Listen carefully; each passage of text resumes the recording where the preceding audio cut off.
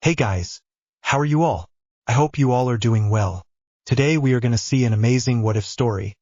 But before we start, it's just a humble request that if you are new here, please subscribe because it actually motivates me a lot to post more. Also, the stories on my channel are fully written by me, so if you have any suggestions for what-if stories, please let me know below the comments section. Now, without any further delay, let's start. What if Harry Potter Wielded Melinia's katana? The red light missed Harry by an inch and tore through a row of dusty glass spheres behind him. Each one exploded in a chain, shards and silver mist raining over his head as he dropped to his knees. He tasted dust and copper. His heart hammered against bruised ribs. Someone screamed his name. Harry. Hermione's voice cut through the chaos. He turned, wand already rising. She was behind a toppled shelf with Ron, both crouched low. Ron fired another stunner over the edge. Stupefy. The spell cracked across the aisle and hit a masked Death Eater square in the chest. The man crumpled, but another stepped over him a moment later, mask gleaming in the dim blue light of the Hall of Prophecy. There were too many. Keep moving, Harry shouted. His throat hurt. We have to get back to the arch room, right? Because that went so well last time, Ron muttered, but his face was pale and set.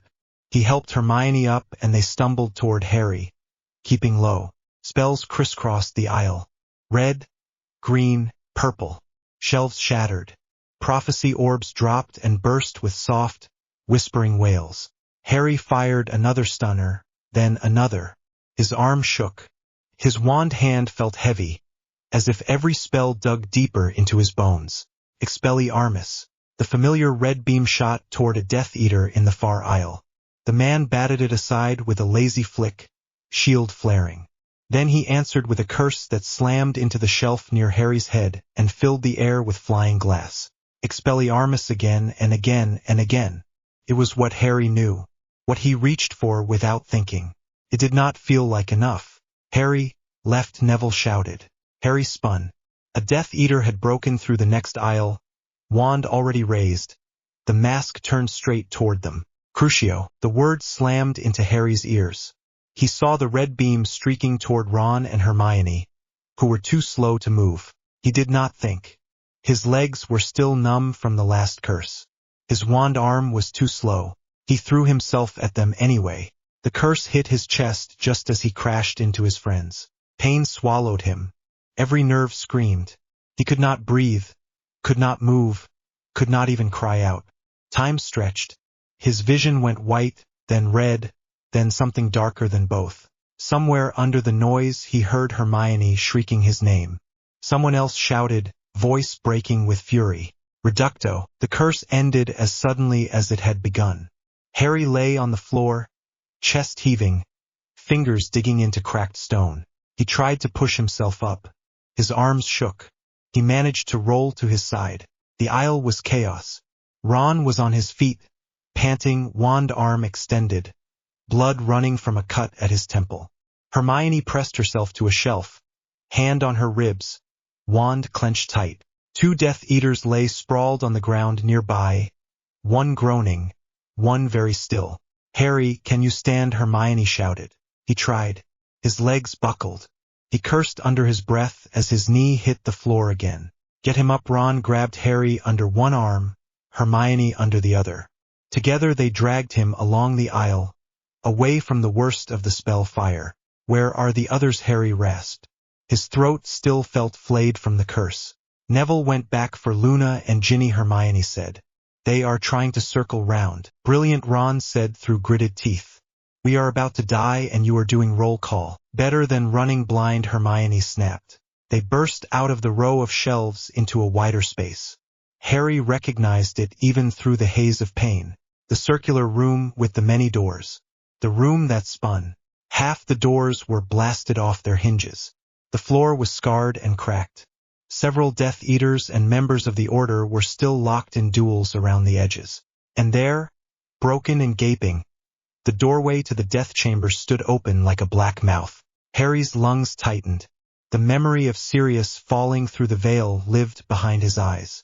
He had not come back here since that night. Not awake, anyway. In dreams, he fell through that ragged curtain every time he closed his eyes. Hermione squeezed his arm. Stay with us, he swallowed hard. We have to move. If they box us in here, we are done. As if in answer, green light flashed across the doorway. A curse struck the far wall and burst into sparks. A masked figure stepped out of the death chamber, followed by two more. Potter, one of them drawled. Lucius Malfoy's pale hair glimmered beneath the mask. Still playing hero, I see. Harry's grip on his wand tightened. Fury burned through the ache in his chest. You still hiding behind masks, he shot back. Malfoy raised his wand. Perhaps you will join your godfather tonight. Another spell came from the side. Kingsley stepped between Harry and Malfoy, firing bolts of bright purple that forced the Death Eaters back. Move, Potter, Kingsley barked. Get your friends out. There are more inside, Harry shouted. They will flank you. Kingsley's eyes flicked to the open doorway. A curse tore past his shoulder. He blocked it with a neat shield and backed toward the arch. We hold here, he said. Now, he was good. Very good. His spell work was sharp and efficient. But there were too many masked figures, too many curses streaking through the air. Harry felt the familiar fear, the one that came every time he watched someone try to hold a line against Voldemort's followers. The one that had ended in Sirius falling and never hitting the ground. Not again. Ron, Hermione, he said, voice low. Get to the far door. If I say run, you run. Do not wait for me. Not happening, Ron snapped. You are not sacrificing yourself, Hermione said. Her voice broke on the last word. She took a breath and steadied it. We stay together. A curse exploded near them. The shock threw Hermione against Harry's side. He pulled her in by reflex, shielding her with his own body. Sparks rained. Stone dust filled his mouth and nose. His scar throbbed. Not the usual sharp spike, but a dull pounding in time with his heart. He could feel Voldemort somewhere in the building, that cold pressure against his thoughts. The sense of something vast and angry moving through the ministry. His wand hand shook harder. The pattern was always the same. He stood, he shouted Expelliarmus, and people around him died. Harry, look, Hermione pointed. Near the edge of the circular room, behind a shattered pillar, the air had started to warp. At first Harry thought it was heat shimmer from spell fire. A ripple in the dust-filled air. But it deepened, bending light around it. The stone seemed to stretch like rubber. The hair on his arms lifted. I do not like that, Ron said. That looks like the opposite of good. The ripple tightened in on itself. The edges darkened. A thin line appeared in empty air, bright and wrong. As if someone had cut the world with a knife. Hermione stared. That is not a spell I recognize. The line widened. It tore down and then up, silent, like an invisible hand opening a curtain. On the other side there was no room, no ministry, no stone. Only darkness and a slow, sickly red light, like embers in ash. A gust of air rolled from the tear. It smelled of rust, old blood and rain that never fell. Harry's skin crawled. Move away from it, Hermione said at once. Seconded, Ron added. They started to edge back. But a curse exploded against the floor. Stone shattered behind them. The shock wave knocked all three of them forward. Harry fell toward the tear. For a moment his world was nothing but that wrong light. It pressed against his eyes and teeth. His scar burned. His wand flew from his fingers and clattered away. Hands grabbed his robe from behind. Ron and Hermione dug in their heels, trying to haul him back. The stone under their feet cracked. The tear widened one last time. Something reached through. Not a person. Not a Dementor or any creature he knew. A golden arm. It was severed at the shoulder. The metal looked like tarnished sunlight, carved into overlapping plates that mimicked muscle and tendon. Thin red lines crawled along the joints like veins. The fingers were long and delicate, the nails curved like blades. They gripped a sword. The katana was long and thin, the blade a deep, ugly red that was not paint. The air around it shimmered with tiny motes of scarlet dust that tried to stick to Harry's skin. The arm jerked as if it were fighting something on the other side of the tear. Then the world gave way. Ron's grip slipped. Harry slid forward. His left hand shot out to stop his fall. It closed around cold metal. The moment skin met gold, the world screamed. The sound was not in his ears. It was inside his bones. A sharp, alien pressure forced itself up his arm, racing along his veins, filling his chest. For a heartbeat he felt as though something had reached into him and pulled. His own hand vanished. He looked down in shock. His left arm ended in gleaming plates of gold. They were fused directly to his skin. At the edge of the metal his flesh was already angry and red, dark lines spreading from the seam like cracked porcelain. No, he whispered. The sword hilt was warm in his new fingers. The warmth was alive. It beat against his palm with a steady rhythm, like a second heart. The tear in the air snapped closed, almost lazily. The pressure vanished. Harry collapsed onto his knees, still clutching the blade. Harry, Hermione slid in beside him, hands hovering near the new arm without quite touching it. Her face had gone chalk white. Ron, get him away from the center, she shouted. Ron grabbed Harry under his right arm and dragged him back, boots scraping on the floor. Harry tried to stand, but his legs trembled. His left arm swung with unnatural weight, the katana pointing down. Red motes drifted from the blade tip and sizzled against the stone. The pain hit then. It was not sharp at first. It was cold. A creeping chill that started at his shoulder and spread through his chest. His heart stuttered. His left side felt heavy, then numb, then burning again. He took a breath and almost blacked out. Harry, focus on me, Hermione said. Her hands pressed against his face, forcing his gaze to her eyes. Brown, wide, frantic. Stay awake. Do not you dare pass out on me. I am fine, he said. Came out as a broken whisper. That is the worst lie you have ever told, she snapped. Not his worst, Ron muttered, but his eyes were just as scared. Another curse sizzled across the room. Kingsley shouted something. Remus answered with a spell that shook the walls. Lucius Malfoy shouted over the din. What have you done, Potter? Harry looked up. Every Death Eater who could see him had gone strangely still. Their masks were turned toward his left arm, toward the katana still clutched tight in gold fingers. Malfoy took a small step back. That magic is not ours, he breathed. Voldemort's presence in Harry's head recoiled. The pressure he had felt all evening shivered and retreated like spilled ink dragged backward. For the first time in hours, Harry's scar went quiet. Harry pushed himself to his feet. He barely felt the floor under his boots. The cold was worse now, but the sword did something to it. Every time his heart beat, a small wave of warmth pulsed from the hilt up into his chest, as if it were refilling something that kept leaking away. He knew, deep down, that if he let go he would fall and not get up again. Harry, Hermione said softly. What do you feel? Cold, he said. And angry. He did not know where the second word came from. Sat under his tongue, honest and heavy. Another Death Eater lunged in from the side, wand raised. Avada Kedavra. Harry saw the green light. His body moved before his thoughts caught up. He stepped forward. His left arm rose. The katana cut through the curse. It should have been impossible. Spells did not behave like objects. He knew that. Shield charms met them and repelled them or failed and let them pass. The green beam hit the red blade and split cleanly apart.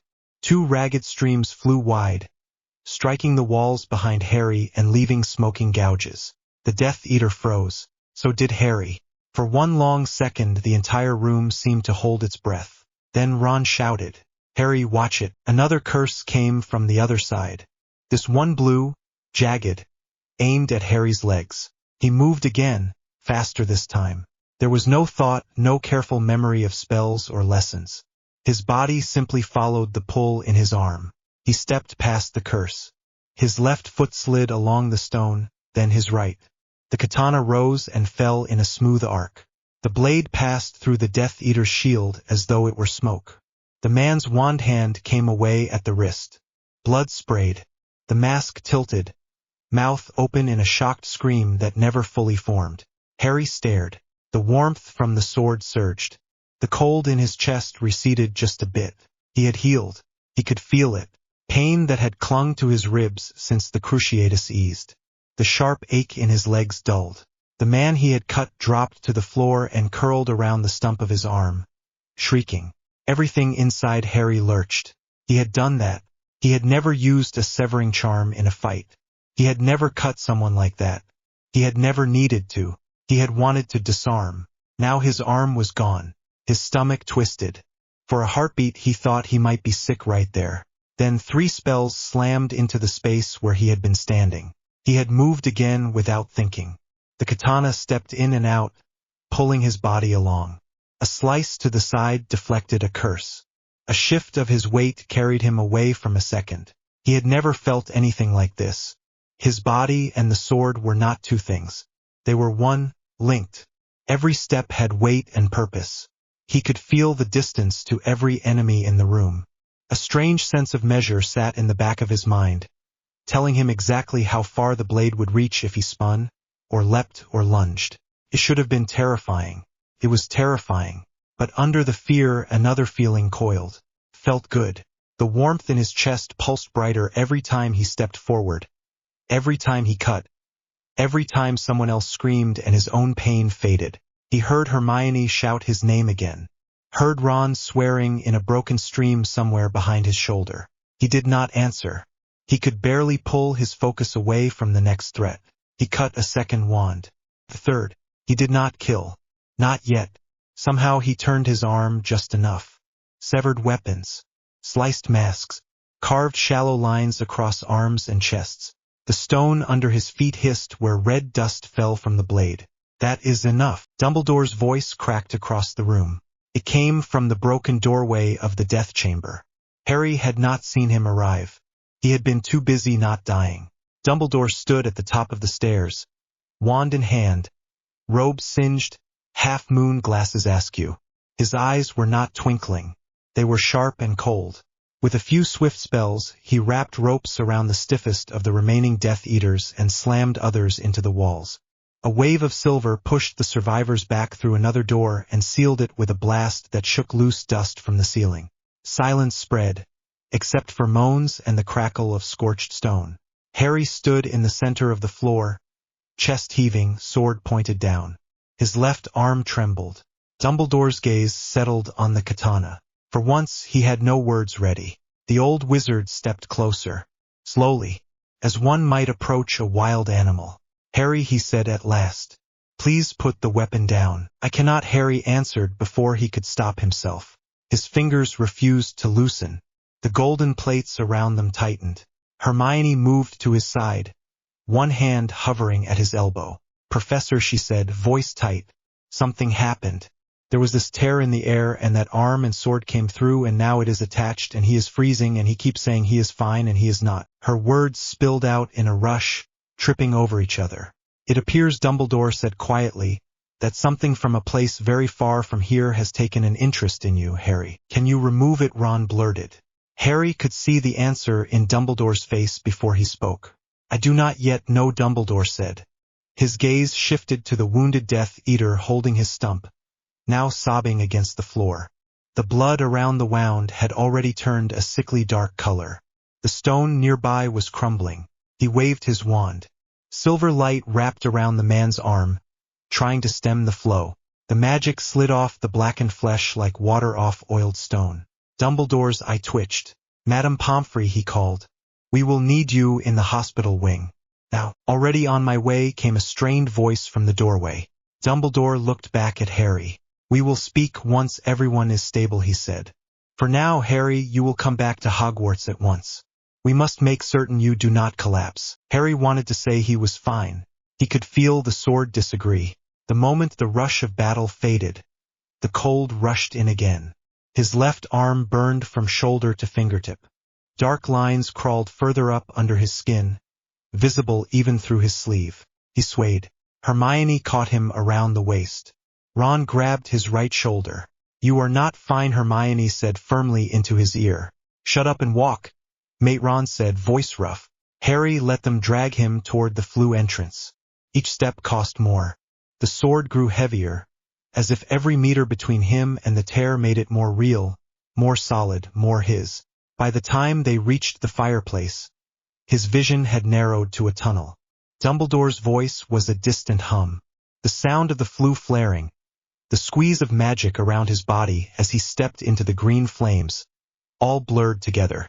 He stumbled out into the familiar stone of the Hogwarts hospital wing and went straight to his knees. Madame Pomfrey swore under her breath. That alone told him how bad it was. On the bed, Potter, she snapped. Now, Ron and Hermione manhandled him onto the nearest bed. The mattress dipped under his weight.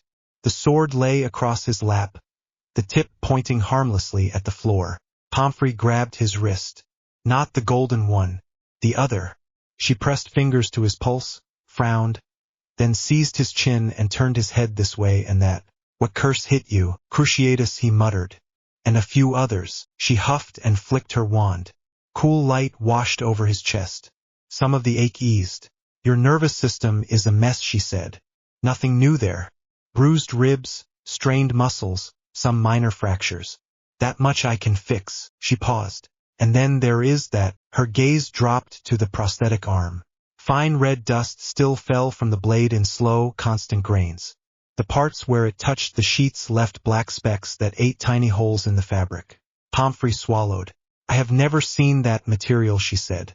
It is not cursed in any way I recognize. It came from a tear in the air, Hermione said in a rush. She stood close by the bed, one hand still on the metal wrist, as if she could anchor Harry through it. It attached itself to him when he grabbed it. His real arm is gone.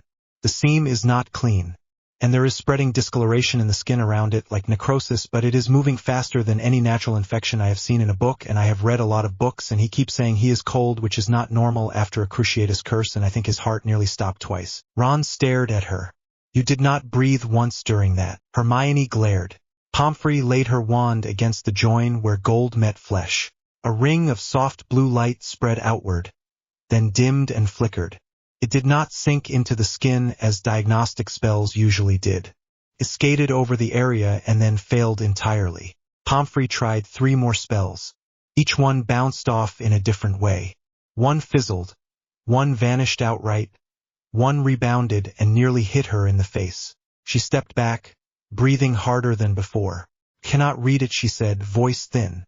It is not responding to any diagnostic charm I know. What about healing? Ron asked. You can pack a lot of medicine into one wand wave. She gave him a sharp look at the word pack, but did not argue. I can try, she said. She pointed her wand at the blackened edge of Harry's skin and murmured a series of healing charms. The words were familiar. Harry had heard them before, over broken bones and cracked skulls. This time nothing happened. The dark lines in his skin did not fade. If anything, they seemed to pulse, as if irritated by the attempt. Pain shot up his arm. Harry hissed and jerked back. That is enough, Dumbledore said from the foot of the bed. He had arrived without Harry noticing again. He stood with his hands folded on the top of his wand, eyes fixed on the metal arm. Albus Pomfrey began. I need more time. There are other methods, other potions I can try. I can call in St. Mungo's and— No, Dumbledore said. The word was soft yet final. Pomfrey drew herself up. He is my patient, and he may be host to something our world cannot touch, Dumbledore replied. Your methods are the finest in this castle, Poppy. That is exactly why I trust you when you say they are not working. He looked at Harry. How do you feel now? Harry considered. Like my arm is full of ice and fire at the same time, he said slowly. My chest hurts less than it did. I should not feel like standing after a Cruciatus curse that strong. You are healing when you should not, Dumbledore said. And you are rotting when you should not. Hermione winced at the word rotting. That is an awful way to say it, she muttered. It is the honest way, Dumbledore answered.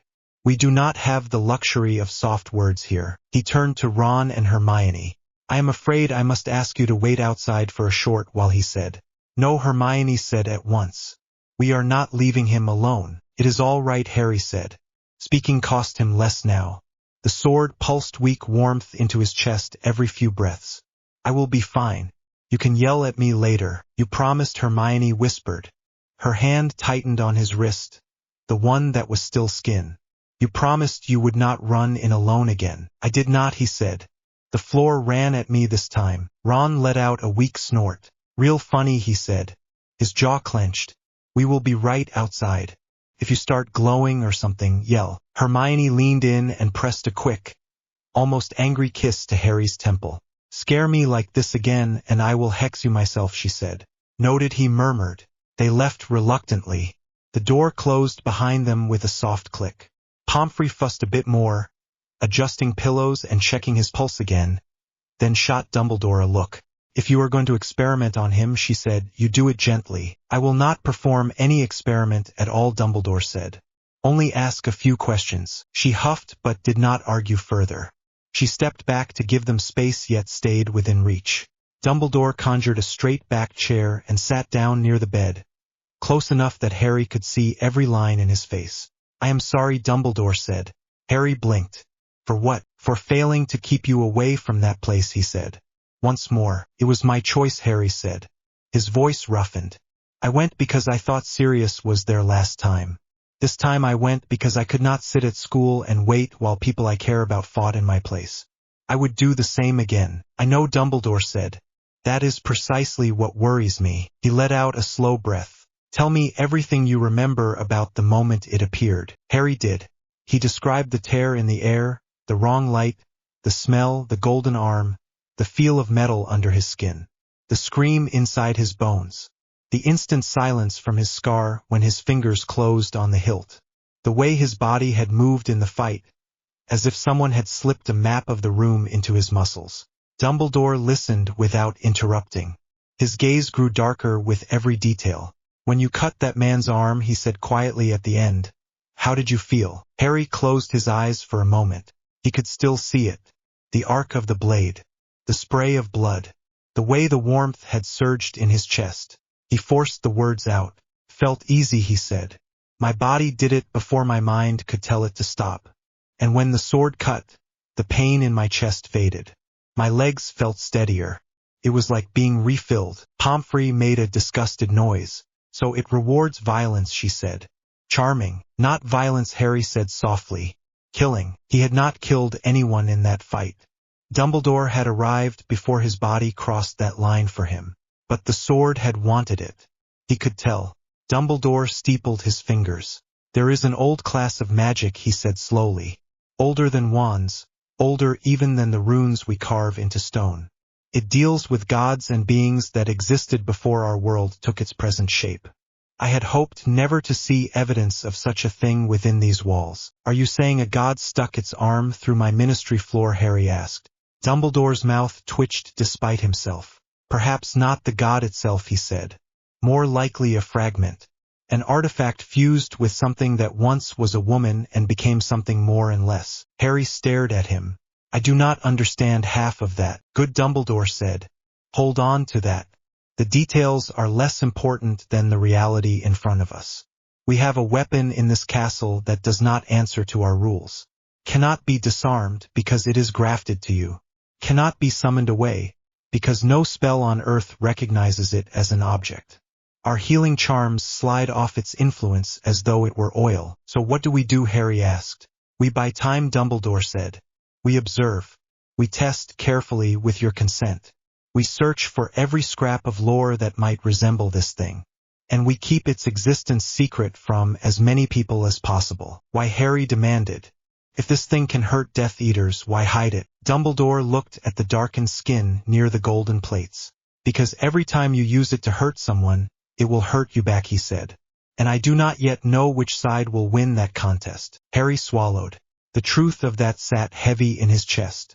He had felt the rot spreading when he did nothing. He had felt at ease when he cut someone else. So you want me to sit and rot, he said. The bitterness slipped out before he could stop it. Dumbledore's eyes softened. No, he said. I want you alive. That is why I intend to help you learn to fight with it in a way that costs you as little as possible. But that lesson will not be taught in class. And it will not be taught by someone who values mercy above all else. Harry frowned. What does that mean? It means, Dumbledore said, that you will go to classes as normal. You will pretend that the sword is no more than a strange prosthetic that cannot be removed. You will keep it covered when you can. Only a few people will know the full truth. He paused. And it means that in private, you will train with a man who understands brutal combat better than any other wizard in this castle. Harry stared. You cannot be serious. I am rarely more so, Dumbledore said quietly.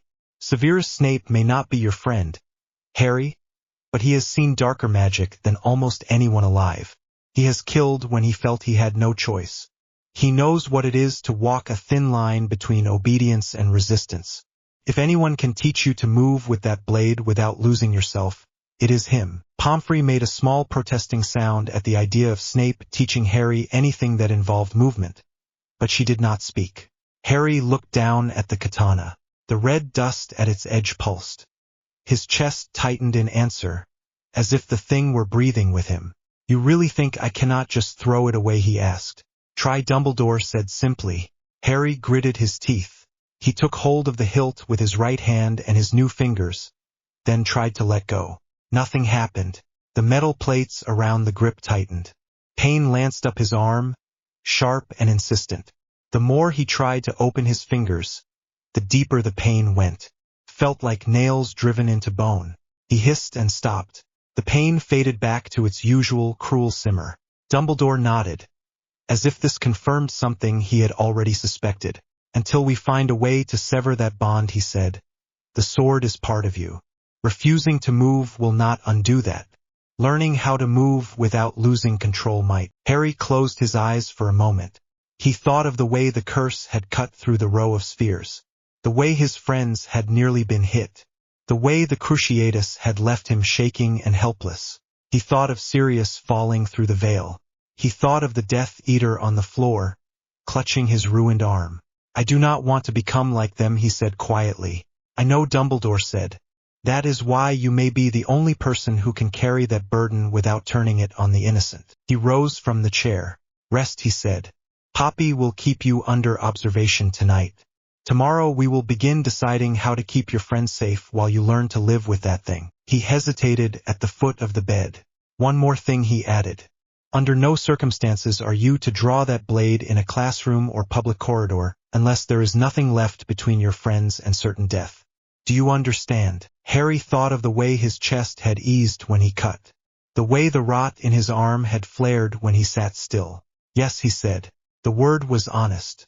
It did not promise that he would manage it, only that he knew the stakes. Dumbledore seemed to hear that in his voice. He gave a small nod, then turned and walked away, robes whispering quietly over the floor. Pomfrey fussed with the blankets again, muttering about old men and their nonsense, then moved to prepare potions. Harry lay back against the pillows. The sword lay across his body, heavy and present, its red edge only an inch above the sheet. Every time he closed his eyes for longer than a second, he felt the pull in his chest again, the slow creep of cold crawling further into his shoulder.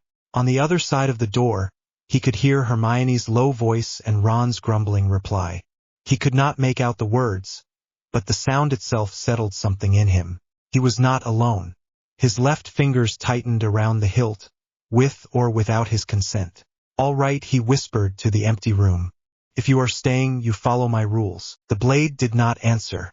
The warmth in his chest pulsed once, stubborn and steady, as if it found his attempt at defiance amusing.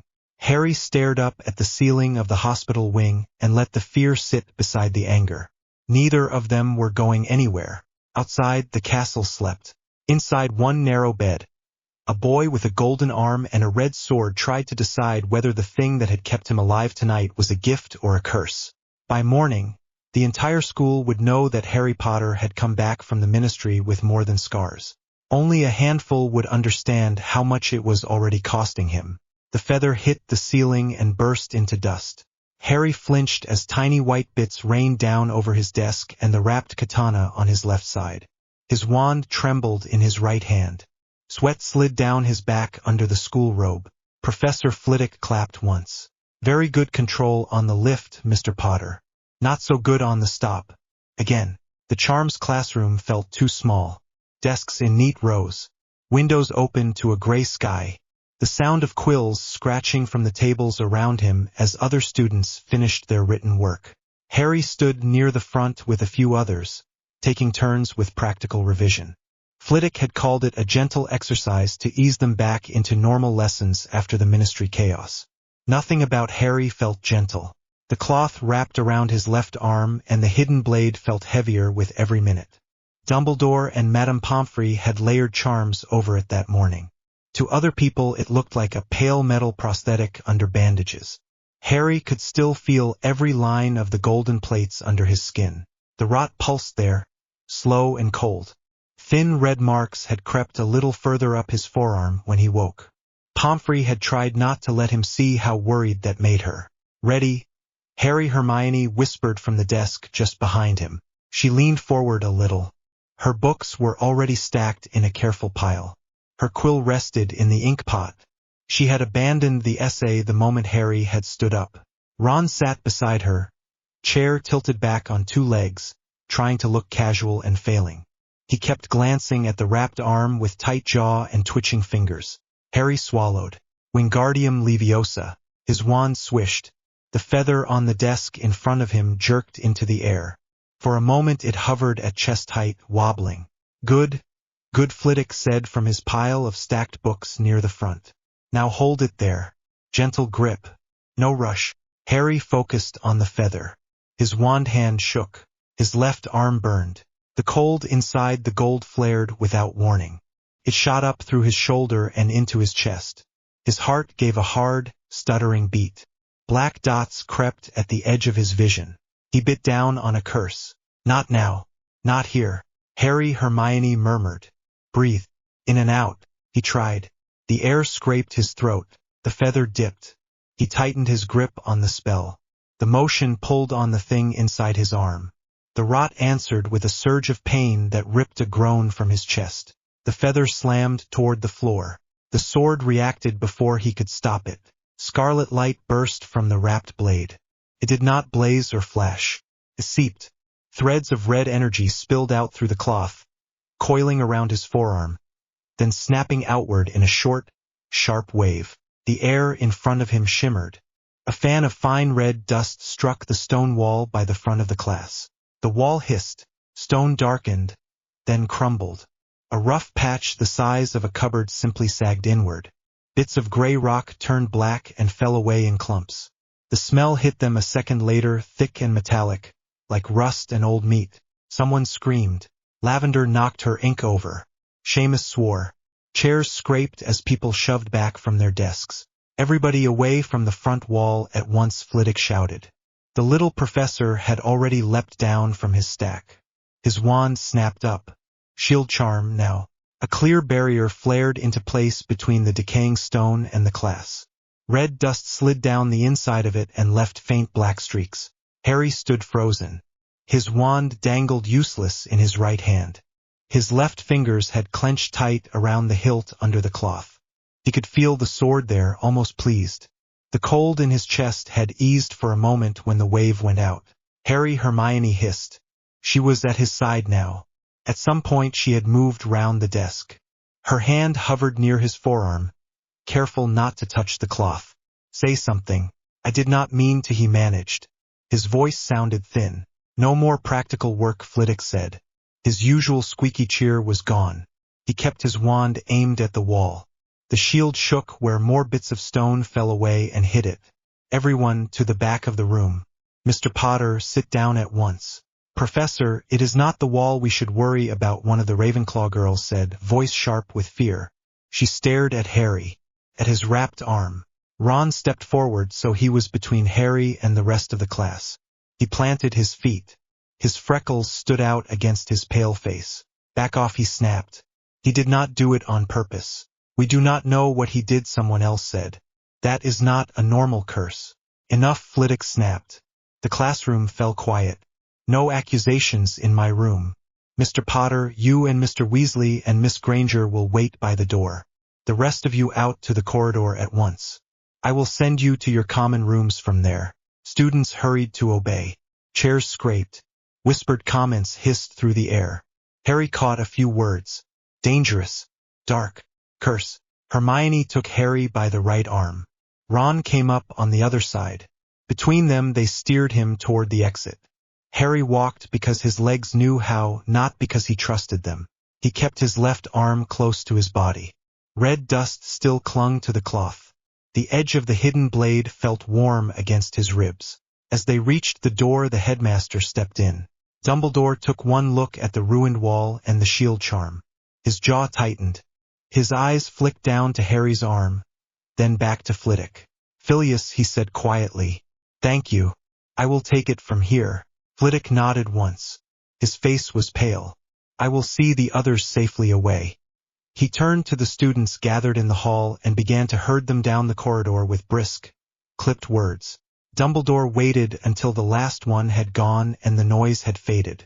Then he drew out his wand and flicked it toward the destroyed section of stone. Reparo. Nothing happened. The blackened stone stayed black. Some of it crumbled a little more and fell through the shield in a soft drift of dust. Dumbledore tried 2 more spells. Different words. Different motions. Harry did not know their names, but he had seen Dumbledore fix much worse damage with a simple wave before. This time, the magic slid off the ruined patch the way Pomfrey's healing charms had slid off his arm. The stone did not mend. Dumbledore lowered his wand. I see, he said. He turned back to them. Harry, how do you feel? Cold Harry said. Better than before it happened. Which is wrong. Ron snorted. You think? Hermione gave Ron a quick glare. Then she looked back at Dumbledore. Professor, she said. We need to understand what this is. The wall, his arm, all of it. Yes, Dumbledore said. And we cannot do that in a corridor. Come to my office, all 3 of you. The stone steps moved under Harry's feet as they rose toward the gargoyle. The gold and red under the cloth pulsed to its own slow rhythm. Hermione stayed at his side. Ron walked a step behind, close enough that the tip of the wrapped blade did not catch his leg. Harry could hear Ron's trainers scuff a little with each step. The gargoyle jumped aside when Dumbledore spoke the password. The door opened into the familiar round office. Shelves of books. Silver instruments ticking and whirring. Fawkes on his perch in the corner, eyes half closed. The Phoenix opened one eye as they came in. Harry felt that bright gaze land on his arm. Fawkes gave a soft, uneasy sound that Harry had never heard from him before and turned his head away. That hurt more than he wanted to admit. Please sit, Dumbledore said. Harry took the chair in front of the desk. Hermione sat to his right. Ron dragged a 3rd chair close enough that his knee bumped Harry's. Dumbledore stood for a moment, looking at the 3 of them. Then he moved to the window and closed the curtains with a flick of his wand. The light shifted. The room felt smaller. I must ask you some very direct questions, he said. And I need honest answers, even if they make you uncomfortable. That is new, Ron muttered. Ron, Hermione hissed. Dumbledore's mouth twitched for a second, then smoothed. Honesty will be easier if we all agree on what we saw, he said. Harry, when you tried the charm, you felt pain in your arm. Then this scarlet energy erupted and damaged the wall. Is that correct? Yes, Harry said. It felt like the thing in the arm decided to protect me. It did not care where the damage went. Did you intend to release any magic through the sword? No, Harry said at once. I was trying to hold the feather. That was all. Hermione nodded. He was focusing on the charm. I could see it. He did not even look at the wall. Ron shifted in his chair. The rot stuff on his arm looked worse when we woke up. Pomfrey patched him as much as she could, but she said the black marks were new. Dumbledore folded his hands on the desk. Miss Granger, he said, you asked me yesterday for access to the restricted section. Have you found anything since then that relates to this? Hermione flushed. Only hints, she said. Some of the texts talk about contamination from things outside our world. Old beings. Outer forces. They never use the same words, so it is hard to compare. They say normal magic does not interact with those things the way it should. She gestured toward Harry's wrapped arm. This looks like that. Potions do not work. Healing charms do not work. The stone in the classroom did not mend. It is more like a disease than a curse, but not one from our world. Ron made a face. Brilliant. So my best friend has a cosmic disease sword. Harry snorted. The movement sent a twitch of pain up his arm. Accurate, he said. Dumbledore watched them all, quiet and tense. For once he did not have a plate of sweets or a little joke to soften the edges. Under normal circumstances, he said, I would do everything in my power to remove an artifact like this from a student. Lock it away. Study it from a safe distance.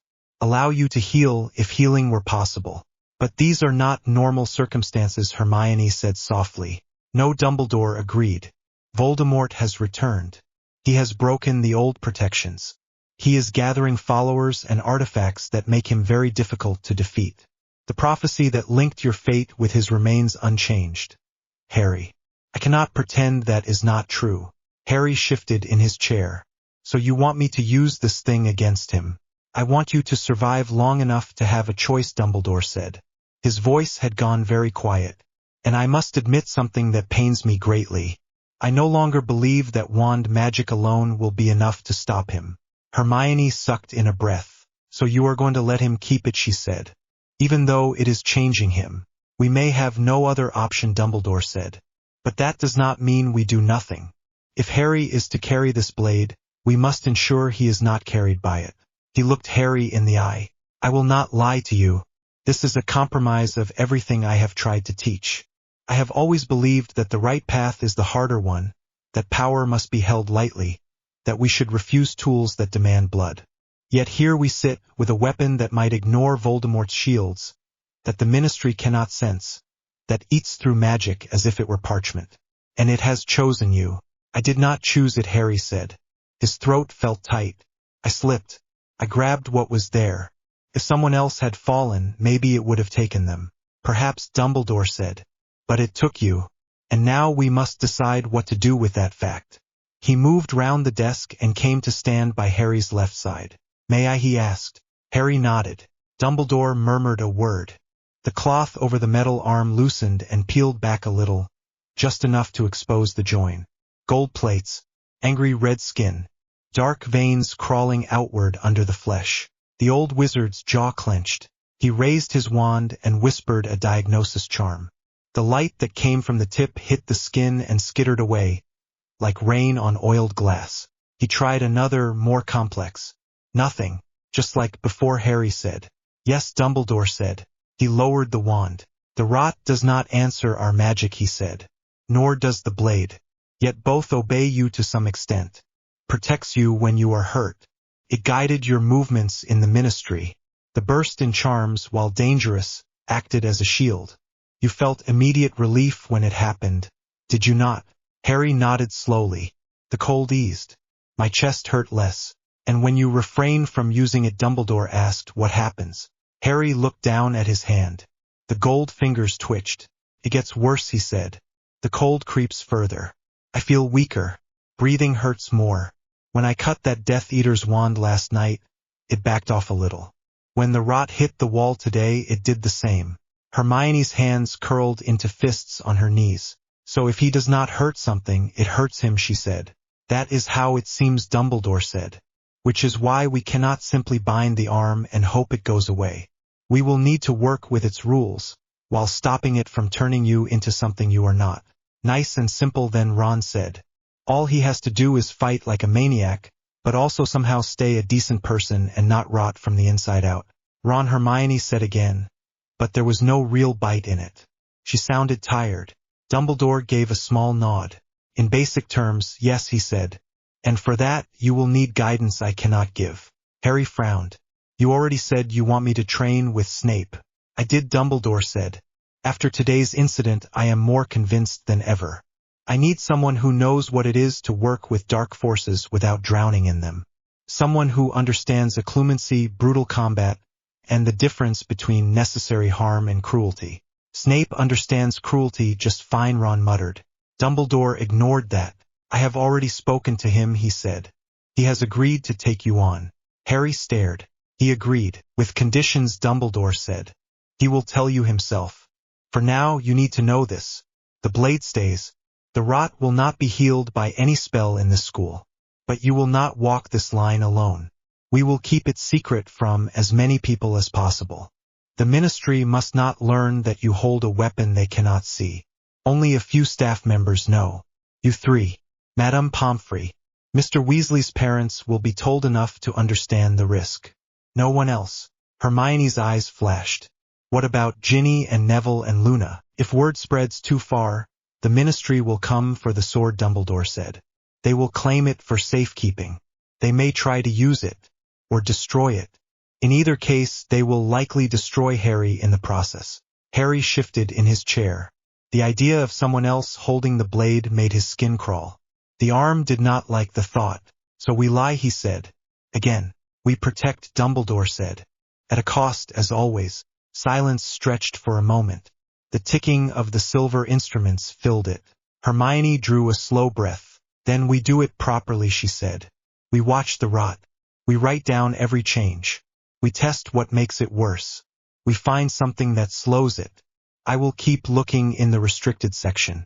There might be mention of other worlds, or of weapons that are not wands. Ron rubbed a hand over his face. And I will make sure he eats and actually sleeps sometimes, he said. Someone has to. You will forget while you are reading till 3 in the morning. A small smile tugged at Harry's mouth. Faded quick.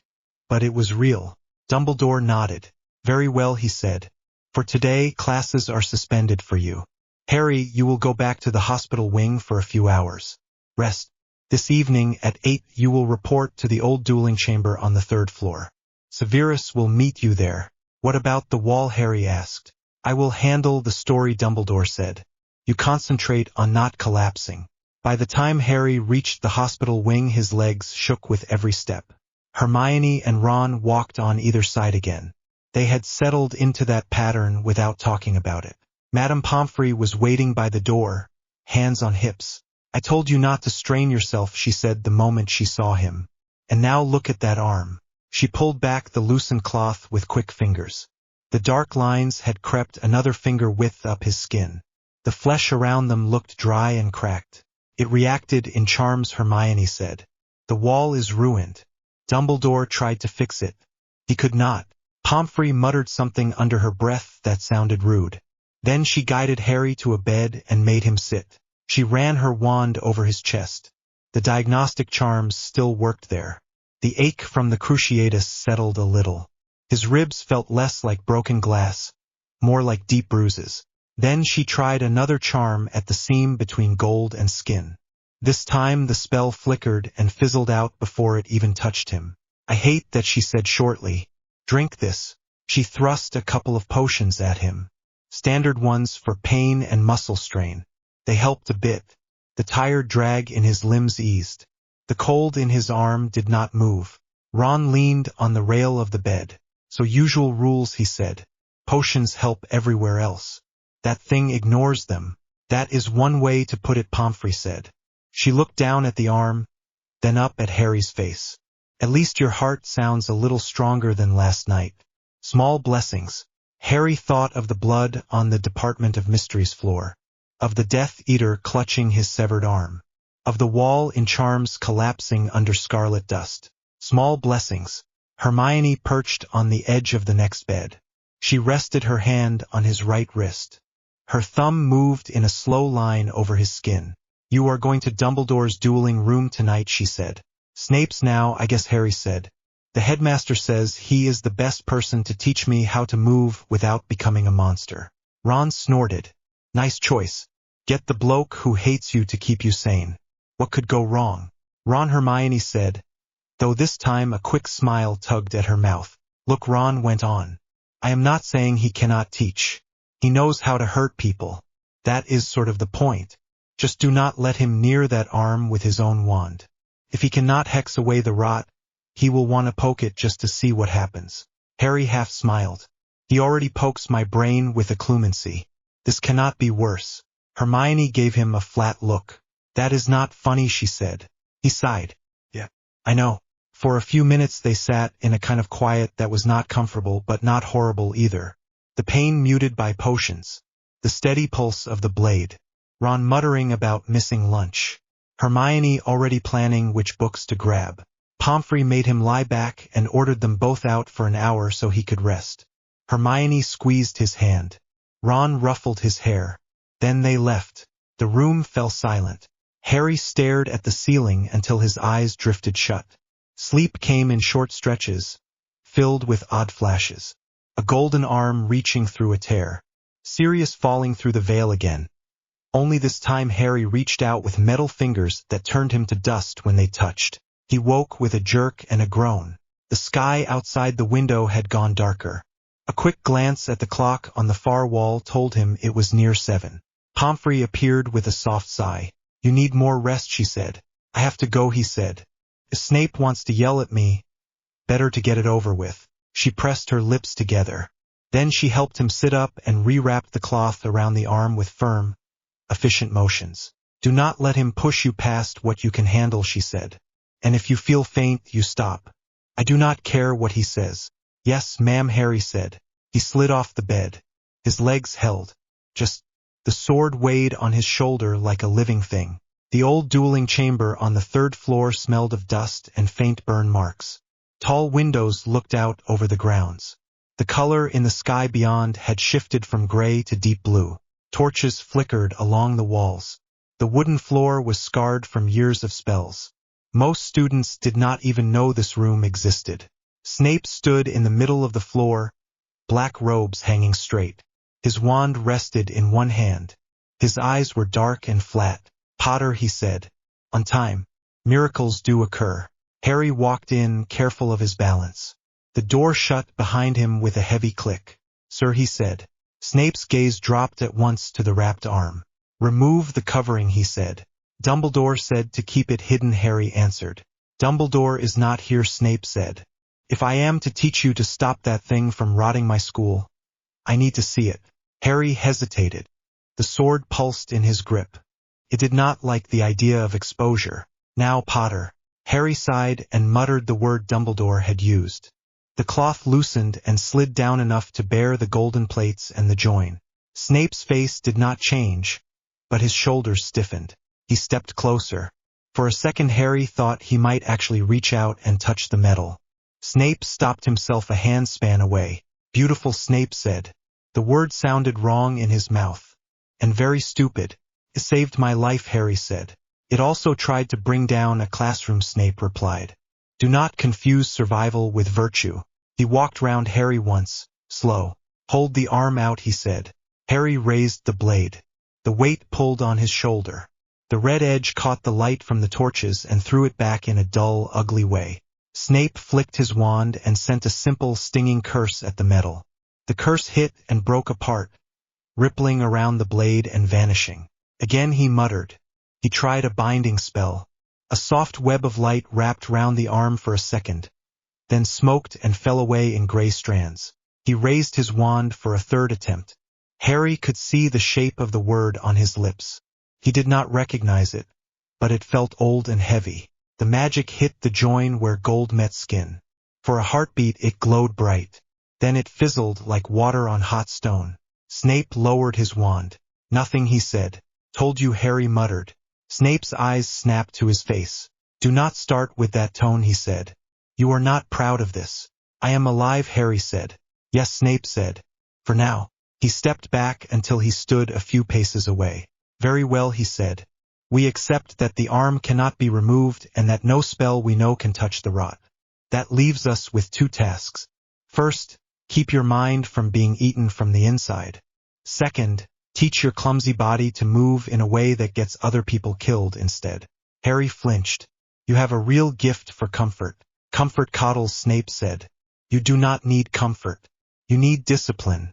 He lifted his wand. Legilimens. Harry had no time to brace. The world lurched.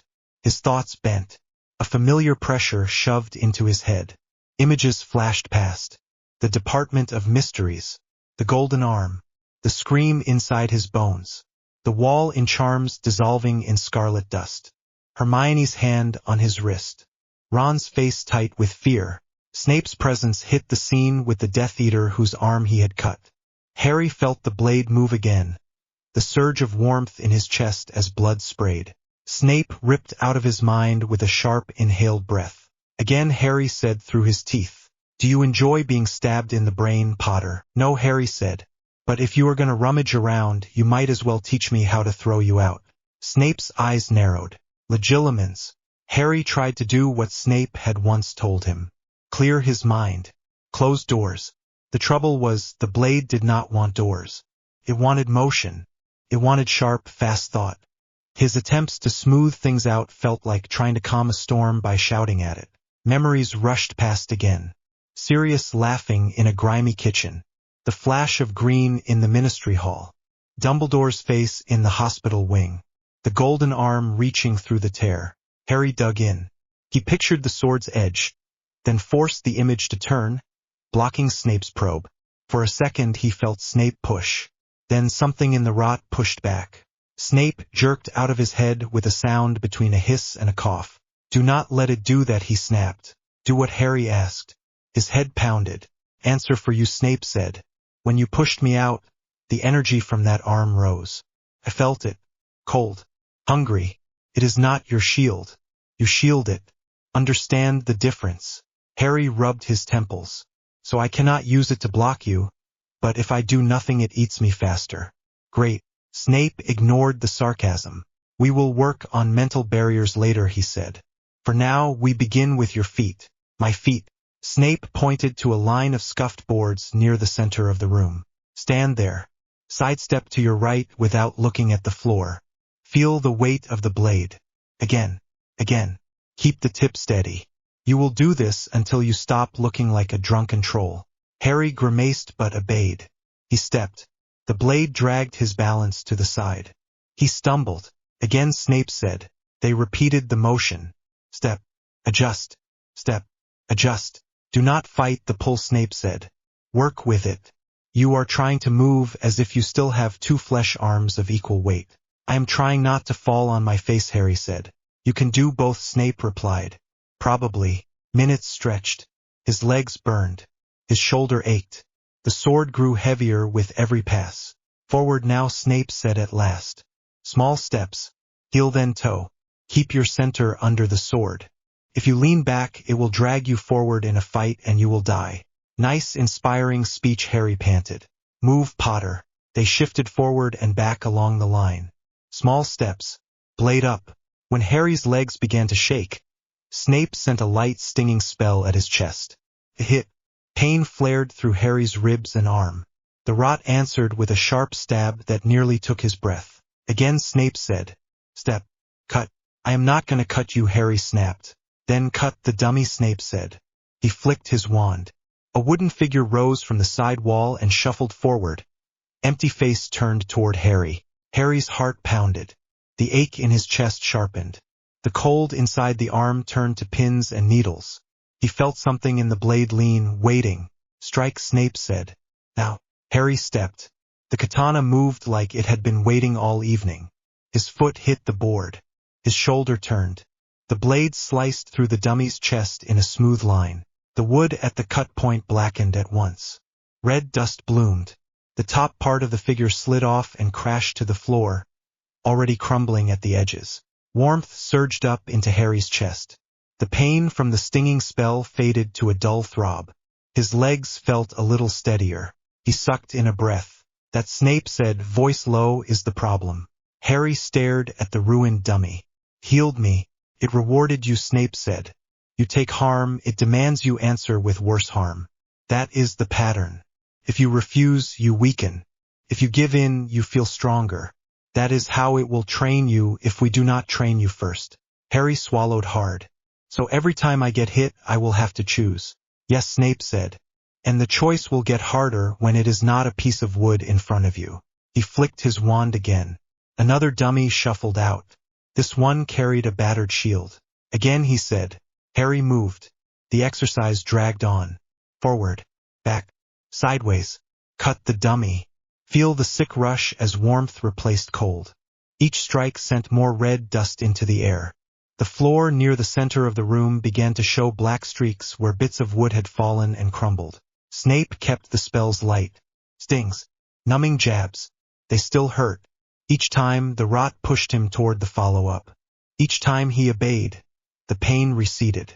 By the time Snape lowered his wand, Harry's shirt clung to his back with sweat. His arm shook. His throat felt raw. "Enough for tonight," Snape said. Harry let the blade drop point first toward the floor. He did not let it touch. The rot in the metal hissed when it came near the boards. He pulled it back with a small flinch. Snape watched him. "You learn quickly when you are scared," he said. "Use that." Harry managed a weak laugh. "Is that a compliment?" "Do not get used to it," Snape said. "Come here." Harry walked closer. Snape reached out this time and grabbed his right forearm, not the metal one. He turned it to see a shallow cut from one of the stray splinters. He pulled a small vial from inside his robe and tipped some clear potion over the cut. Normally, wounds like that closed at once under a healer's brew. The skin puckered, then stopped. The cut stayed open. Snape's mouth pressed into a thin line. Predictable, he said. So potions do not work on training wounds either, Harry said. Not fully, Snape said. The rot reduces your natural healing. You will scar more, recover slower, except when the blade decides to help. That help will never be free.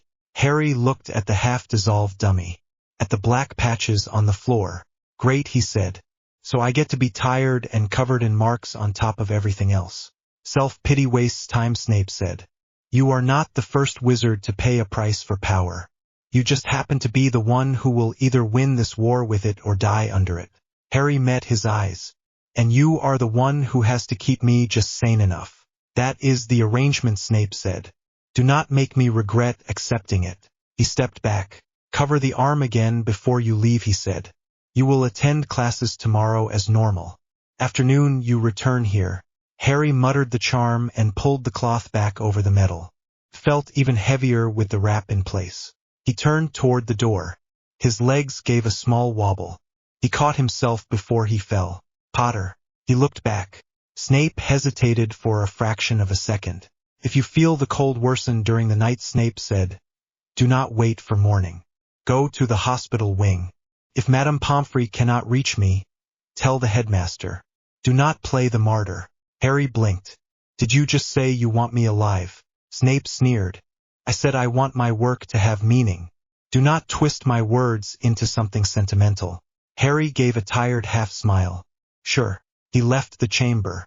The corridor outside felt quiet in a way that settled under his skin. Torches hummed softly. The castle stones under his boots were cool. Hermione was waiting on the stairs, sitting with her back against the wall, a book open on her knees.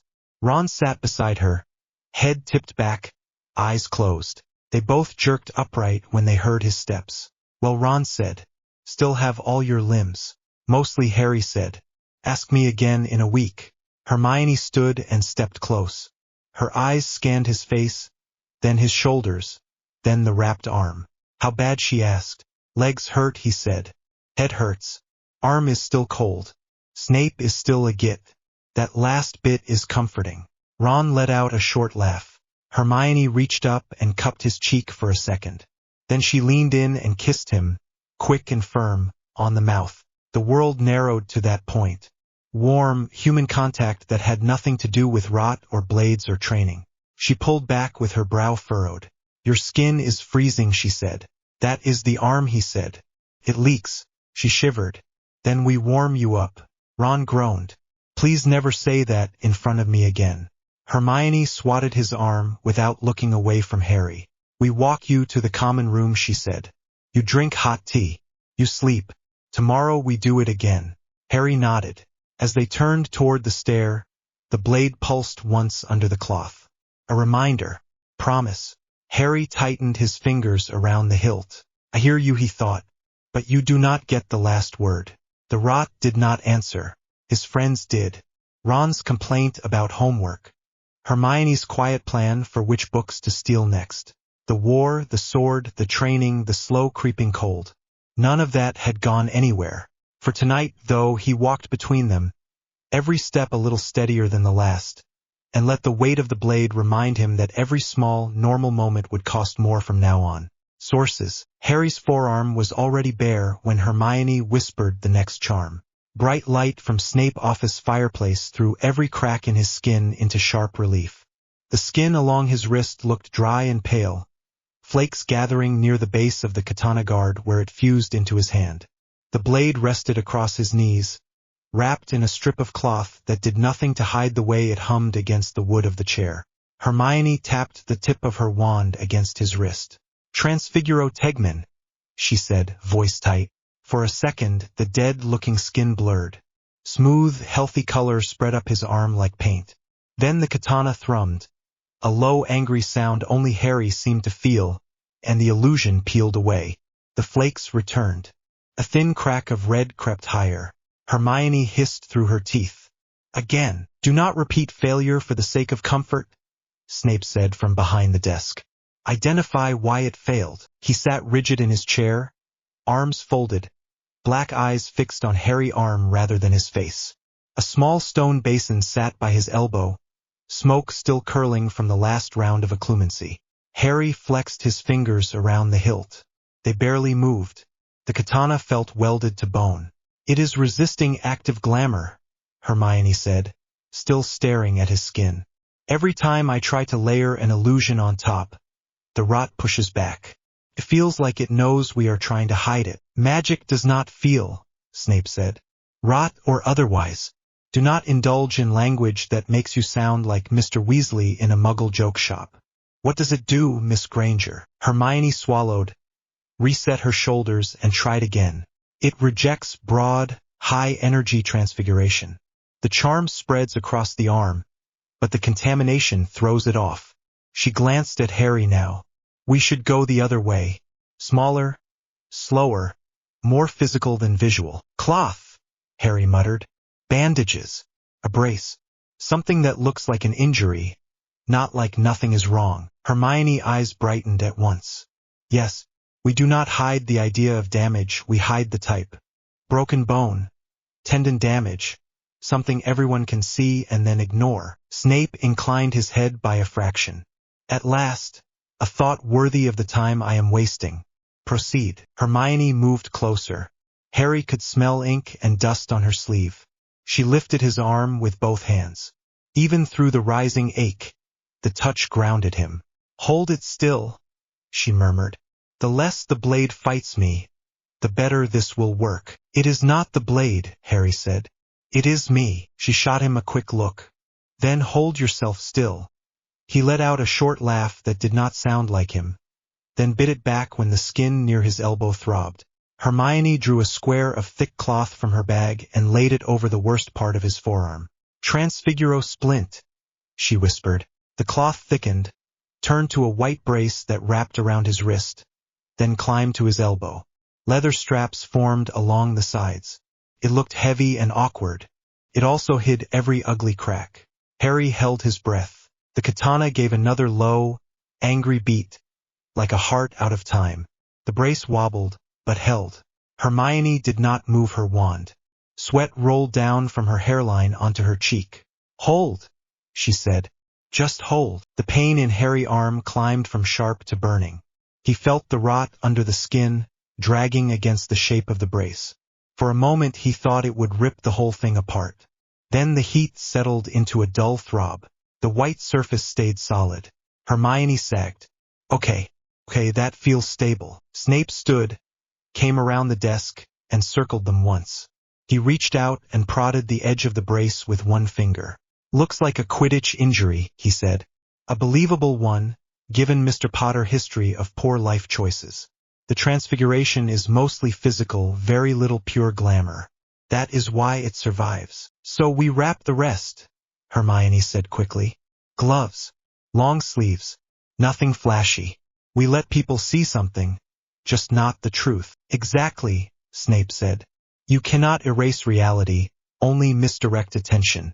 That will keep the idiots from panic, and the Ministry from asking the wrong questions when they send their next inspection. He fixed Harry with a sharp look. You will wear this at all times outside our sessions. No excuses. Harry's jaw tightened. Even in the dormitory, especially there, Snape said. Teenage minds live on gossip. You cannot control what your roommates say, only what they see. Better they mutter about Quidditch accidents than rot and cursed blades. Harry stared at the white brace. It looked simple. It felt like a wall between him and everyone else. Fine, he said. His voice came out flat. I will keep it on. Hermione stepped back to look at him properly. She wiped at her forehead with her sleeve. We can change the design if it starts to break down, she said. Smaller straps, different material. Maybe even a charm that cools the surface, so you do not feel like you are on fire all day. I will manage, Harry said. You will not simply manage, Snape cut in. You will report every change. If the rot spreads beyond what that brace can hide, we adjust at once.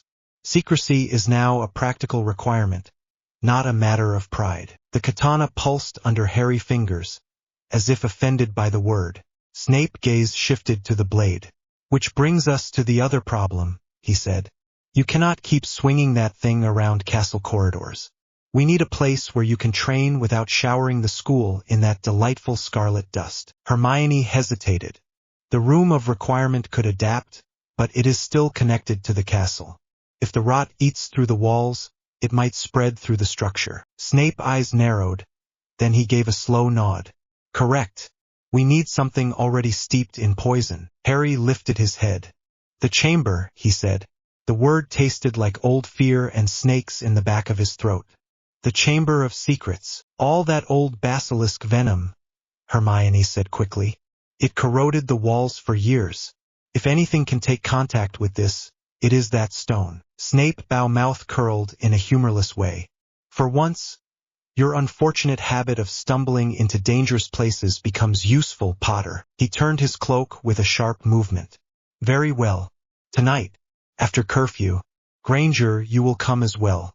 I do not trust him to apply those concealment charms without supervision. Hermione opened her mouth to protest about rules, then shut it again. Yes, Professor, she said. Snape moved back behind the desk.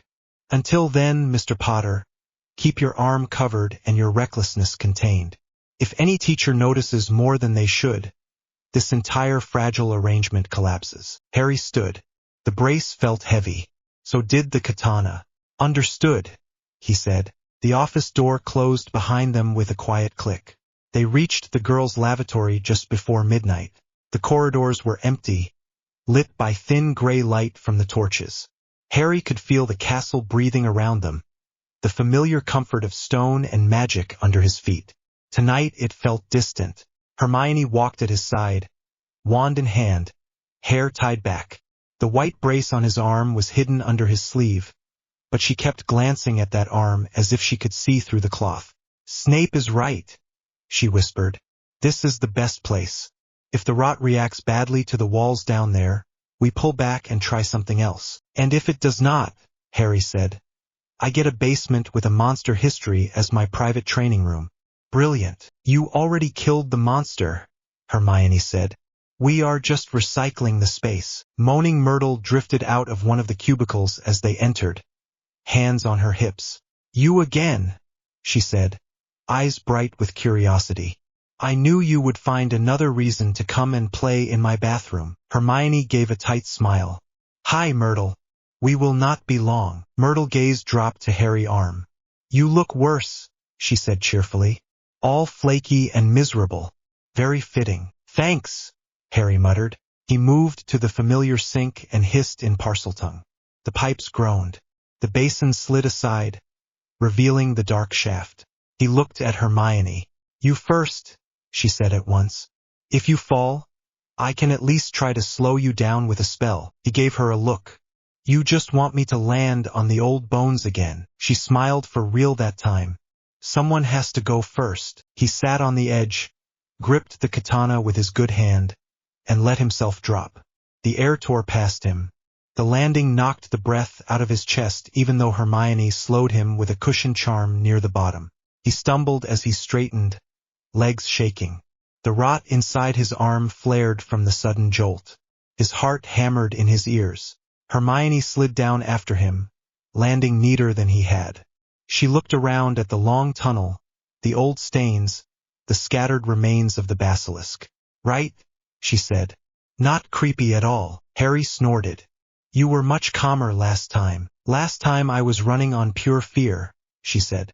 Now I have time to think, which is worse. Snape's voice carried down the tunnel before they even saw him.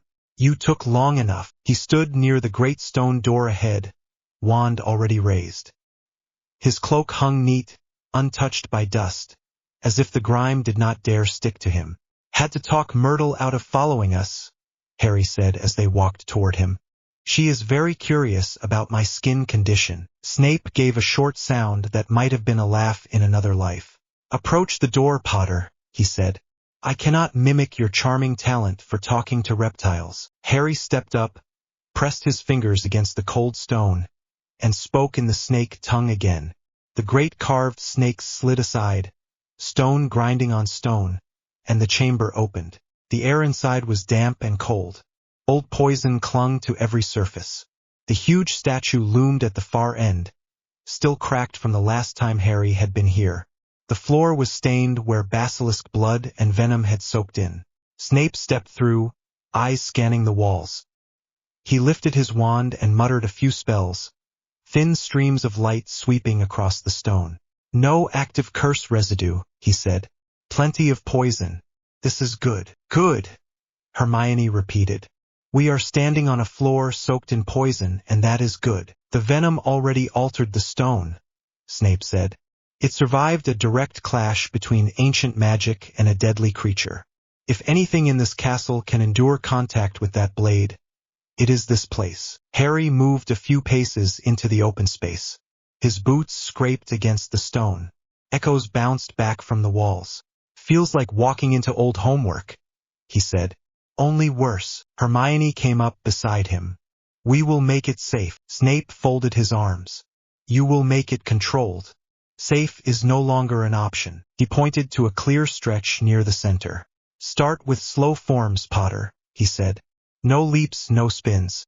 I want to see how the rot reacts when your weight shifts on this surface. Harry drew the katana. The movement was still not smooth. The blade left its cloth wrap and the air changed. The hum filled the chamber, louder here, as if the poison underfoot recognized something in the metal. His arm burned at once. He set his jaw and stepped forward. He moved through the basic strikes Snape had drilled into him. Short, direct cuts. A turn. A retreat. His breath grew rough almost at once. Sweat prickled at his neck. Your stance is too high, Snape said. Lower your center. Trust your legs. My legs feel like lead, Harry said. Then train until they do not. Hermione hovered just out of reach of the blade, watching every step. Your balance is off on the left, she said. When you pivot, your weight tilts toward the infected side. Not helping, Harry grunted. I am, she said calmly. If you tip your weight onto the arm that is already failing, you will fall on your face. He adjusted. The next turn felt more stable. The katana cut the air in a clean line. No scarlet dust spilled. The stone did not hiss. The chamber stayed whole. That is something, Hermione breathed. Snape gave a short nod. The rot does not spread freely without a trigger. Useful. We still treat every session as a risk. No wild arcs. No uncontrolled bursts unless we plan them. Harry finished another slow sequence and let the tip of the blade rest near the floor. His chest rose and fell fast. His arm shook again, not from weight, but from the constant internal itch. Hermione stepped closer, eyes on his face. How bad is it? Manageable, he said.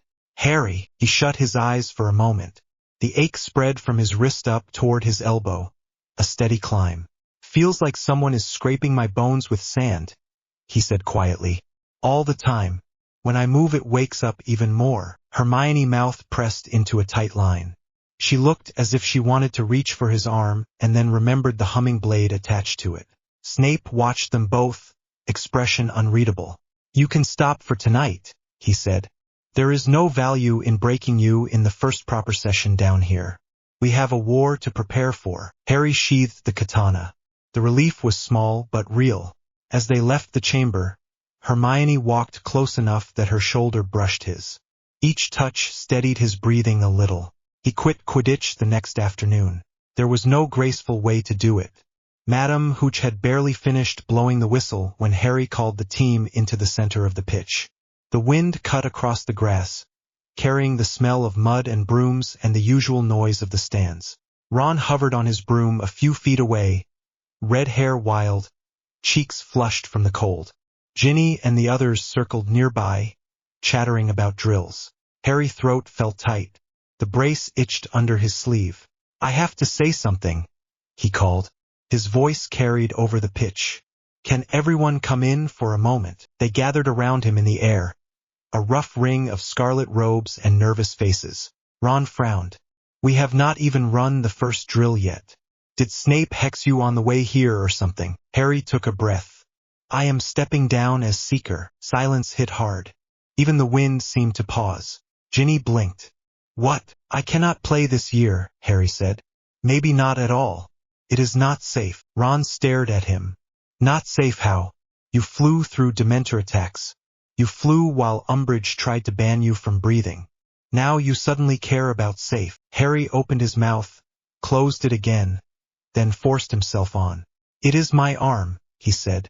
He held up the braced one a little. It is worse than Pomfrey thought. I cannot trust my grip.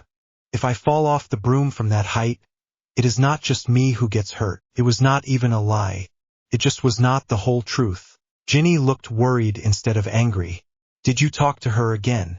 Maybe she can do more healing. She tried, Harry said. The memory of the useless potion made his stomach twist. It did not work. This is how it is right now. Ron shook his head slowly. His freckles stood out against how pale he had gone. So you are just tossing Quidditch aside, he said. Just like that. I am not tossing it aside, Harry said. I am doing what I have to. What you have to for what? Ron shot back. For Dumbledore. For whatever secret thing he has you doing now. Because that is what this is, right? Another grand plan where you run off alone while the rest of us keep the seats warm. The other players shifted, uncomfortable. Ginny looked between them with a tight jaw. This is not the place, she muttered. No, Ron said. His voice rose. Harry, you promised this year would be normal. As normal as it can be. You said we would play, we would win, we would actually have some fun before the next disaster. Now you show up with that stupid brace and you are ready to quit without even talking to me. I am talking to you now, Harry said. He could feel heat creeping up his neck. I am telling you before McGonagall. Before anyone. Only because you need a keeper to understand why we suddenly do not have a seeker. Ron snapped. Merlin, do you even hear yourself? You shut me out again. You and Dumbledore and now Snape whisper in dark corners while I stand here like an idiot with a broom. Harry's chest squeezed. This is not about Snape. It is not about treating you like an idiot. Yes, it is, Ron said. You two have secrets. You and Hermione. You disappear. You come back looking worse. You wear that thing on your arm and you expect me to nod and play along. His eyes were bright and hurt. You are my best friend, Ron said. I am supposed to be the one standing next to you when it gets bad. Instead you keep telling me after the fact. After you nearly die. After you pick up some cursed sword or whatever this is. Harry flinched. He had never said the word sword to Ron. But of course Ron would have heard things. Whispers in the common room. Half-seen flashes of metal when Harry thought no one was looking. It is not something I can share, Harry said quietly. Not yet. Ron stared at him for a long moment. Not yet, right? There it is again. Maybe later, maybe never. We will see how much of a tool I am willing to be. Ginny moved her broom between them a little. Ron, knock it off. No, Ron said. I am tired of finding out about life-changing stuff when the world is already on fire. I am tired of watching you decide everything alone. Harry's hand tightened on the broom handle. His infected arm throbbed under the brace, as if the rot responded to anger. I am doing this to keep everyone safe, he said. Each word felt like he was pulling it through mud. You, Ginny, the team, the whole school. If I fall in the middle of a match because my arm seizes up, that is on me. I am not risking that. Ron gave a harsh laugh. You mean if whatever you are hiding gets loose while we are in the air? Ron! Hermione's voice cut in. Harry turned. She was standing near the entrance to the stands, hair windswept, cloak pulled tight. He had not seen her arrive. Do not, she said to Ron. Not out here. He looked between the two of them. A bitter little smile twisted his mouth. Course you are here, he said. You always are. Right in the middle of it. He turned back to Harry. If you want to quit, fine. You are captain, you decide. Just do not pretend this is only about a bad arm. The words hit harder than any curse. I am sorry, Harry said. It sounded thin even to him. I cannot explain everything. I wish I could. Yeah, Ron said. Me too. He wheeled his broom around and shot toward the ground. Ginny swore under her breath and followed. The rest of the team drifted after them. A scattered, uneasy flock. Harry hung in the air for a moment. The pitch suddenly huge and empty around him. The wind stung his eyes. He told himself it was just the cold. Hermione flew up to him on one of the spare brooms, hair whipping behind her. "That went about as badly as it could," she said softly. He let out a rough breath. "He is right. I keep doing this, making choices and telling people after." "You are doing what you have to," she said. "If he knew every detail, it would put him in even more danger." "Try telling him that," Harry said. "I will," she said. "Later, when he has calmed down." He shook his head. "He thinks I picked the blade over him. Over all of them." Hermione reached across the space between their brooms and took his good hand. Her grip was firm and warm. "You picked staying alive," she said. "And you picked keeping them alive. He will see that. Maybe not today." The warmth of her fingers spread through his chest. For a moment the ache in his arm faded into the background. "Come down," she added, "before someone decides to time how long you can sulk in mid-air." He managed a small smile at that and followed her to the grass. That night, the common room felt smaller. Ron sat at a table with Dean and Seamus, talking too loudly about Chudley Cannon's matches and not looking over at Harry Corner once. Harry sat on the sofa by the fire with Hermione. The brace itched again. Every few minutes he had to resist the urge to tear the sleeve back and scratch until the skin bled. "You need something for the irritation," Hermione murmured. "I will ask Pomfrey for another salve and say it is for dry skin from the cold." "She will know," Harry said. "She always knows. She will not push if Dumbledore tells her not to," Hermione replied. "She will just send potions and frown in silence." Harry gave a soft snort. "That sounds about right." The firelight flickered across Hermione's face. There were lines at the corners of her eyes that had not been there last year. "You did the right thing on the pitch," she said. "Even if it hurt." "I keep hurting him," Harry said quietly. "I keep hurting everyone who gets close." "That is the rot talking," she said at once. "That is how it gets into your head. It wants you alone." He looked at her. "You do not." She flushed a little. "No, I am far too stubborn for that." A silence settled between them, not entirely uncomfortable. The sounds of the room blurred into a low buzz. Hermione shifted closer. Her shoulder pressed against his. "You are shaking," she said. "Cold," he lied. She studied his face for a moment, then leaned in and pressed a quick, soft kiss to his cheek. Heat flared there instead. He blinked. "What was that for?" he asked. His voice came out rougher than he meant. "For not falling off your broom," she said lightly. Then, more serious. "For not giving up even when it feels like you are losing everything." He swallowed. His heart knocked hard against his ribs. "Thanks," he said. She looked at his mouth for a second, then away toward the fire. "Any time." For the first time that day, the tight band around his chest eased a little. 2 days later, the ministry arrived. Harry knew something was wrong the moment he stepped into the great hall for breakfast. The air buzzed with a different kind of tension. A group of adults in formal robes stood near the staff table, wands out, heads bent together. Dumbledore sat in his usual chair, hands folded, face smiled. Umbridge was nowhere in sight, which Harry counted as one small mercy. "Inspection," Hermione murmured beside him. "Look at the badges." Gold badges gleamed on the strangers' robes. Magical law enforcement. Improper use of magic. 1 or 2 looked like oars. "Brilliant," Harry muttered. His arm throbbed under the brace as if it knew it was under threat. They had barely reached the Gryffindor table when Professor McGonagall rose and clapped her hands for attention. "Quiet, please," she said. "The ministry has requested a brief, safety screening due to recent concerns about dark objects in schools. You will remain seated until your section is called." Wands on the table in front of you. A ripple of muttering spread through the hall. "Dark objects," Ron said under his breath from across the table. He had kept his distance since practice, but he could not help reacting. "Wonder what they are really here for." Harry looked down at his plate.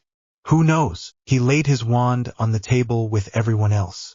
The katana lay in its cloth wrap against his side, hidden under his cloak, its weight a constant reminder. The officials started at the Slytherin table, sweeping wands over bags and pockets. Every so often a charm pinged and someone had to hand over a suspicious trinket. Hermione leaned in, voice very low. Their detection spells look keyed to certain magical signatures. Cursas, enchantments. If the rot is truly outside that, they will not see it. Unless they added something new, Harry said. Dumbledore would have heard, she replied. He looks too calm. When the group reached Gryffindor, Harry's pulse jumped. He could feel sweat on his back even though the hall was cool.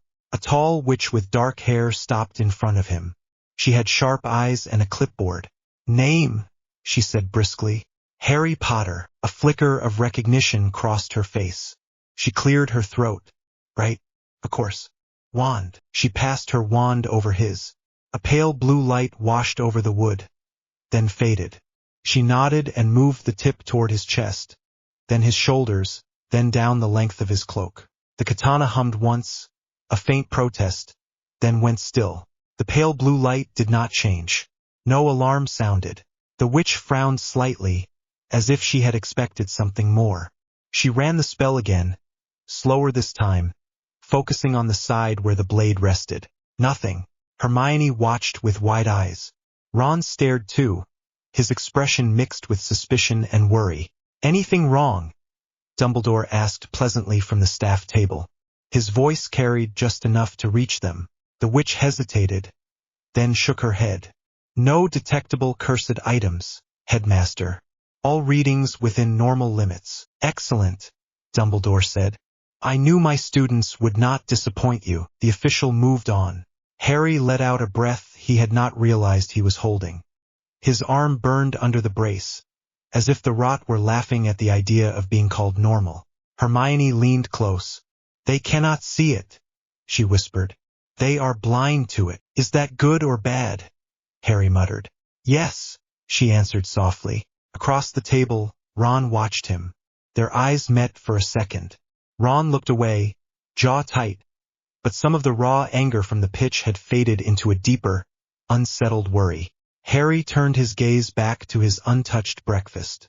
The hall filled again with the noise of cutlery and chatter, but the pit in his stomach stayed. The Ministry had come hunting monsters and left with nothing. The monster was still here, and for now it looked like a boy with a brace on his arm and a sword no one could see. Sources. The first time Harry used the blade for real, the sky was a flat sheet of cloud over the Scottish hills and his arm felt like it had been packed with ice. He stood beside a Ministry carriage that had been stripped of its gold crest and painted a dull brown. Thestrals stamped their hooves in the mud, tails flicking. Protective charms shimmered faintly around the canvas sides, thin ripples in the air that most people would miss. Kingsley walked a slow circle round the convoy, wand out, eyes narrowed. Moody clunked along behind him, muttering under his breath. Tonks stood by the rear wheel of the middle carriage, hair short and dark today, jaw tight. For carriages, too full of families, the order was moving out of easy reach. Muggle-born parents, younger children, a few older students sent ahead, so they would not vanish into Ministry holding cells on some new law. The order had dressed them in plain cloaks and told them it was just a precaution. Harry knew better. He flexed his fingers around his wand. His other hand hung heavy at his side. The brace hid the join of gold and flesh, but the katana rested against his back under his cloak, pressed along his spine from shoulder to hip. Even sheathed, it hummed. Check the wards again, Moody growled. His magical eye whirled, then fixed on Harry. You, Potter, stop fidgeting. You look like you are about to jump out of your skin. Probably because I am freezing, Harry said. And because we all know this is not just a nice afternoon drive. Tonks gave him a quick grin that did not reach her eyes. Cheerful as always, Kingsley finished his circle and came back to the front. Perimeter charms read clean, he said. Nothing obvious on the hills. No trace spells on the carriages. So they will hit us on the road, Moody said. They always do. How reassuring, Tonks muttered. Dumbledore stood a little apart from them, near the lead thestral. He wore simple deep blue robes, his beard tucked into his belt against the wind. On the surface he looked calm. Up close, the skin around his eyes was tight. You all know why we are here, he said quietly. The Ministry has insisted on moving several families under its own protection. We persuaded a few to let the order assist instead. He nodded toward the carriages. The people inside have trusted us, not the minister. We will not make them regret that. Moody snorted. If anyone regrets it, they will not live long enough to complain. Dumbledore ignored that. Voldemort has increased his efforts to intercept such movements, he went on. He prefers to strike between safe points. It is the moment when people are most exposed. Hermione stood at Harry's shoulder, hood up, hair tucked back. She was not part of the fighting group, not officially. Dumbledore had allowed her here because she refused to stay behind and because he needed another mind to watch the way the sword behaved. Ron had wanted to come. The memory of his face when Dumbledore said no still sat behind Harry's ribs. Dumbledore looked at Harry now. "Remember what we discussed," he said. "You are not the front line. Kingsley and Alastair will lead. You stay close to the convoy. You do not draw the blade unless there is no other option." Harry nodded. He felt the katana pulse once in answer, as if it heard and did not agree. Hermione reached for his good hand and squeezed it hard. "You do not have to prove anything," she whispered. "You have already done more than enough." "Tell that to the thing on my arm," he said. She did not let go. Kingsley raised his wand. "We move now," he said. "Line formation. I will take the front, Tonks the rear. Moody on the right flank, Potter on the left. Dumbledore stays with the families." Moody grunted approval.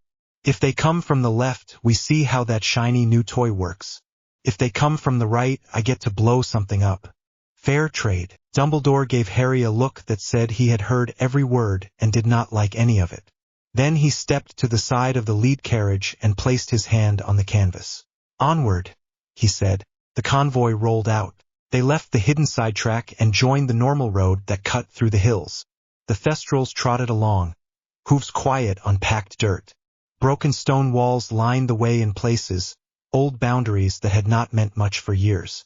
Harry walked beside the left wheels of the second carriage. The wind cut through his cloak. His infected arm felt heavier with every step. The cold inside the gold crawled further up his shoulder. He kept his eyes moving. The hills on his side were low and bare, dotted with scrub and the occasional twisted tree.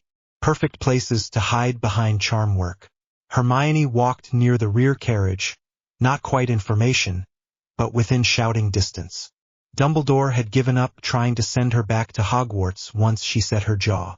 He had compromised by placing her where he could reach her first if things went wrong. "Nothing on my side," Moody called from the right. His voice carried across the noise of wheels and harness. "No invisible friends yet." "Do not jinx it," Tonks called back. Harry almost smiled. Then his scar throbbed. It was not the sharp stab that came when Voldemort was very close. It was a slow twist, a shadow at the back of his thoughts, a sense of interest. He stopped walking for half a breath and looked up at the nearest hill. Nothing moved. The air felt heavier. The brace on his arm tightened. The blade along his back warmed. "Kingsley," he called. "Wait." Kingsley raised a hand. The carriages rolled to a slower pace. "What is it?" he asked. Harry swallowed. "He is watching. I can feel it." Dumbledore stepped to the side of the lead carriage and looked back at Harry. "How clear?" he asked. "Not like in the Ministry," Harry said. "No images. Just pressure. Like he knows something is moving and he is waiting to see if it is worth his time." Moody spat into the mud. "Then let us make him regret paying attention." The words had barely left his mouth when the hill ahead exploded. Earth and stone burst upward, thrown by a blast from below. The lead Thestral screamed and reared. The carriage lurched. Dumbledore flicked his wand and caught the wheel before it rolled. From behind the broken ridge, cloaked figures rose. Masks gleamed. Wands snapped up. The air filled with the crack of curses. "Down!" Kingsley bellowed. He threw up a broad shield that caught the first volley. Red and green light splashed and slid off the surface, tearing gouges in the roadside instead. Harry ducked instinctively and rolled to the side of the carriage. The katana pressed against his back, wanting out. His heart hammered. "Side flanks," Moody shouted. "They will hit from behind as well." As if on cue, more spells screamed in from the rear. Tonks swore and sent a burst of pale blue magic that knocked one of the Death Eaters off his feet. Dumbledore moved with sharp, economical motions, reinforcing Kingsley's shield, redirecting curses, never more than a step away from the carriages. Harry gripped his wand and fired stunners and reductor curses at any mask he could see. His charms felt slow compared to the flashing beams from the other side. 2 Death Eaters in the center of the ridge stayed back. They moved with the easy confidence of experienced duelists, coordinating barrier spells and counters. One raised a hand. Harry recognized the outline of Lucius Malfoy under the mask before the bright light of an Avada Kedavra blasted down the slope and struck Kingsley's shield. The shield flared. For a moment it held. Then it shattered, pieces of light falling like glass. "New shield," Kingsley called. Sweat ran down his face. Moody answered with a layered barrier of his own. The second Death Eater added a curse Harry did not recognize. It hit the shield and stuck there, fizzing. More spells piled on. "Potter left," Moody shouted. "Stop the ones trying to skirt round." Harry spun. 3 Death Eaters had peeled off and were angling down the side of the hill toward the far left carriage. Their wands threw cutting curses low, trying to take out wheels and legs rather than people. Harry ran. Mud slipped under his boots. The brace on his arm bit into his skin. He fired stunners, a binding curse, anything that could slow them. One went down, bound from chest to ankle. The other 2 raised shields and kept moving. A green curse snapped toward Harry's head. He dodged. It clipped his shoulder instead of his throat. It felt like being hit with a block of ice. He stumbled. The world lurched. For a heartbeat he could not breathe. The rot surged. It flooded from the golden plates, up his arm, across his chest, down into his ribs. His heart skipped. His vision went gray at the edges.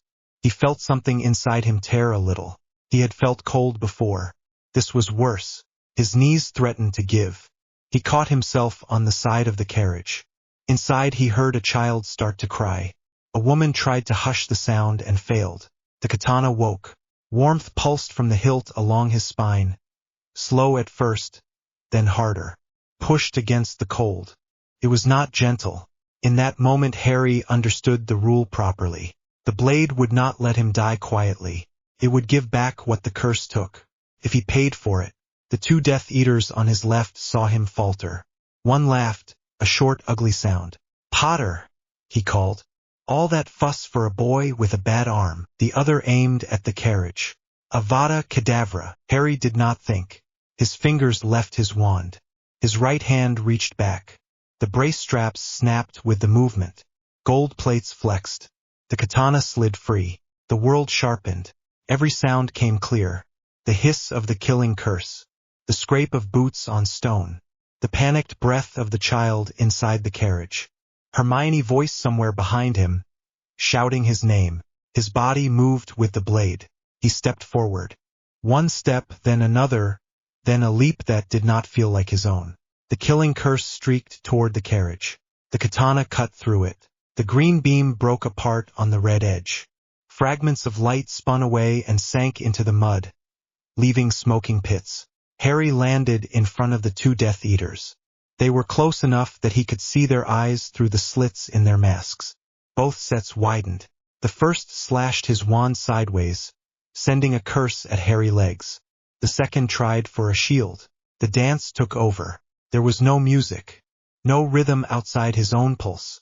The name Hermione had read from some dusty book weeks ago whispered through his head anyway. Waterfowl. His feet left the ground. He moved in a flurry of steps and cuts that had nothing to do with the drill Snape had taught him and everything to do with the map of distance and angles the blade poured into his muscles. He slid past the curse that should have taken his knees out. The katana rose and fell and rose again. 3 cuts in the space of one breath. The first Death Eater shield snapped under the impact as if it were china. The blade bit into his chest and out again, already moving for the next. Scarlet dust sprayed from the edge, mixed with blood. The man dropped without a sound. Harry's feet did not touch the mud. He kicked off the air itself, twisting. The second Death Eater fired another killing curse straight at his face. Harry cut through it as he had cut through the first. The green light split and spun away. The katana carried him through the space the curse had filled and straight into the man guard. He slashed down, across. By the time Harry landed, both men were already falling. Their bodies came apart in neat, terrible lines. The rot caught the pieces before they hit the ground. Flesh and cloth turned black at the edges. The smell of metal and decay hit Harry in a wave. Warmth flooded his chest. The cold from the earlier curse backed off at once. His heart steadied. His lungs worked again. The pain along his ribs eased. The black lines under his skin shrank a little. The blade wanted him to feel relief. Harry's stomach flipped. He staggered. Mud splashed up his legs. His vision wobbled. Another curse shot from the ridge. It missed his head by a handspan and tore through one of the already dead men. Harry saw movement at the top of the hill. More masks. More spells. Kingsley and Moody were still holding the main line, but their shields were thinner now. Dumbledore was surrounded by sparks of light as he shielded the carriages. "Potter!" Moody roared. "Front! Now!" The rot clawed at Harry Bones. The warmth from the kills had taken the worst of the cold, but his arms still burned. He looked back at the carriage. Hermione had moved up beside it, wand out, face white. She met his eyes for a second. "Go!" she shouted. "We have this side." He turned toward the ridge. The blade did not wait for permission. He ran. The ground felt wrong under his feet, too small, too slow. The katana wanted height. It wanted open air. He reached the base of the hill, planted one foot, and let the sword pull. He shot upward. Spell fire streaked around him. He cut through a stunner without even thinking, red dust flashing where blue light should have been. He twisted away from a cruciatus that would have taken him in the chest. Death Eaters shouted in panic now instead of triumph. "Get him! He cannot be that fast. Bring him down!" They fired in every direction. It did not help. Harry moved through them in a storm of steel. The dance turned every leap into 3 more.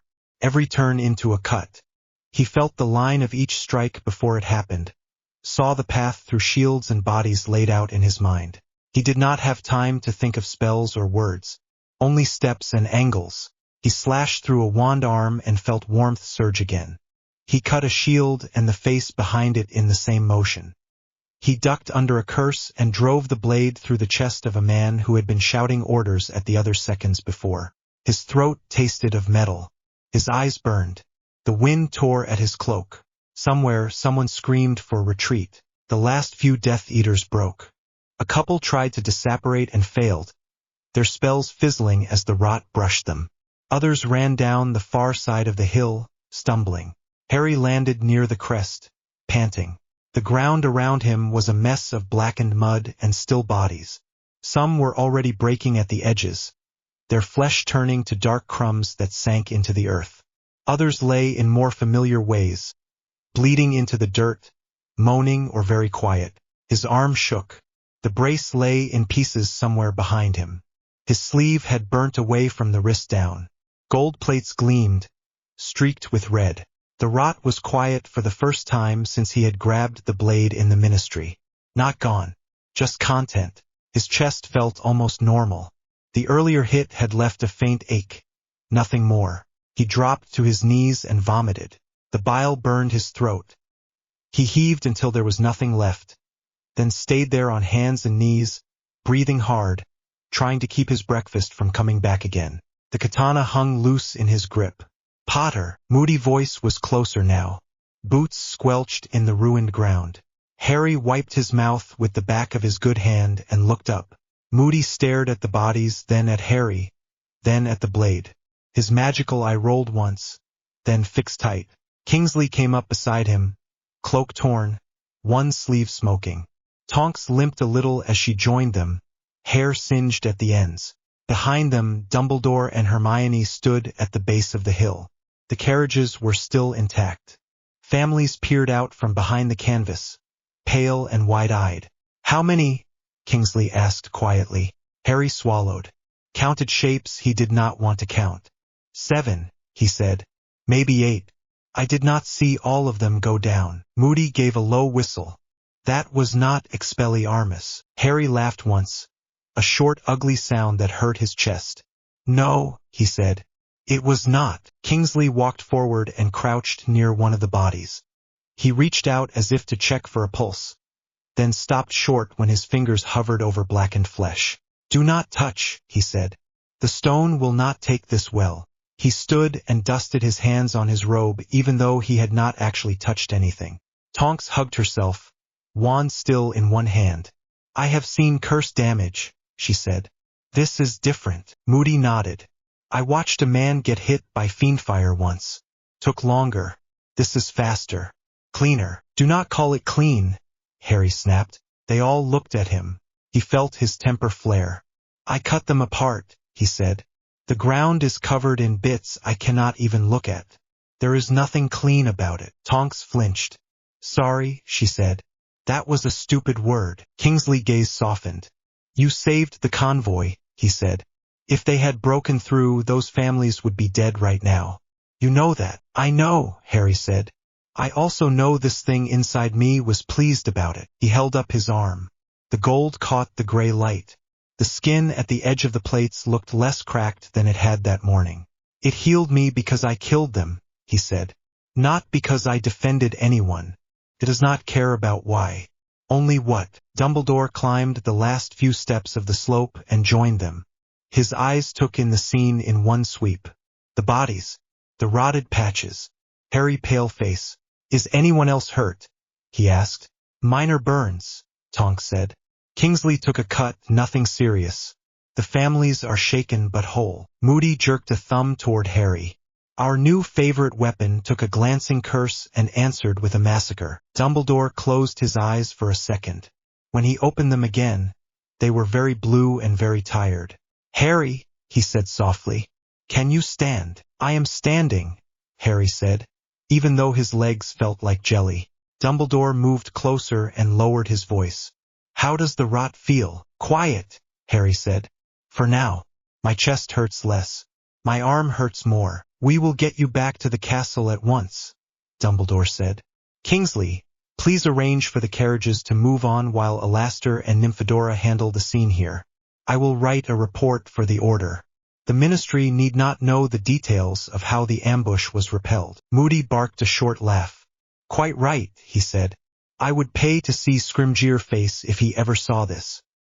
He would put Potter in a cage and roll him into battle like a cursed cannon." Harry's stomach twisted again at the thought. Hermione had come up the slope without him noticing. She stood at his right side now, eyes wide, jaw clenched. She looked past him at the bodies first. Her mouth pressed into a thin line. She swallowed hard, then forced her gaze back to his face. "Harry," she said. "Can you walk?" "I can try," he said. She slid her arm around his waist, careful of the sword. He leaned into her more than he wanted to, the warmth of her side against his steadying his shaking legs. As they started back down the hill, one of the Death Eaters on the ground coughed. Harry froze. The man was half rotted, the lower part of his body already breaking apart. His hand scraped at the mud as if he could drag himself away. His mask had cracked. A pale eye stared up at Harry, bloodshot and terrified. "Please," the man croaked. "Please, I do not want to die like this." The blade pulsed. Harry felt the pull. If he took one more step forward and finished the cut, the rot would surge again. It would set solid in his arm for a while. His chest would ease even more. He knew it in his bones. Hermione grip tightened on his waist. "Harry," she whispered, "look at me. Not at him. At me." He dragged his gaze away from the man and forced himself to meet her eyes. Brown. Wet at the corners. Steady. "I am not a knife for hire," he said, more to himself than anyone else. The Death Eater coughed again. A wet rasp. Harry's jaw clenched. "Kingsley," he called. The Auror was at his side in a moment. "Can you give him something?" Harry asked. "Something that makes it quicker." Kingsley looked down at the man, then at Harry. Understanding flickered there. "Yes," he said. "Go with Miss Granger." Harry nodded once and let Hermione guide him down the rest of the slope. He did not look back when Kingsley raised his wand. He did not need to. The end came with a single quiet flash. Not the bright green of a killing curse, but a softer light that eased rather than tore. That was merciful, Hermione said softly. I did not do it, Harry said. That is the point. You chose not to, she said. That is also the point. That night, sleep did not come easily. The hospital wing smelled of potions and clean linen. Pomfrey had fussed over the torn skin at the edge of his arm until Dumbledore talked her into letting the rot settle on its own.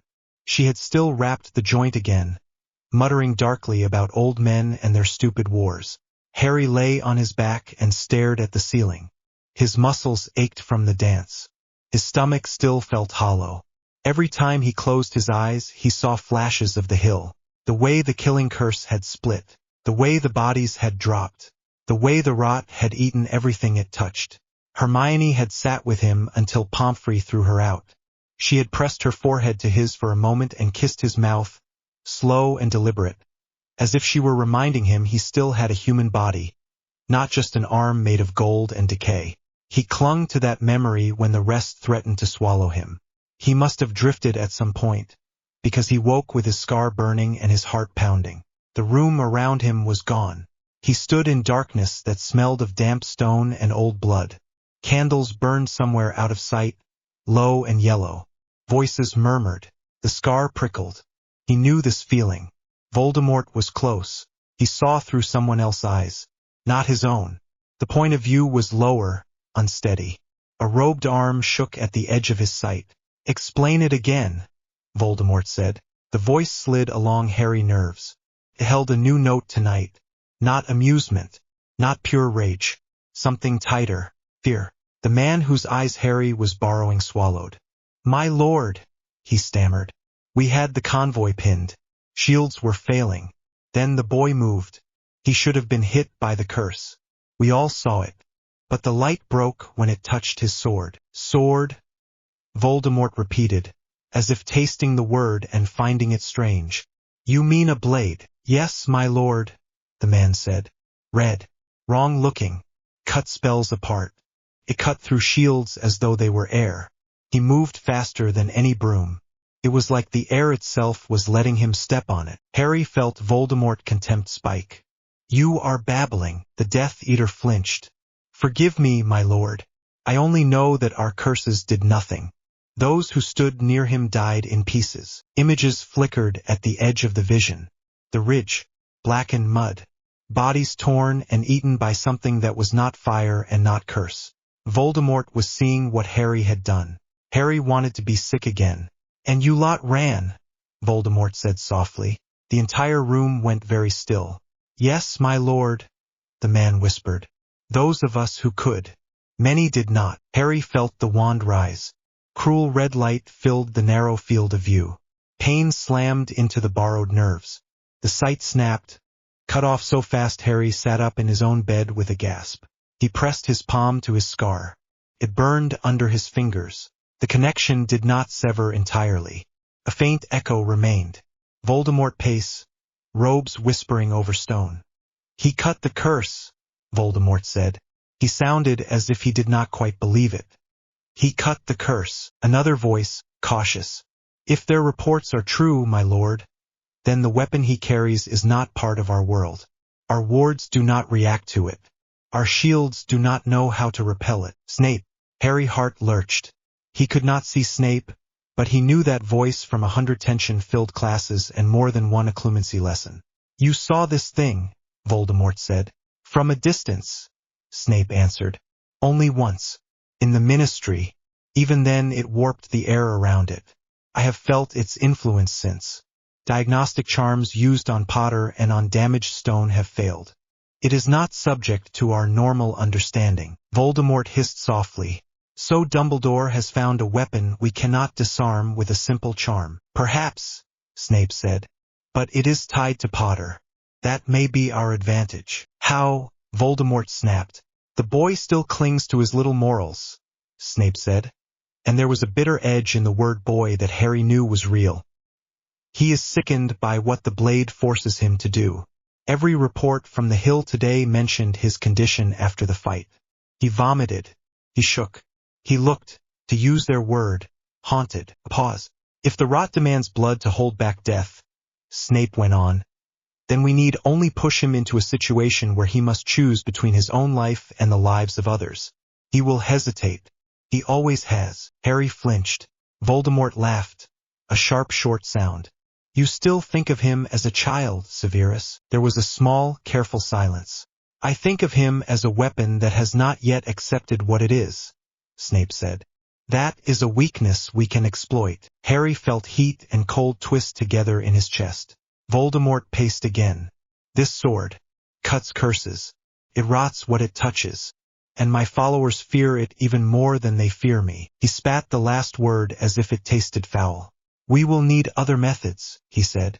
Giants. Creatures that do not rely on spells. Attacks that close the distance before he can move. He cannot cut what he cannot see coming. Snape's voice stayed level. As you command, my lord. The link snapped like a rope cut under tension. Harry fell back against the pillows, shaking. Sweat ran down his face. His scar burned, then settled into a dull ache. The room around him returned. The dim light of the hospital wing. The soft snore from another bed. The quiet clink of bottles in Pomfrey office. He stared at the ceiling. Voldemort was afraid. Not of him, Harry Potter, the boy who lived. Of the blade. Of the thing grafted to his arm and lodged in his bones. He should have felt some kind of grim satisfaction. Any advantage was better than none.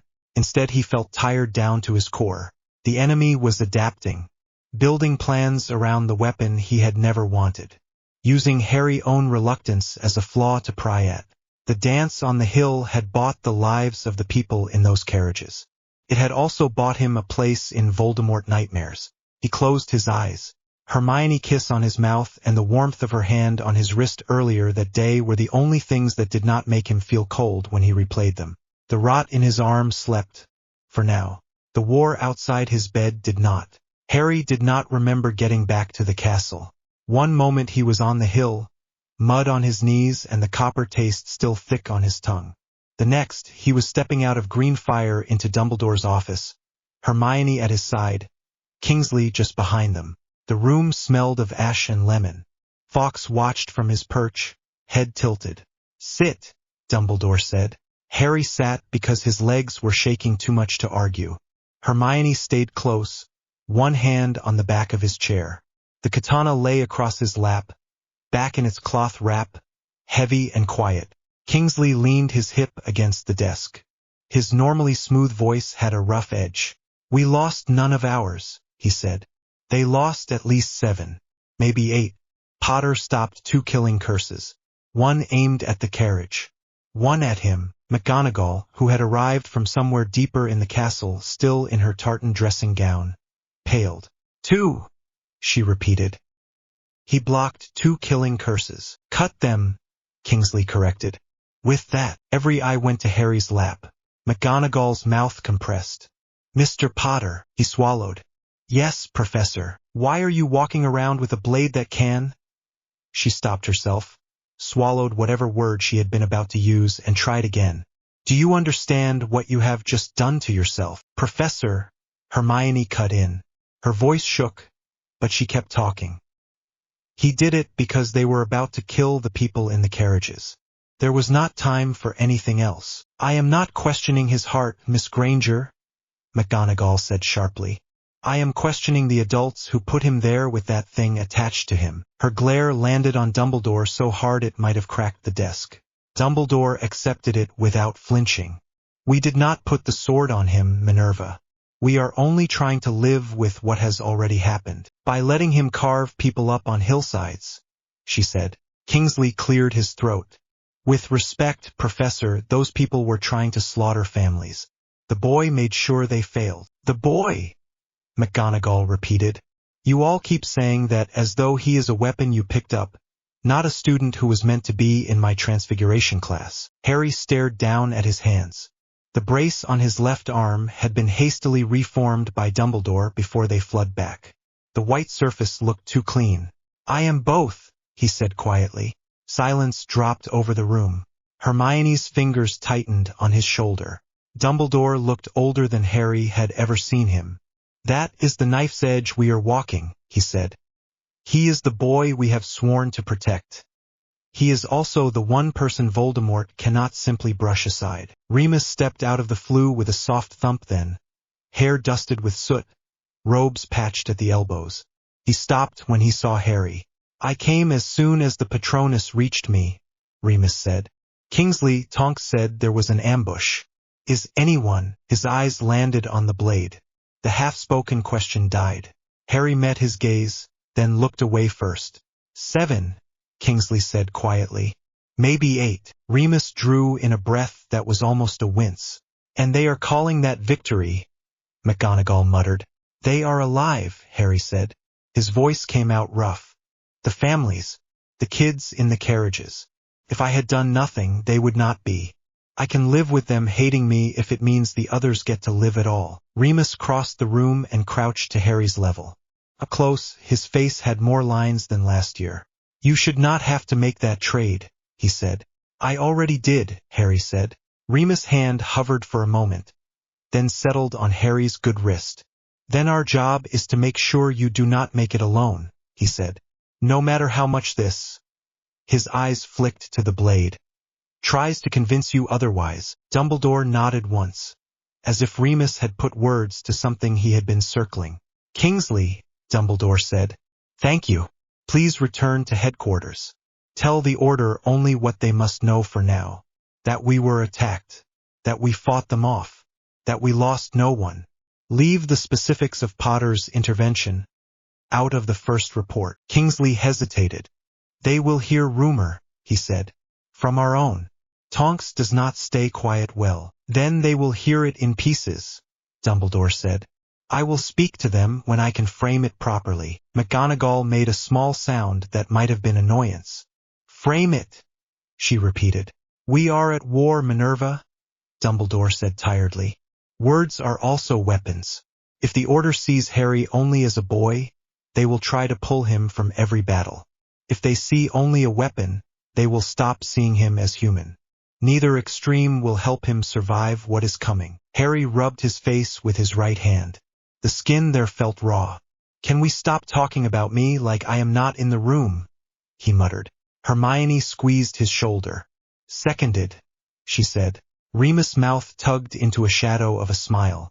Dumbledore folded his hands. Very well, he said. Harry, I need to know one thing before I let you out of my sight tonight. When you used the dance, did it feel easier than last time? Harry thought of the hill, the way his feet had barely touched the ground, the clean, terrible lines of the cuts, the way the rot had rewarded each one. Yes, he said. Hermione's fingers dug into his shoulder. He reached up and covered her hand with his. And afterwards, Dumbledore asked, how do you feel now? Better than I should, Harry said. Physically, anyway. The curse that clipped me. It is like it never happened. My chest feels clearer than yesterday. My arm hurts, but less than it did before the fight. Of course it does, McGonagall muttered. It is feeding on them. Hermione swallowed. We have been tracking the rot around his arm, she said. After Snape started training him, it slowed a little, but only when he used the blade in controlled ways. Today it... She stopped, shut her eyes for a second, and then forced herself on. It pulled back when he killed them, Professor. I saw it. Dumbledore nodded. The pattern strengthens, he said. Use brings relief. Refusal brings pain. Addiction, Remus said softly. Harry flinched at the word. Yes, Dumbledore said. Except the withdrawal is not merely discomfort. It is death. The room went quiet again. And Tom has already begun to adapt, Dumbledore added. He glanced at Harry. You felt him? Yeah, Harry said. He told them about the vision, about Voldemort's disbelief turning into calculation, about Snape's cool, careful words, about the giants and creatures and plans to force him into no-win choices. McGonagall's mouth thinned again at Snape's name, but she said nothing. So he is afraid of the weapon, Remus said. But not of pushing the boy holding it into a corner. Of course he is not, McGonagall snapped. He has never understood that other people exist for anything but his experiments. Dumbledore's eyes were distant. Fear will make him less reckless, he murmured. More careful. That may buy others time. It also means he will focus more on Harry. Brilliant, Harry said. Just what I wanted. Hermione squeezed his hand hard enough that his knuckles creaked. Remus straightened. Then we double down on control, he said. On his terms, not the blades. More occlumency. More grounding. More people around him who do not see him as just the sword. McGonagall gave a short nod. You will not pull him from his classes, she said to Dumbledore. Not unless you want the whole school to notice at once that something is wrong. No, Dumbledore said. He will continue as normal as possible. Lessons, homework, detentions if truly earned. His eyes twinkled weakly at that. It did not quite land. Snape, Harry said. What does he think, really? Severus agreed to train you because he understands what you will face, Dumbledore said. That does not mean he likes it. Or you. Or himself. Harry snorted. Understatement of the year. Dumbledore let out a breath. Rest, Harry, he said. Pomfrey is waiting to scold you. Tomorrow we will talk with Severus about adjusting your lessons. He will not be gentle, but he will keep you alive as long as he can. McGonagall stepped forward. For a second he thought she might hug him. She did not. She placed a hand on his hair instead, fingers brief and clumsy. Do not make a habit of this, she muttered. And for Merlin's sake, Potter, if you must be a weapon, at least be a precise one. He managed a small smile. Yes, Professor. Hermione helped him up. The katana weighed on his arm. Every step toward the hospital wing felt like walking with the wrong shadow. The prophet ran the story 2 days later. Harry blinked blearily at the front page as the owls swept overhead. He had barely slept. The rot had been quiet, but his mind had not. A grainy wizarding photograph showed the bare outline of hills and churned mud. The headline read, Ambush Thwarted. Order Forces Rescue Ministry Families. Beneath it, in smaller type, unconfirmed rumors of new defensive magic on battlefield. Hermione leaned over his shoulder to read. Ron sat opposite him, toast halfway to his mouth. Things between them had settled into an awkward standoff. They did not avoid each other, but they did not sit as close as before either. Hermione scanned the article. They do not name you, she murmured. Only a young combatant familiar with he who must not be named's tactics. That narrows it down nicely, Ron snorted. Harry swallowed a mouthful of tea that tasted of nothing. They talk about the carriages, he said. The families, but not what happened to the attackers. Hermione pointed to a paragraph halfway down. Due to the condition of the hillside following the engagement, the ministry's forensic teams were unable to gather intact wands or bodies for identification, she read. Ron frowned. Condition of the hillside. His gaze flicked to Harry's braced arm, then away. Right, the word landed with more weight than it should. Harry folded the paper and pushed it across the table. Good, he said. Let them blame the weather. Seamus, sitting a few seats down, leaned over. You hear? He said loudly enough for half the table to catch. They say the Order cooked those Death Eaters with some kind of new fire curse. Left nothing but ash. Dean shivered. Better them than us. Across the hall, a group of Slytherins were huddled round their own copy. Draco Malfoy's pale head bent close to Blaze's. Not so proud of his Dark Lord now, Hermione muttered. As if hearing her, Malfoy looked up. His gaze locked on Harry. For once, there was no sneer, just a tight, uneasy calculation. He looked away first. Harry did not feel triumphant, just tired. Classes, Hermione said. You have Snape last period, remember? How could I forget? Harry said. Ron shifted. I will save you a seat at dinner, he said, the words a little stiff but real. If you are not in the hospital wing again. Harry met his eyes. For the first time since the Quidditch fight, there was something like old warmth there, buried under all the worry. I will try not to get cursed between now and roast beef, Harry said. Ron's mouth twitched. Good plan. Snape was waiting for him in the chamber that evening, arms folded, expression already sour. Hermione had come with him, as agreed. She stood near the old basilisk skeleton, parchment and quill ready. The chamber's damp cold wrapped around Harry as he stepped through the great stone mouth. The hiss of unseen water dripped somewhere out of sight. News of your little hilltop performance has reached certain ears, Snape said as soon as Harry's boots hit the main floor. Even without your name attached. Harry set his jaw.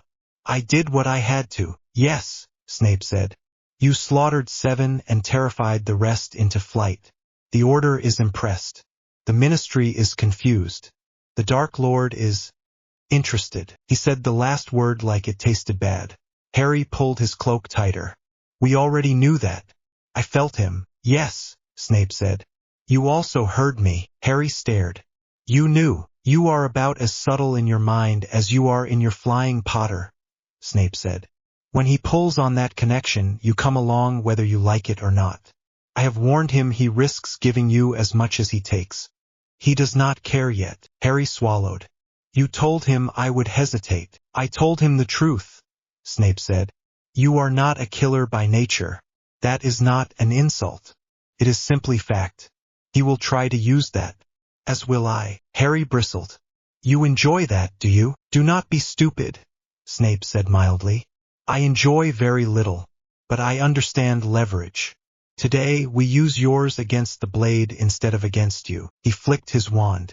A line of practice dummies shuffled out from the side of the chamber. Some were plain wood. Others wore battered armor. One was shaped like a Dementor, black cloth tattered and floating a foot above the ground. Harry tensed.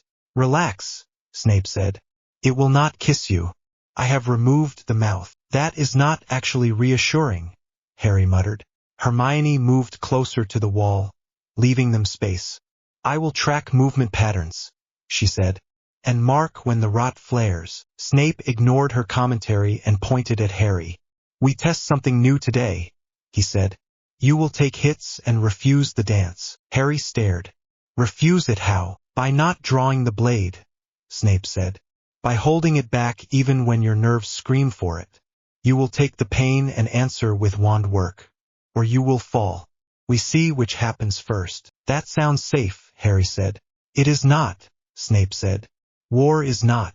Consider this controlled practice for the moment when you cannot afford to trade 7 lives for your own breath. The words hit.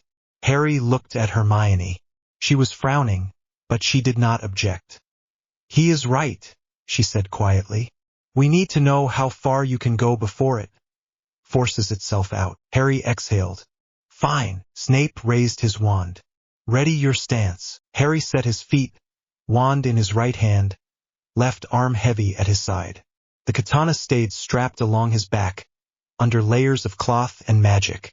Snape sent the first curse without warning. A stinging hex that caught Harry's shoulder. Pain flared.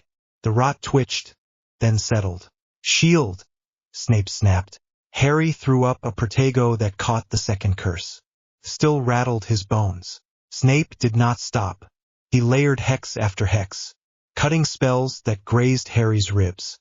Numbness charms that made his fingers clumsy.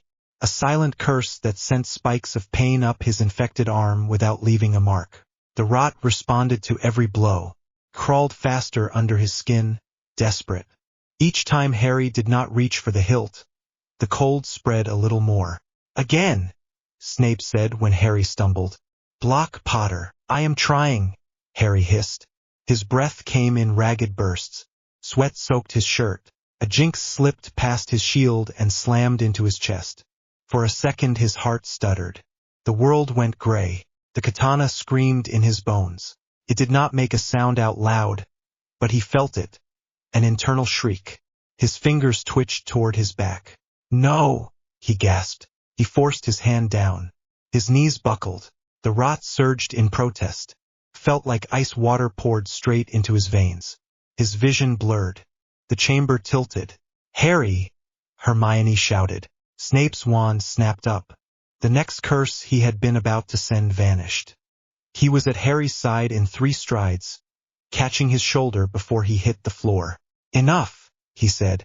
We have the data we need. Good, Harry muttered through chattering teeth. Because I cannot feel my face. Hermione was there a second later, dropping to her knees on his other side. She pressed her fingers to his throat. Heart rate is too fast, she said. Skin is like ice. Snape's hand hovered for a moment over the braced arm, then moved to Harry's sternum instead. He murmured a diagnostic charm. The light that bloomed at his wand tip flickered once, then steadied. "The rot tries to compensate," he said, tone clipped. "It is flooding your system with whatever passes for its idea of healing. You are fighting it on two fronts." Harry clenched his jaw. "That was the point, right?" Snape gave him a narrow look. "Do not try to be clever when you can barely sit upright." Hermione brushed damp hair off Harry's forehead. Her hand shook. "So what did we learn?" she demanded. "Other than that this was a terrible idea." "That there is a window," Snape said. "A narrow one. You can refuse it for a short burst. You can take pain without immediately feeding it. Past that, it will either break you or break free. We must teach you to judge that line very quickly." Harry let out a shaky breath. "So I cannot be a saint," he said. "Good to know. You cannot be a martyr," Snape said. "There is a difference." He stood and flicked his wand. Warmth seeped into the air. Not enough to chase the chamber's chill, but enough that Harry's teeth stopped chattering. "Potter, on your feet," Snape said. "We are not done." Hermione glared up at him. "He can barely see." "I can see just fine," Harry lied. He pushed himself up with Hermione's help. The room swayed. He waited until it steadied. "What now?" he asked. Snape gestured to the row of dummies. "Now you hit back," he said. "Not with the blade. With your wand. We work your mind while the rot is still sulking from being denied. You will cast under pressure without giving it satisfaction." The next half hour blurred into a grind. Snape hurled moving targets and low-level curses at him. Hermione called out directions. Harry staggered, blocked, misstepped, corrected. His spells were sloppy at first, but repetition hammered them into something like shape. By the time Snape called a halt, Harry felt wrung out. The rot had settled into a slow burn rather than a scream. "You lasted longer than expected," Snape said. It almost sounded like a compliment. "You will not try that often, but it gives us another option. You can choose to refuse when a life is at stake without immediately collapsing." Harry swallowed. "Feels like trying to outstare a dragon. Then learn to blink at the right time," Snape said. Hermione slid under Harry's arm again as they left. The heavy door of the chamber ground shut behind them.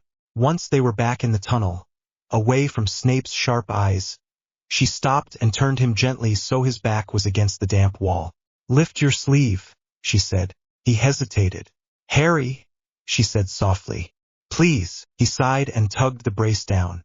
The skin around the golden plates looked worse. The black lines had crept further up his forearm, the edges spider-webbing. Hermione pulled a small vial of ink and a quill from her pocket. "We need proper records," she said. "I cannot keep doing this from memory." She uncorked the ink and, with careful strokes, drew a line on his skin just above the highest tendril of rot. The touch of the quill tickled. "There," she said. "Tonight's mark. If it retreats after you use the blade, we will see by how much. If it does not—" She trailed off. "We panic," Harry finished. "We problem solve," she corrected. "And maybe panic a bit, but only in a structured way." He huffed a laugh. She capped the ink and slid it back into her pocket. Her fingers lingered on his wrist. "You scared me," she said quietly. "When you went gray like that." "I scared me," he said. "Feels like there is less of me between it and the rest of the world every time." She stepped closer. So close he could see the tiny freckles on her nose he had never noticed before. "You are more than your arm," she said. "More than the blade. More than the prophecy. I know you do not always believe that, so I am going to keep saying it until you do." His throat tightened. "I killed 7 people," he said. "Maybe 8.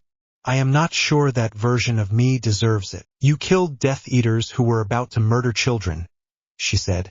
"You refused to finish a man who begged. You asked for mercy instead. If you want to talk about deserving, start there." He looked at her, at the stubborn set of her jaw, at the way her eyes shone but did not look away. "Okay," he said hoarsely. She reached up, cupped his face in both hands, and kissed him. It was not a quick brush this time. It was slow and firm and entirely present. Warmth bloomed through his chest that had nothing to do with the blade or the rot. When she pulled back, her cheeks were pink. "See," she said, voice a little breathless. "Still human." "Very," he said. They walked back to the castle in silence, fingers brushing now and then. The rot stayed quiet under the fresh ink line, as if waiting. The next week dragged. Classes, homework, training in the chamber. His schedule blurred into a pattern. Wake, pretend to be a normal student for a few hours, slip into an underground snake-filled cave at night to learn how not to turn into a monster. Ron thawed, slowly.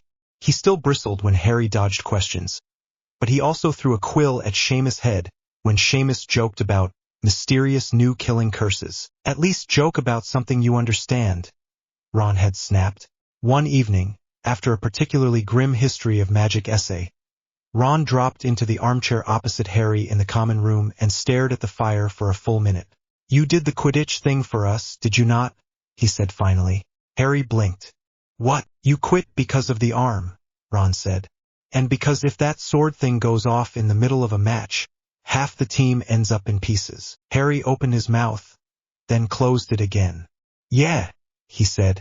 "That about covers it." Ron nodded, eyes still on the flames. "I acted like you were quitting on me," he said. "That was not fair." "You were angry," Harry said. "You had a right to be." "Maybe," Ron said. "But I have no right to make you feel worse about doing something that probably saved my life before it even put me in danger." He shifted, awkward. "Mum wrote," he added. "Said there was an attack. Said you stopped it. She did the whole fussing thing in the letter, but there was a line in there about being proud. That is rare, you know. Mum being proud of someone who nearly got her son killed again." Harry swallowed. "I do not want her proud of that." "Too late," Ron said. "She has decided you are hers whether you like it or not." He looked over at Harry then. The old crooked grin appeared weak but real. "Could have used more warning about the cursed arm from another dimension though," he said. Harry snorted. "Add it to the list." Ron shook his head. "Yeah, but next time, if there is a next time, maybe tell me before you run off to slice up Death Eaters on a hill." "Yeah, I did not exactly plan it," Harry said. "I know," Ron said. "Just do not shut me out. I cannot help with the weird magic sword, but I can still hold a shield charm and yell at you when you do something stupid." Harry smiled, something easing in his chest that had nothing to do with the rot.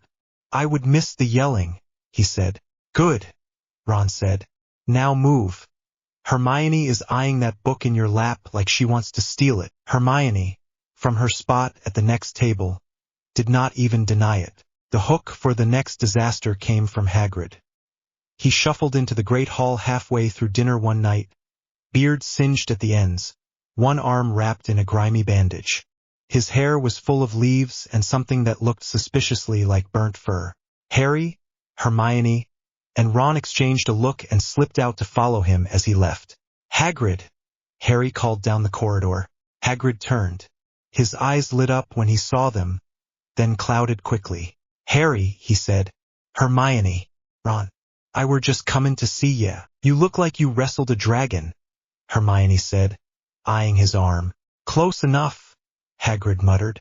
"Come on, not out here." He led them down to his hut. Fong threw himself at Harry's knees the moment they stepped inside. Hagrid shoved a kettle onto the fire and turned back, face serious. "Been up ter the mountains," he said. "Dumbledore wanted me to check on the giants again. Make sure they were still mostly ignorant, you know who." "And?" Harry asked. "And they are not," Hagrid said grimly. "Oh, some of 'em still do not want to get involved. But there are new ones. Young ones. Smaller. Faster. With wands." Hermione frowned. "Giants cannot use wands," she said automatically. "These ones can," Hagrid said.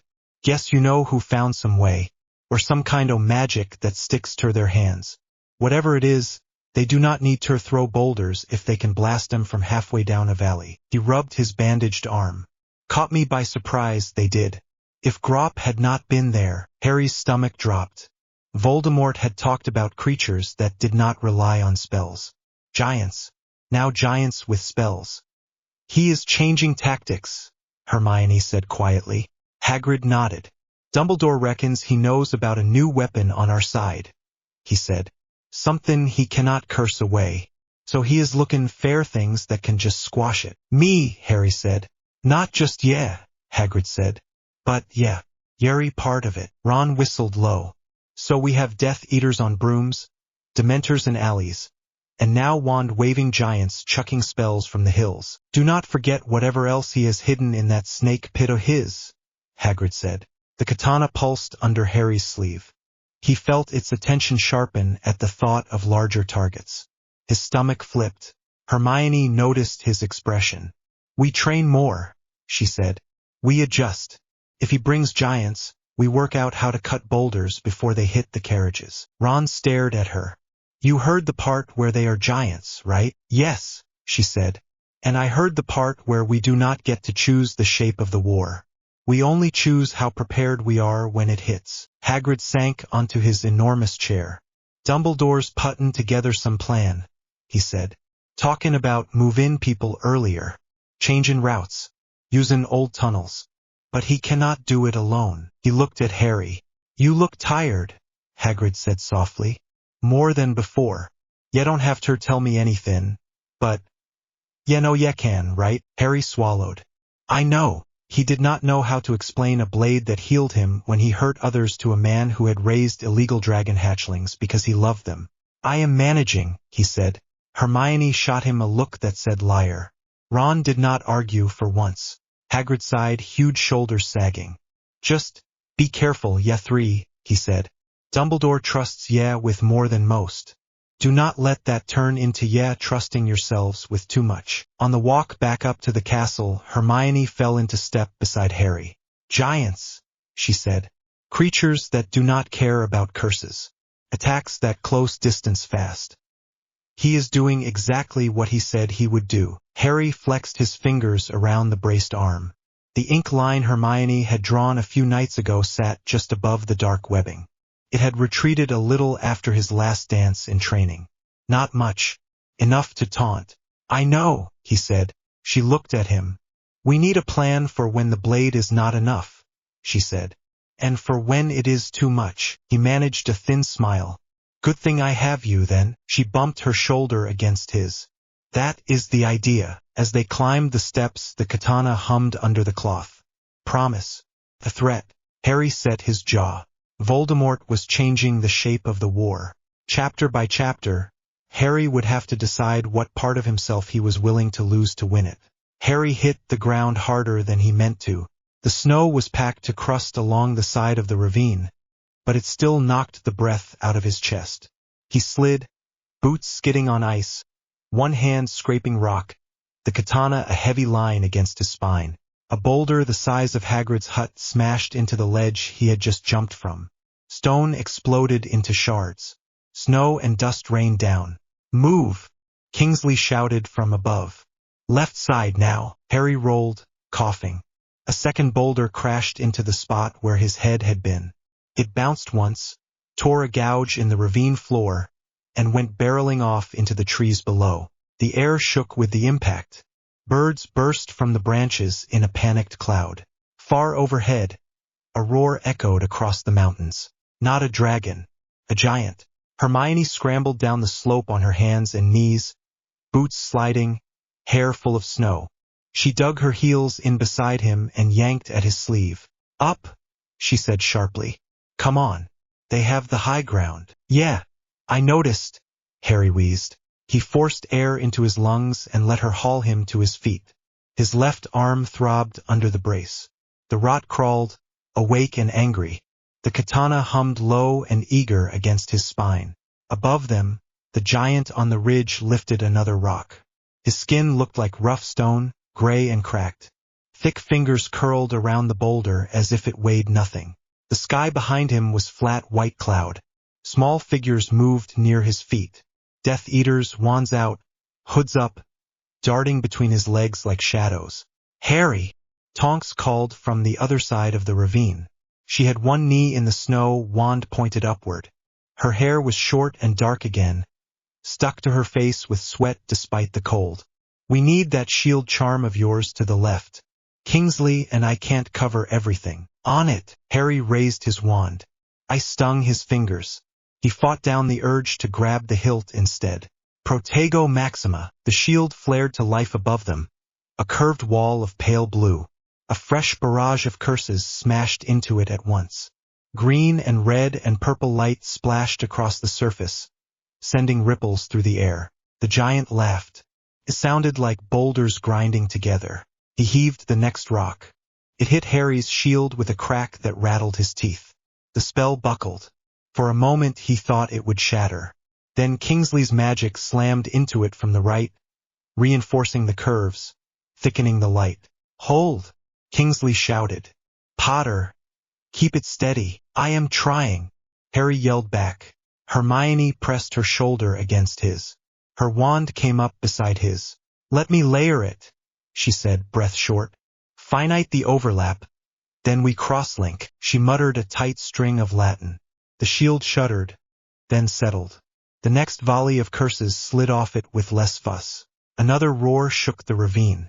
From further along the ridge, a second giant stepped into view. He was shorter than the first, but not by much. A long length of wood was strapped to his back in a crude harness. At first Harry thought it was some kind of spear. Then the giant reached over his shoulder and drew it free. It was a wand thicker than Hagrid's arm, carved from black wood veined with something dull red. Brilliant, Ron muttered behind Harry. Because normal giants weren't bad enough. He was on one of the lower ledges with Hagrid, firing stunners upward that fizzled out before they reached the ridge. We told ye, Hagrid shouted over the echo. Saw it with me own eyes. Little ones, big wands. This one's not little, Ron shouted back. The wand giant raised his weapon. A surge of magic rippled down its length. The snow around his feet melted in a steaming ring. Down! Tonks yelled. Harry and Hermione dropped as a thick beam of raw force slammed into the shield. It was not any curse Harry recognized. No color, no flash, just pressure. It hit like a battering ram. Harry grunted as his arms were forced down. His knees hit the snow. The shield groaned. Cracks of blue light spidered across its surface. Come on, he muttered through his teeth. Come on. The beam faded. The shield held, but barely. The next normal curse would punch through it like paper. Kingsley slid down to their level, snow spraying off his boots. He dropped to one knee beside them and added his wand to the mix. Short bursts only, he said. We can't match that thing for long. We need to move them. Move giants, Ron called, incredulous. With what, a broom? Wrong question, Kingsley said. We move us. He looked at Harry. The meaning was clear. Harry's stomach dropped. No, Hermione said at once. Not yet. He barely made it through last time. The giant with the wand lifted it slowly, lining up his next shot. The Death Eaters at his feet threw more traditional spells, testing different colors against the weakened shield. Green sparks began to seep through the cracks. Tiny pinpricks of killing curse light. Hagrid swore in a way Harry had never heard before. If that beam hits the carriages, we're done, Tonks said, voice flat. We can't apparate them away from here. Wards are still active from the last attack. Behind them, on the narrow road that clung to the mountainside, two covered carts rattled nervously. Thestrals stamped and tossed their heads, eyes rolling. Inside, a half-dozen small forms huddled. Children. The half-giant kids Hagrid had dragged away from their tribe's new alliance before it solidified. This was supposed to be a simple extraction. In out, no one notices. Harry should have known better. He had insisted on coming anyway. Too many giant stories in Hagrid's voice. Too many mentions of spells that could squash a castle. Harry, Kingsley said low. We need space. That thing, he jerked his chin at the wand, is built to crack walls. It will shred our shields in one or two more hits. If you can knock it off balance, even for a minute. Harry didn't answer. The katana was already awake. The rot in his arm surged, demanding. He thought of Snape's voice in the chamber, sharp and calm. There is a window. Refuse it for a short burst. Take the pain. Judge the line. He had already been hit with too much now. The shield strain, the cold, the earlier near misses. The line was close. If I draw it up here, Harry said, it'll rot the rock under us. Hermione nodded, jaw tight. You can't dance on these ledges. They'll crumble. So find somewhere that doesn't matter if it crumbles, Kingsley said. We just need you high enough to reach them. Harry looked around. The ravine walls rose on both sides, pocked with ledges and jagged outcrops of stone. On the far side, halfway up, a spur of rock jutted out from the cliff. It looked solid enough. Beneath it, the slope ran down into a tangle of scrub and bare soil. If that fell, it would mostly take trees. Over there, he said. Kingsley followed his gaze and nodded once. Tonks, cover. Hermione, you go with him. Make sure he doesn't fall over the edge if he comes back in pieces. Comforting, Hermione muttered. They broke from the shield together. Tonks snapped a new barrier into place, thinner but angled to catch the next blast.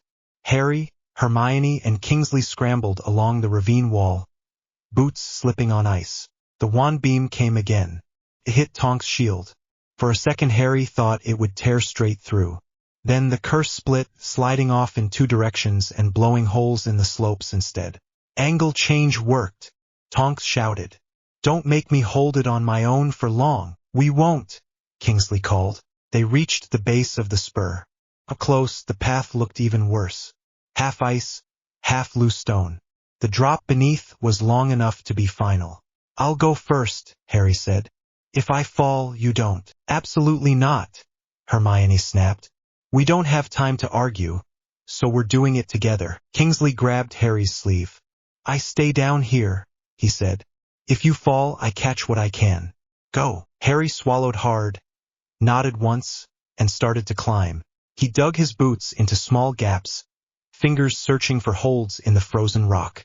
Hermione followed right behind, using the places he found. Snow stung his face. The wind picked up as they rose. Don't look down, she said. He looked up instead. The spur wasn't that far. Once they reached it, he could stand, draw, leap. The dance would handle the rest. That was the frightening part. They pulled themselves onto the shelf with a last scramble. Harry's knees hit rock. He rolled onto his back for a second, breath clouding the air. The ridge was closer from this angle. The wand giant stood almost level now, one more rise between them. The boulder giant loomed a little further back, picking up another rock. Death Eaters scurried like insects around their feet. Hermione crawled to the edge of the spur and pressed her back against the cliff. Tell me you have a plan that isn't just jump higher, she said. Snape would be very disappointed if I didn't, Harry said. His heart hammered. I cut the beam instead of the caster. Same as before. Only this time I try not to turn anyone into dust unless they really earn it. And if the giants earn it, Hermione said quietly. Then I aim low, he said. Legs, arms, joints, no heads. Charming, she said. She reached over and grabbed his good wrist, fingers digging in. Remember the line, she said. You have a choice. You always do. And you come back to me when you're done, not to it. He nodded, throat thick. He could feel the rot listening. He reached over his shoulder. The brace straps tore under his fingers. Gold shifted under his skin, eager. The katana slid free. The world sharpened. The hum cut through the roar of the giants, through the crash of rocks and curses. Every flake of snow fell in slow arcs. Every Death Eater motion on the ridge wrote itself in clear lines across his vision. His arm burned. His chest felt suddenly light. He stepped to the edge. The wand giant lifted his weapon again. The red veins along the wood brightened. Ready, Harry muttered. He drew a breath that scraped cold air all the way down. Now, he jumped. The dance took him. The spur dropped away. For a second there was only open air and the cliff face sliding past. Then his foot hit nothing and something in the sword twisted, and the nothing became enough. He kicked off the air itself, body angling, blade coming up. The wand beam fired. It was no tidy curse this time. It was a thick column of compressed power, thick as a tree trunk. It roared toward the road, toward the carriages, toward Tonks' failing shield.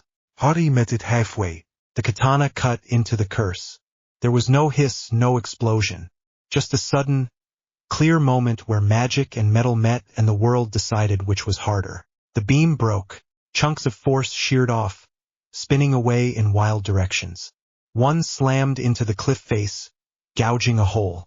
Another struck the boulder giant in the shoulder, making him stagger and drop his rock. The main body of the beam snapped, the back half still firing from the wand. The front half dissipated into thin air. Harry landed on a patch of churned snow on the ridge, knees bending hard to take the impact. He was inside their line now. Death Eaters shouted. Wands swung toward him. The dance pulled him left. A stunner cut through the space his chest had been in a heartbeat earlier. He moved. Short, sharp steps. No big leaps now. He had learned that much. The more he stayed off the ground, the more the world broke when he came back down. So he kept his feet in contact as much as he could, letting the katana turn each step into 3 instead of 10. He cut a shield aside, the red edge sliding through it like wet parchment. Not enough weight behind that to rot the caster. Just enough to knock his wand away. A curse grazed his shoulder. Pain flared. The rot surged. Hungry. He grabbed the nearest Death Eater by the front of his robe and slammed him into the giant's ankle, using the man as cover. The next curse hit the giant's skin instead. The giant roared and kicked, sending his own follower flying. Harry twisted out of the way. The katana sang along his nerves. The wand giant re-aimed, slower than before now that Harry was close. The big wand came around in a clumsy arc. Sparks fell from its tip. Harry saw the line. He darted in, not toward the giant's chest, but toward the wand. The blade bit into wood. For a second the world stopped. The wand did not want to be cut. The magic in it pushed back, a stubborn, thick resistance. The rot poured down the katana and met it. The wand lost. It snapped. The top half fell away, red veins flaring and then going dull. Magic spat from the broken end in wild bursts, blowing chunks of snow off the ridge. The giant howled and flung the useless length aside. The rot did not get much from that. Tasted the wood and dismissed it. It wanted blood. The boulder giant, recovering from his earlier hit, snatched up another rock and turned toward the road. If he got that throw off, Kingsley's shield would not be ready. Harry swore under his breath and moved. Short, fast leaps. A low slide under a wild hex. He drove the katana down across the giant's ankle in a harsh line. Scarlet dust sprayed. Flesh and stone skin parted. The giant's roar cut off as he fell sideways. The rot flooded in. Harry felt it surge up his arm, through his chest, into his bones. The ache in his ribs eased. The biting cold backed away. Not enough. The giant was still alive, groaning, trying to push himself up on his hands. The cut had severed something important, but not everything. Black lines began to creep from the wound up his leg. Flesh flaked and fell in chunks. Harry forced himself back. No more. He could finish it. One more cut, and the rot would rush in and complete its work. The giant would crumble. Harry's arm would ease for days. Harry! Hermione's voice cut through the hum. He turned. She was on the ridge now, having scrambled up the spur behind him. Her wand was out. Her face was white. "Stop there!" she shouted. "That's enough." The katana felt heavier in his hand. The rot clawed at him like a tidal pull. The boulder giant groped for him with one hand, fingers as big as tree trunks. The flesh there was starting to spot, black pits opening along the skin. Harry stepped back again, just out of reach. "Kingsley!" Hermione yelled. Kingsley's spell hit a second later. A clean, heavy stunner that took the giant straight between the eyes. He slumped, shaking the ridge. The rot hissed down the katana, unhappy. It had wanted that kill for itself. Too bad. Harry turned, breathing hard, and met Hermione's eyes. She held his gaze, searching for something. Whatever she saw there made her shoulders loosen a fraction. "You're still here," she said. "Barely," he managed. "How's the road?" "Intact," Kingsley called from below. Tonks handled the last volley. She swore a lot, but everyone's alive. The wand giant, now weaponless, bellowed and charged at Harry, hands outstretched. "Of course," Harry muttered. He darted sideways. The giant slipped on the churned snow and went to one knee. The impact cracked the ridge. "Do not cut him," Hermione said quickly. Trip him. Use the ground. He swallowed his first, bloodier instinct and nodded. The katana could cut more than flesh. Could cut what spells touched and what weight rested on. He swung at the ground in front of the giant's hands. The blade bit into stone. For a second, nothing. Then the support crumbled in a neat, terrible line. The rock under the giant's weight broke apart. He pitched forward, arms flailing, and slid off the ridge, bellowing all the way down. He hit the far slope with a crash and rolled. Trees snapped under him like twigs. Harry waited. No rot surged. Stone didn't carry it the same way flesh did, no matter how big. Good. He stayed very still until the dance let go. His knees wobbled. The katana felt suddenly too heavy. Hermione reached him in 3 quick steps and grabbed his forearm with both hands. Got you, she said. He let her lower the blade. Down on the road, the last few Death Eaters broke and ran, disapparating in panic. A couple tried to send curses back up the hill as they went.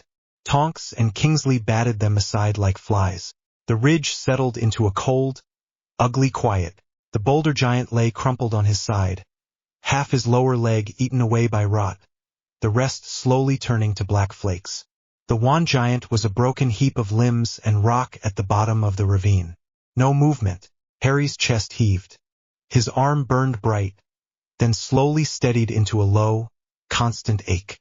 Status, Kingsley called. Shaken, Tonks shouted back. But very much not dead. The kids are fine. Hagrid's yelling at the Thestrals. It's chaos. Usual. Hermione pushed damp hair off her face with a trembling hand. She looked at the ruin around them, then back at Harry. I hate this sword, she said quietly. Join the club, he said. She stepped closer and pressed her forehead briefly to his, careful of the blade between them. The wind tugged at their cloaks. You chose where to cut, she murmured. That matters. Don't let it tell you otherwise. He let himself lean into her for a second. The warmth of her skin was more grounding than any spell. Then Kingsley called for them again, and they had to climb back down. Back at Hogwarts, the debriefing felt like a trial. Dumbledore, McGonagall, Remus, and Snape sat around the fire in the headmaster's office. Hagrid hunched in a chair that creaked under his weight, face scrubbed clean but still lined with soot and guilt. Kingsley leaned against a bookcase, arms folded.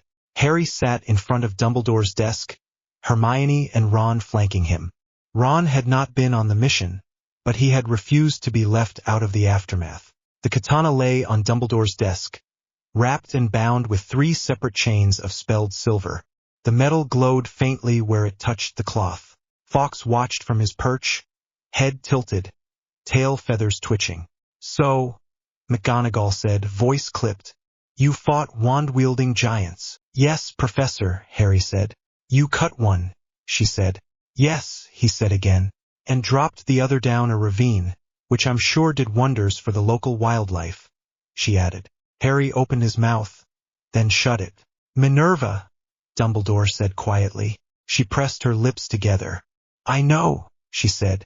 I know. Hagrid shifted, beard bristling. They were going to squash the carriages, he said. Would have done it too, if Harry hadn't knocked that wand loose. His voice roughened. Still don't like seein' 'em die like that. But I like seein' kids dead even less. Snape's gaze flicked to Harry's arm. The new brace sat snug over the golden plates. Hermione had redrawn her ink line as soon as they got back. The rot has receded by 3 millimeters, she said when Dumbledore looked at her. Maybe 4. It spread up his forearm during the fight, but it pulled back again once it was done. And if he had finished the giant instead of letting Shacklebolt stun him? Snape asked.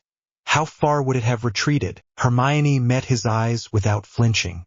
Further, she said. Probably a lot further, which is why you stopped him, Snape said softly.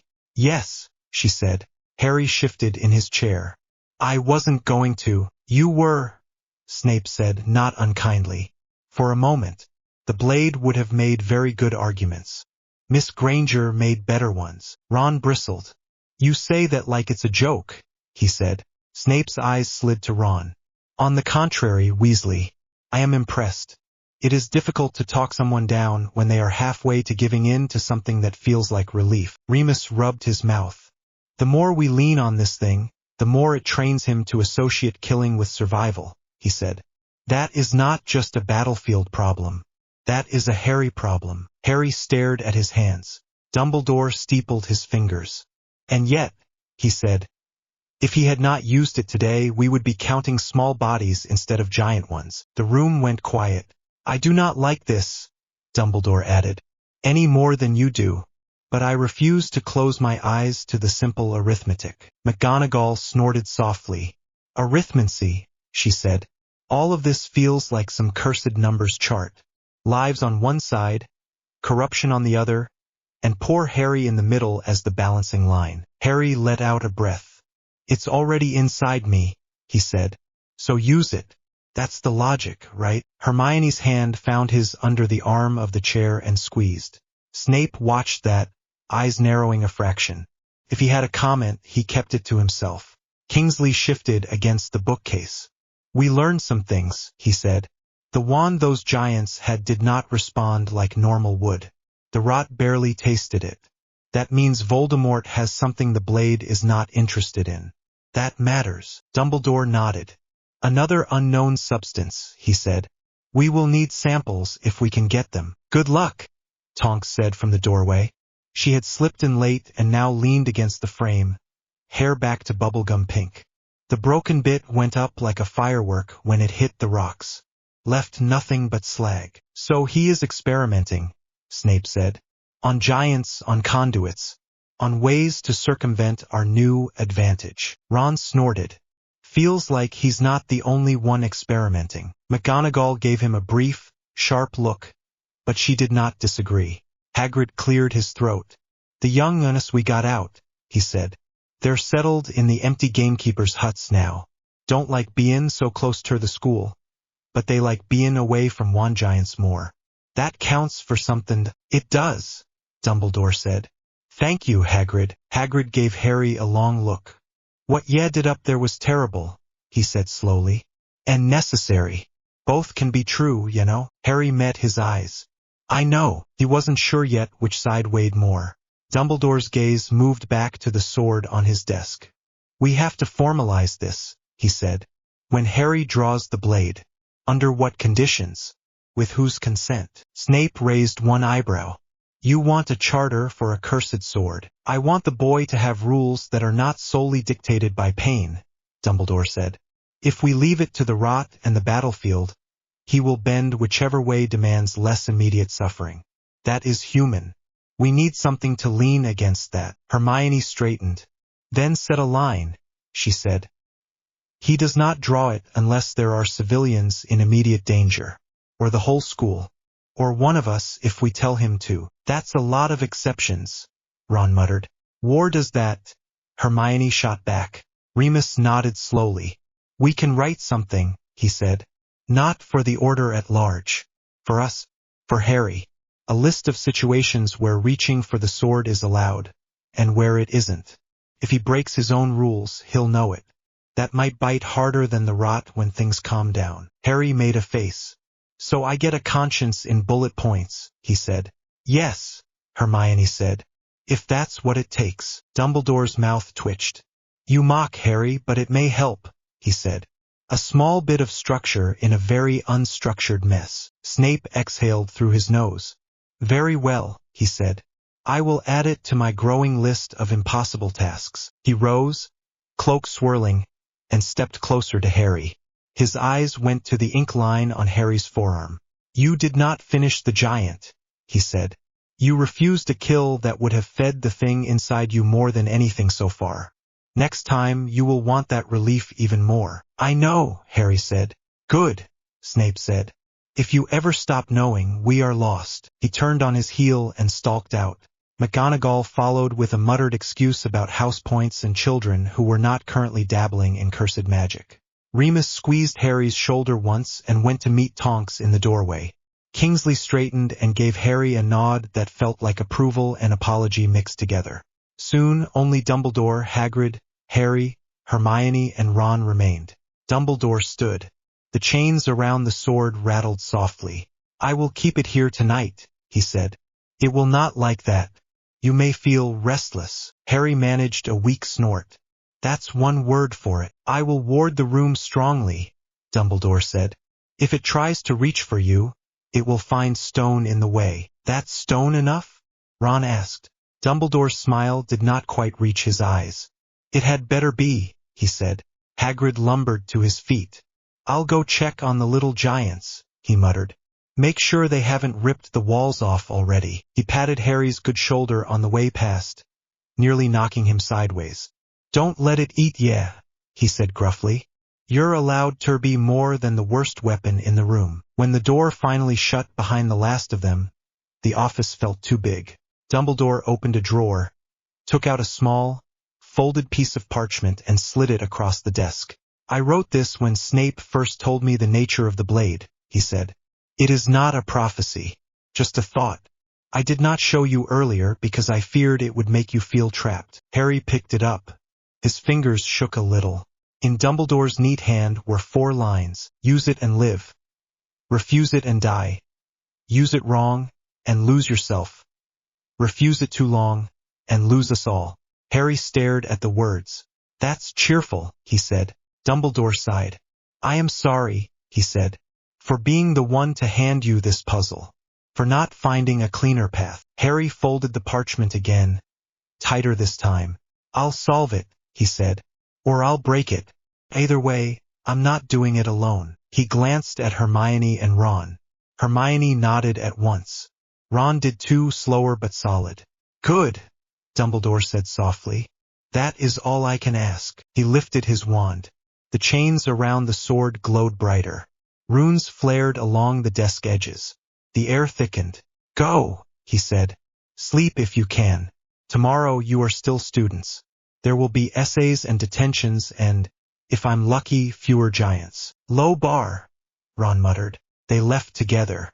Later, in the empty common room, Hermione dabbed salve along the edge of Harry's brace.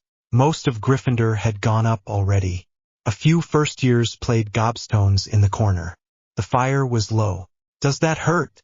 She asked quietly. Less than today, he said. More than last week. She tapped the new ink line. It sat lower than the last mark. The black tendrils of rot had pulled back down his forearm again. We keep it here, she said. We don't let it spread further up. That's the goal. It wants higher, he said. I can feel it. Shoulder. Chest. Heart. She swallowed. Then we slow it down long enough to break the sword or beat Voldemort. Whichever comes first. He huffed a laugh. You make it sound simple. It isn't, she said. But that doesn't mean we stop trying. He looked at her. You were right, you know. About what? Pulling me back from the giant, he said. If I had finished him, it would have felt good. Not just less painful. Good. She met his eyes. That's the part that scares me, she said. Not the killing. The idea that it wants you to like it. He nodded. Me too. She set the jar aside and sat back on her heels. So we need rules, she said. Not just Dumbledore's lines. Ours. He frowned. Like what? She ticked points off on her fingers.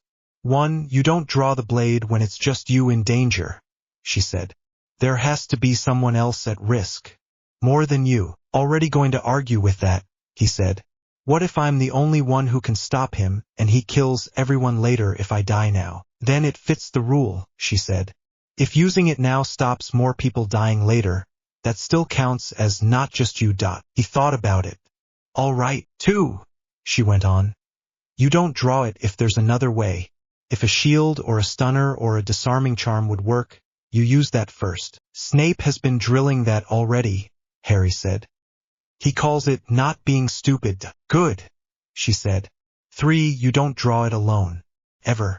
There has to be someone with you who can stop you if it gets too much. Even at night, he said. Even if I get dragged into some vision and wake up in the chamber with my arm on fire. Especially then, she said. You wake one of us. Me or Ron or someone you trust. If you can't trust yourself, you borrow someone else's judgment. He looked at her for a long moment. You're very bossy, he said. Someone has to be, she replied. He reached out and hooked a finger through one of her curls. Fourth rule, he said. If I come back from using it and I'm shaking, you have to kiss me until I remember my own name. She made a small choking sound that turned into a laugh. That's not a rule, she said. Feels important, he said. Grounding, like a clemency, but nicer. She rolled her eyes, cheeks warm. Fine, she said. Fourth rule. I kiss you, you remember your Harry Potter and not Melinia's leftovers. Happy, very, he said. He leaned in before he could second-guess it. The kiss was slow and a little clumsy, because they were both tired and his left arm didn't bend right and her knee bumped the table. It was also real. Warm. There. His heart thumped in a way that had nothing to do with rot or curses.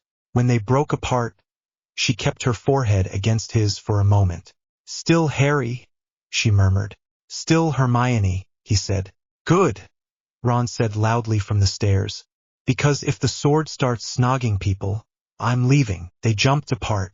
Ron stood halfway down from the boys' dormitory, arms folded, ears bright red. How long have you been there? Harry demanded. Long enough to hear the rule bit, Ron said. I approve, by the way. Any plan that involves Hermione punching cursed bits of you with affection instead of you punching Death Eaters with a cursed sword is fine by me. Hermione covered her face with both hands. You are impossible, she said. Ron grinned, then sobered. I mean it, though, he added. If he starts acting weird, I'm dragging him to you. Or McGonagall. Or both. You don't have to do this on your own. Harry looked between them. His chest felt tight again, but not from fear this time. Right, he said. New Rule 5. We don't do any of this alone, even when we want to. Especially then, Hermione said. Fine, Ron said. But if you start writing a contract, I'm setting it on fire. They sat together until the fire burned down to embers. For a little while, they were just three students complaining about homework and Snape and the way Filch glared at Harry's brace as if it offended him personally. The sword stayed in Dumbledore's office, behind wards and chains. Harry could feel its distant sulk, like an itch at the edge of his thoughts. He went to bed anyway. He did not stay asleep for long. The dream came quick and sharp. One moment he was in his four-poster, curtains drawn. The steady breathing of his dorm mates a familiar background. The next he was standing in a field. Not the forbidden forest. Not any place he knew. The ground under his boots was cracked and dry. The air smelled of rust and old sickness. Around him flowers grew. They were small and brittle, petals the color of fresh blood. Their stems bent under their own weight. Everywhere he looked, the field stretched, filled with those flowers, waving in a wind he couldn't feel. In the center of the field stood a woman. She wore armor that had once been bright, now dull and punctured in places. Gold and red and something darker. Her hair fell around her shoulders in long, tangled strands, the color of autumn leaves. Her eyes were closed. The katana hung from her hand. The same blade, the same wrong hum. The tip rested among the flowers, petals withering where it touched. Harry tried to speak. No sound came out. The woman lifted her head. One eye opened.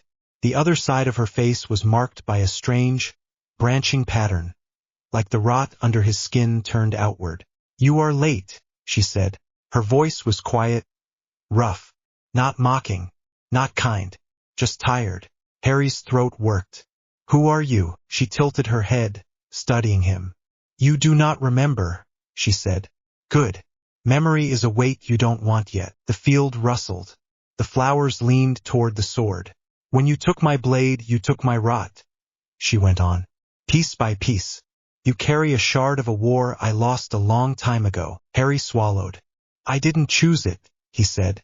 It chose me. She huffed a breath that might have been a laugh. It always does. He looked at the flowers. What did you do? He asked. Fought, she said simply. Too much. Too long. For a brother who never came home.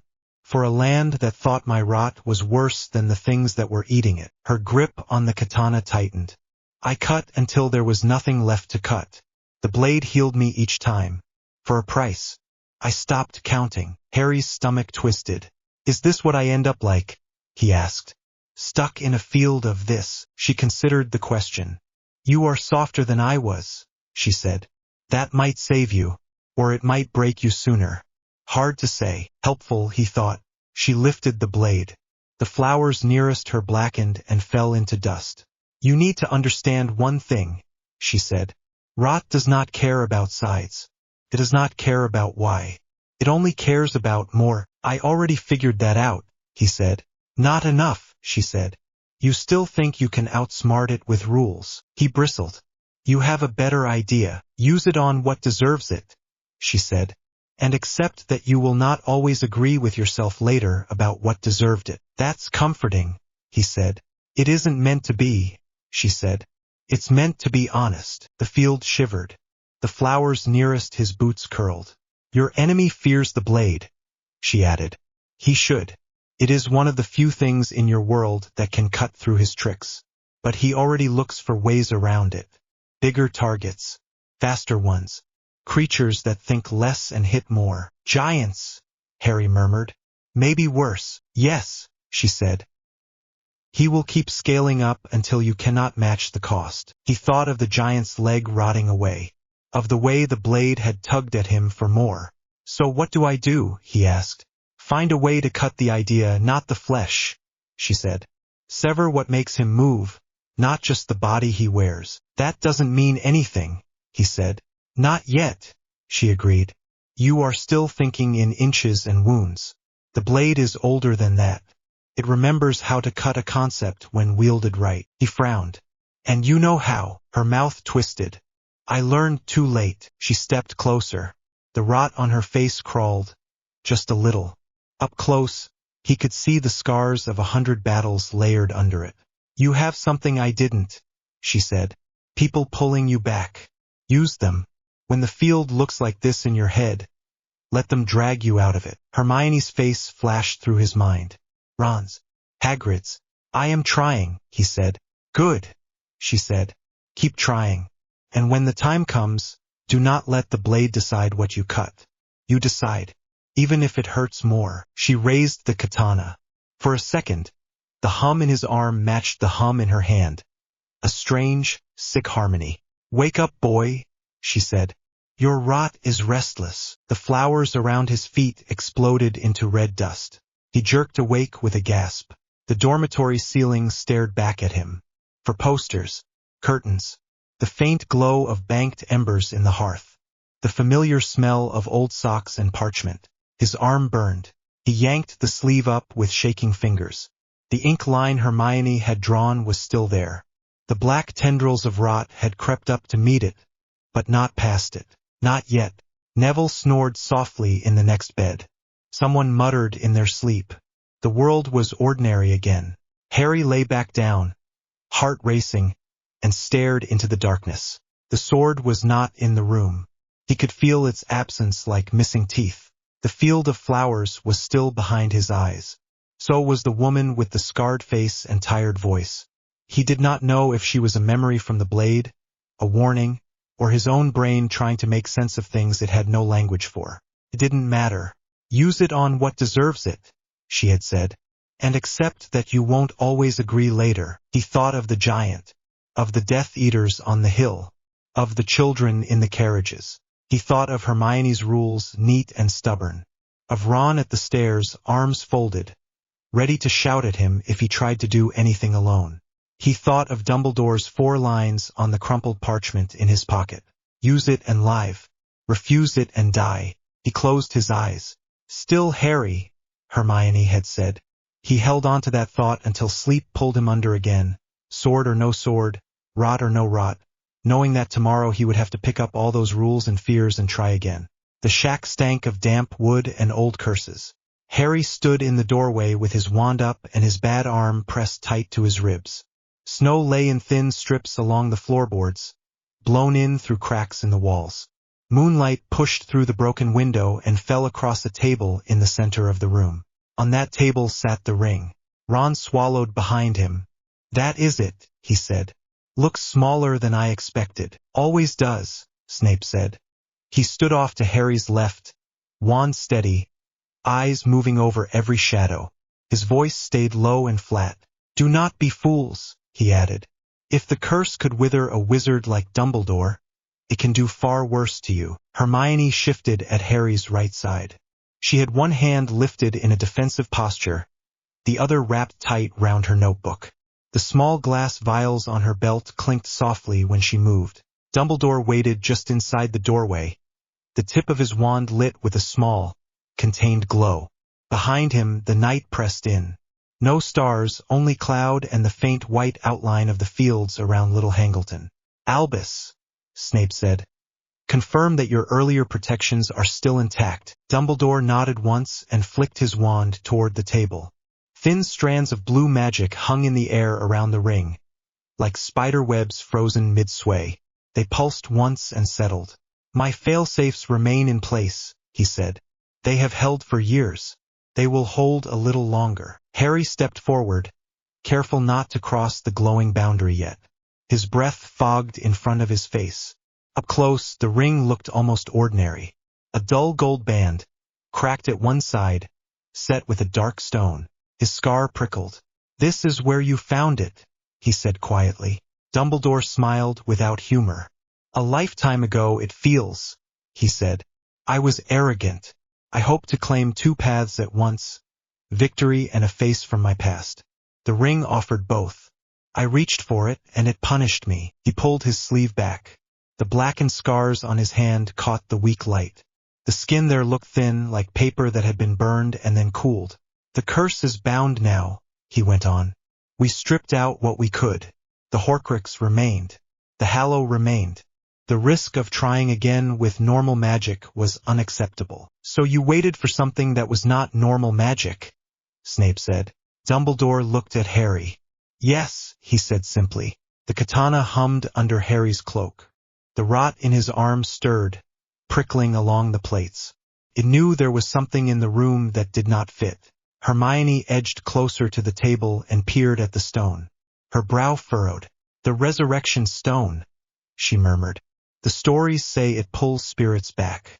Not truly alive, not truly gone. Old tales, Dumbledore said. But like most old tales, there is a seed of truth buried underneath the foolish wishes. Harry kept his eyes on the ring. So this thing cheats death, he said. And the rot eats anything that tries to hold on. That about right. Snape gave a short nod. One claims to bend death, he said. The other is death with no way back. They are not meant to meet, which is exactly why we are going to make them. Ron shifted. That sounds like the sort of plan that gets written up later as a warning, he said. No one inside the shack gets to write history books, Snape replied. Our concern is simple. If the ring survives, the Dark Lord survives. If Potter survives, the rot survives. Our job is to make sure we only keep the second part for as long as we need it. Hermione shot him a narrow look. You say that like he is a cauldron you can just throw away at the end, she said. Snape met her eyes. He is not a cauldron, he said, which is why we are all here, instead of leaving him alone with a blade and a ghost of a chance. Dumbledore stepped closer to the table. The boards creaked under his weight. Harry, he said, this is not like the cup or the locket. Harry's jaw tensed. You say that as if the first two were easy. They were not, Dumbledore said. But they were simple in one way. The rot wanted them gone. Their magic wanted to cling to this world. The clash was one-sided. The blade cut. The rot spread. The Horcruxes died. He nodded at the ring. This one is different, he said. The Horcrux is only part of what lives in that stone. The Hallow wrapped round it like a second skin. One side says no more death. The other says no more anything. I do not know what will happen when you put both in the same cut. Harry stared at the ring. The stone seemed to darken as he watched, as if it were sucking in the weak light. He could already hear it. Not words, just a pressure. A sense that if he would only place it on his finger, he could see the people he had lost. He thought of his parents, of Sirius falling through the veil, of Dumbledore on the tower in a future that had not yet happened. His fingers twitched. Hermione noticed. Her hand brushed his, quick and firm. Do not even think about it, she said. We came here to destroy that thing, not listen to it. He let out a breath he did not realize he had been holding. Yeah, he said. Right? Dumbledore watched them both, eyes sad. We will not ask you to touch it, he said. Not with bare skin. We will move it inside a ward circle, then we go straight back to the castle. All cutting happens under controlled conditions. Ron raised an eyebrow. You mean in the chamber, he said. Snape inclined his head. Quite, he said. The snake's den is already contaminated. One more dose of ancient filth will hardly make a difference. Ron shuddered. Comforting. Snape swished his wand. The blue threads round the ring slid aside, opening a narrow gap. He conjured a thick glass box, then levitated the ring into it without letting it touch the air in between. The stone clinked against the bottom with a small, ugly sound. Dumbledore sealed the box with a sharp twist of his wand. Runes flared along the edges. That will hold it for the journey, he said. No one looks into the stone. No one listens. We carry it, we go, we cut. He turned toward the door. Severus, take the rear. Hermione, stay with Harry. Ron, keep your wand on the doorframe. I would rather not be interrupted by curious locals. They left the shack the way they had come, out into the cold field and the dark. The wind cut across the hill. Snowflakes stung Harry's face. The katana hummed under his cloak. Restless. We are going to feed it, he thought. Again. Only this time it might try to eat back. The chamber felt even colder than the shack. The great stone face of Salazar watched from the far wall, eyes blank. The pool below his beard lay still and black. Damp clung to the air. Dumbledore had cleared a wide circle on the floor near the center. Strange symbols ringed the space, drawn in a mix of chalk, silver dust, and something that shone faintly gold under his wand light. Snape stood inside the circle, sleeves rolled to the elbow, wand steady. Hermione knelt near the edge, notebook open, her own wand hovering above a ring of small glass vials. Ron leaned against one of the fallen pillars with his wand in his hand, eyes flicking between Harry and the dark water. Harry stood just outside the circle, the katana still sheathed along his back. His arm ached where the brace bit into his skin. The rot prickled, eager and wary at once. State of the scene, Hermione said quietly, more to herself than to anyone else. Roster, Harry, Hermione, Ron, Snape, Dumbledore, no one else present. Props. Cursed ring in box. Katana on Harry. Vials ready. Circle drawn. Time. Past midnight. Weather outside cold. Chamber air damp. Ron eyed her. You going to write footnotes while he is bleeding out? He asked. If we do not track what works and what does not, we guess blind next time. Hermione snapped. I am not gambling his life on guesswork. Dumbledore set the glass box in the center of the circle. First rule, he said. No one crosses the line without my say-so. Second rule, if I tell you to run, you run. Even you, Harry. Harry nodded once. What about our rules? He asked. Hermione glanced at him, then at the sword under his cloak. We stick to them, she said. You do not draw unless there is no other option. You do not draw it for yourself. You do not draw it alone. He looked round the circle. There are 5 of you watching me, he said. I do not think alone is our problem. Snape flicked his wand. The air above the box shimmered. We test the boundaries first, Snape said. If the curse is still reactive, we see how it responds to standard spells. If it behaves outside the box, we stop and revert to Plan 2. Ron frowned. What is Plan 2? He asked. Under no circumstances should you ask that, Snape replied. Ron groaned. Brilliant. Dumbledore pointed his wand at the stone inside the box. Finite, he said softly. The word hung in the air.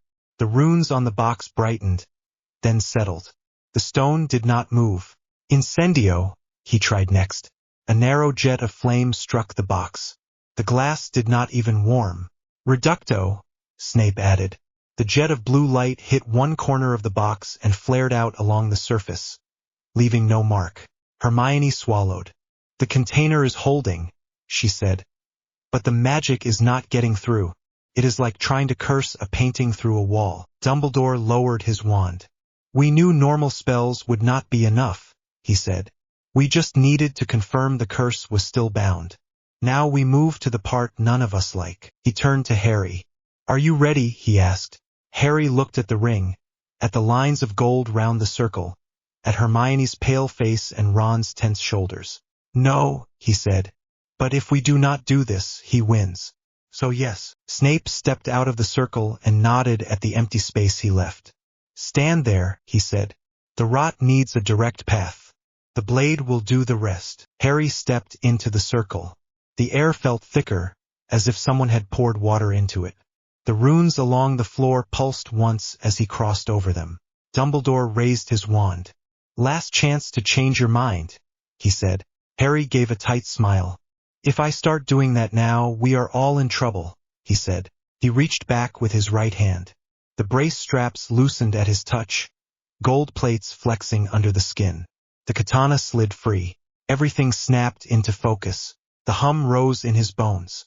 The rot surged down his arm and up his chest, pressing against his ribs. The air around the ring seemed to sharpen, as if the box were the only real thing in the room. He stepped closer. Hermione watched from the edge of the circle, quill forgotten in her hand. Ron had his wand up, but his eyes were fixed on Harry. Snape stood just beyond the runes, jaw tight. Dumbledore lifted his wand in a stance that was equal parts ready and helpless. "Remember the rules," Hermione said, voice low. "You choose where to cut. You choose when to stop. You come back to us." Harry nodded without looking away from the box. "Right," he said. He took one more step, then raised the katana. The ring pulled at him. He felt it even through the glass. A tug behind his ribs. A whisper he could not quite hear. "If you pick me up, I will show you." Faces, voices, all the things the rot could not give back. He thought of his mother laughing in a memory, of his father's messy hair, of Sirius shouting his name as he fell. The katana purred in his grip. The rot hissed. It did not care about ghosts. It only cared that this thing in front of them had tried to tell death where to stop. "Enough," Harry said, more to himself than to the stone. He swung. The blade cut through the glass as if it were fog. There was no resistance, no sound of breaking. The edge met the ring in the same motion. For a heartbeat, nothing happened. Then the world tore. The rot surged down the katana, into the metal of the ring, into the stone. It was like plunging his arm into ice and fire at once. His lungs seized. His vision went white. Images slammed into his head. Not memories of his own. Other deaths. Other fields. A boy with dark hair standing in a forest that was not a forest. Sword held in hands that were not Harry's. A girl with a scarred face, kneeling in a lake of red flowers. A tower falling. An arm reaching. The Hallow fought back. He felt it like a hand closing round his wrist, trying to pull the blade away. A force that said, "No, some deaths are ours, you do not get to eat them." The stone pushed against the rot, trying to throw it out, to twist the cut into a doorway instead of an ending. The rot refused. It did not argue. It did not shout. It simply kept going. Every time the Hallow tried to bend, the rot straightened the line again. "Harry!" Hermione shouted. Far away, he dimly felt his knees hit the stone. He did not remember falling. The katana stayed in his grip, buried in the middle of the ring that was somehow still whole and already broken. His arm burned. Black lines raced up from the plates, past the ink mark Hermione had drawn, up his bicep, across his shoulder. His chest hurt. His heart hammered too fast, then stumbled. "Cut the output," Snape snapped. "Now!" Dumbledore's wand flared. Gold light shot down into the circle, into the rune pattern on the floor. Some of the energy that had been surging through Harry bled into the symbols instead. The chalk lines brightened, then started to smoke. The Hallow screamed. The sound was not in the air. It was in his head, in the blade, in the cracked stone. A high, thin noise full of rage and grief and something that might once have been mercy. The rot answered with a low, grinding push. Harry bit down on a cry as his chest clenched. It felt like something was trying to break out through his ribs. Hermione rushed the circle edge and dropped to her knees just beyond it. "Harry!" she shouted. "Let go. Drop it." "I cannot," he gasped.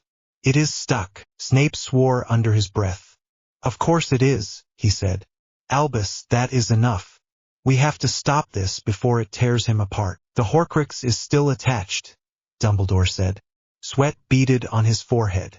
If we pull back now, it may rebind to the hallow. Then we sever the boy instead of the ring, Snape snapped. He stepped to the edge of the circle and raised his wand. Hermione, he said sharply. Now. She grabbed 2 vials from the ring at her belt and slammed them together. The glass cracked. Thick gold liquid spilled into her hands. She thrust her palms toward Harry's arm. Hold him, Snape barked. Ron dropped his wand and lunged in, catching Harry by the shoulders. The runes flashed as he crossed, but they did not stop him. The circle had already taken more than it could handle. Harry barely felt Ron's grip. The rot was everywhere now, rushing up his neck, along his jaw, prickling under his eye. His vision blurred at the edges. The blade in his hand felt light and heavy at the same time, as if it weighed nothing and everything. Hermione pressed her gold-coated hands to the plates in his forearm. The liquid burned. It soaked through the gaps between metal and skin, down into the places where the rot had settled. Harry screamed. He could not help it. The sound tore out of him, raw and ugly. The rot recoiled. For the first time since he had touched the blade, he felt it pull away instead of push forward. It did not leave. It huddled round the plates, thrashing, hammering against something he could not see. Snape spoke a string of sharp old words. Gold light threaded through Hermione's fingers, down into Harry's arm. Anchor, Snape said between lines. Bind. Contain. Dumbledore changed his own spell, shifting from feeding the circle to feeding the gold. The runes on the floor dimmed. The ones along Harry's arm flared. The hallow screamed again, weaker now. The ring cracked. Harry felt it. A clean, sharp break that ran through the stone and the metal at once. The idea inside it, the thing that had tried to bend death, split in the same motion. There was a brief flash of something that might have been faces, but they were gone before he could make sense of them. The rot lunged for that last piece and met the gold instead. The clash inside his arm felt like someone had poured molten metal into his veins. The rot thrashed. The gold held. Slowly, painfully. The burning settled into a solid, crushing weight along his forearm and up to his elbow. The sword dropped from his hand. He did not remember letting go. 1 second it was there, humming, bright. The next it lay on the stone beside the broken box. Silent. The ring was gone. Only fragments of dull metal and a smear of black dust remained. Harry collapsed. Ron braced his weight as best he could, grunting. Bit of warning next time, he muttered. His voice sounded thin and far away. Hermione kept her hands on Harry's arm until the last of the gold sank in. Her own skin was red where the liquid had burned her. Tears streaked her face, but she did not pull back. Snape lowered his wand by inches. That is enough, he said, voice hoarse. If we push any more, we will fuse his arm shut. Dumbledore let his own spell fall. The light round the circle faded. The chalk lines lay scorched and broken. Silence fell, heavy and ringing. Then Harry's heart stuttered. He felt it even through the haze. One heavy beat, then an empty pause. Another too fast. His chest cramped. His lungs forgot what to do. Harry, Hermione said sharply. Look at me. Breathe. He tried.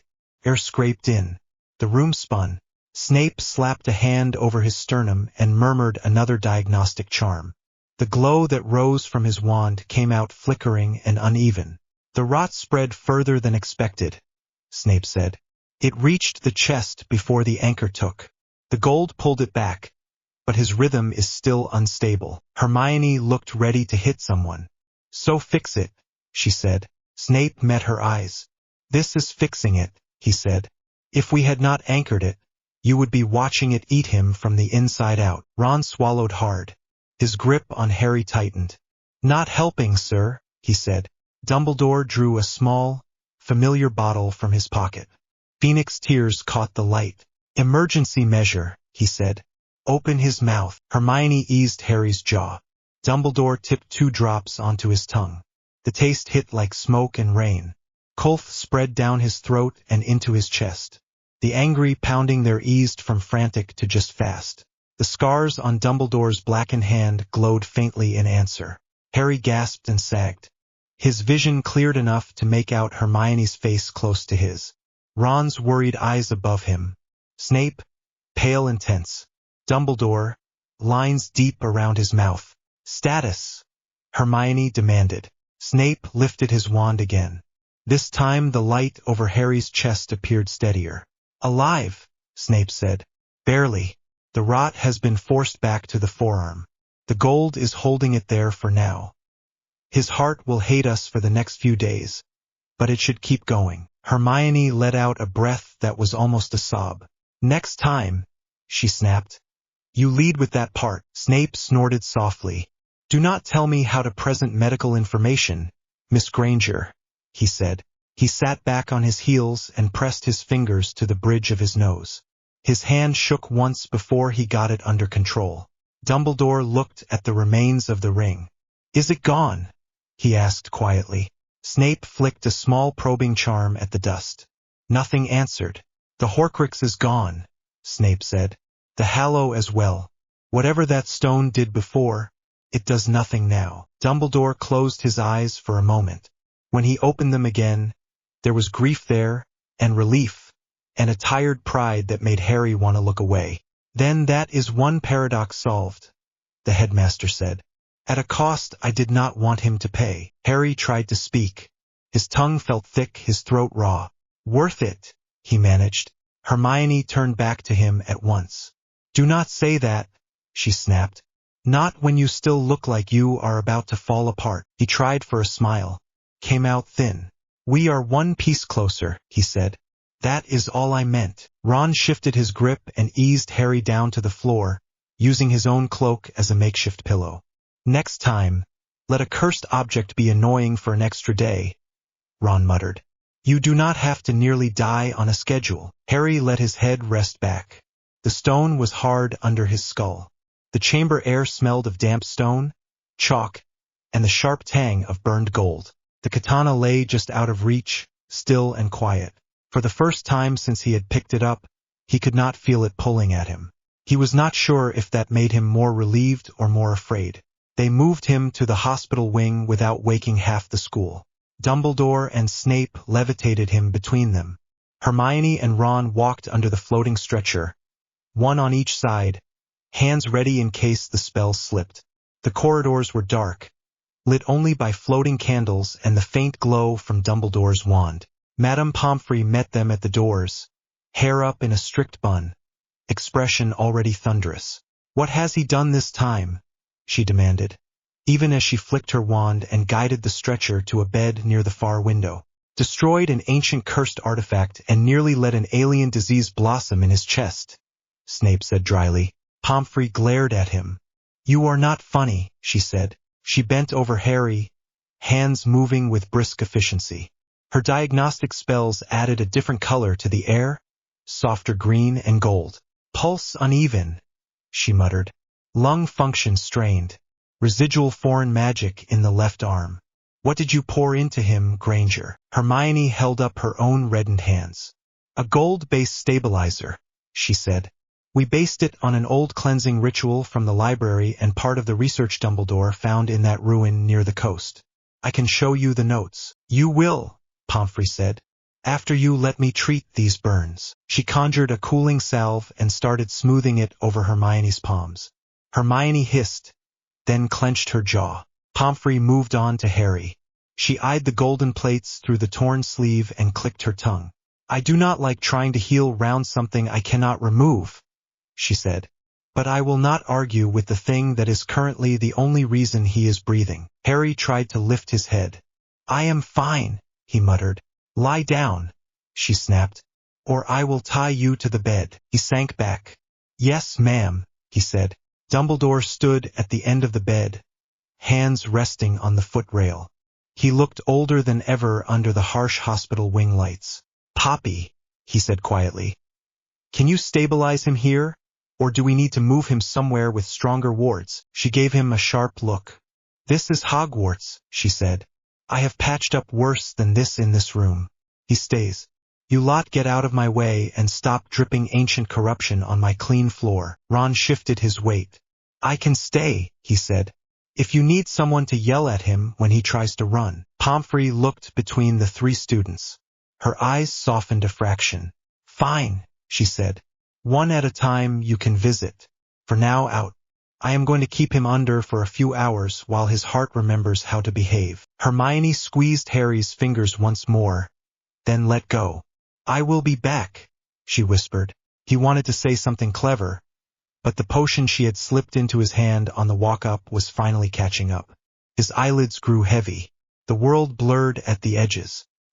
He drifted, half aware of voices around him, of spells, of the faint birdsong from the eaves outside.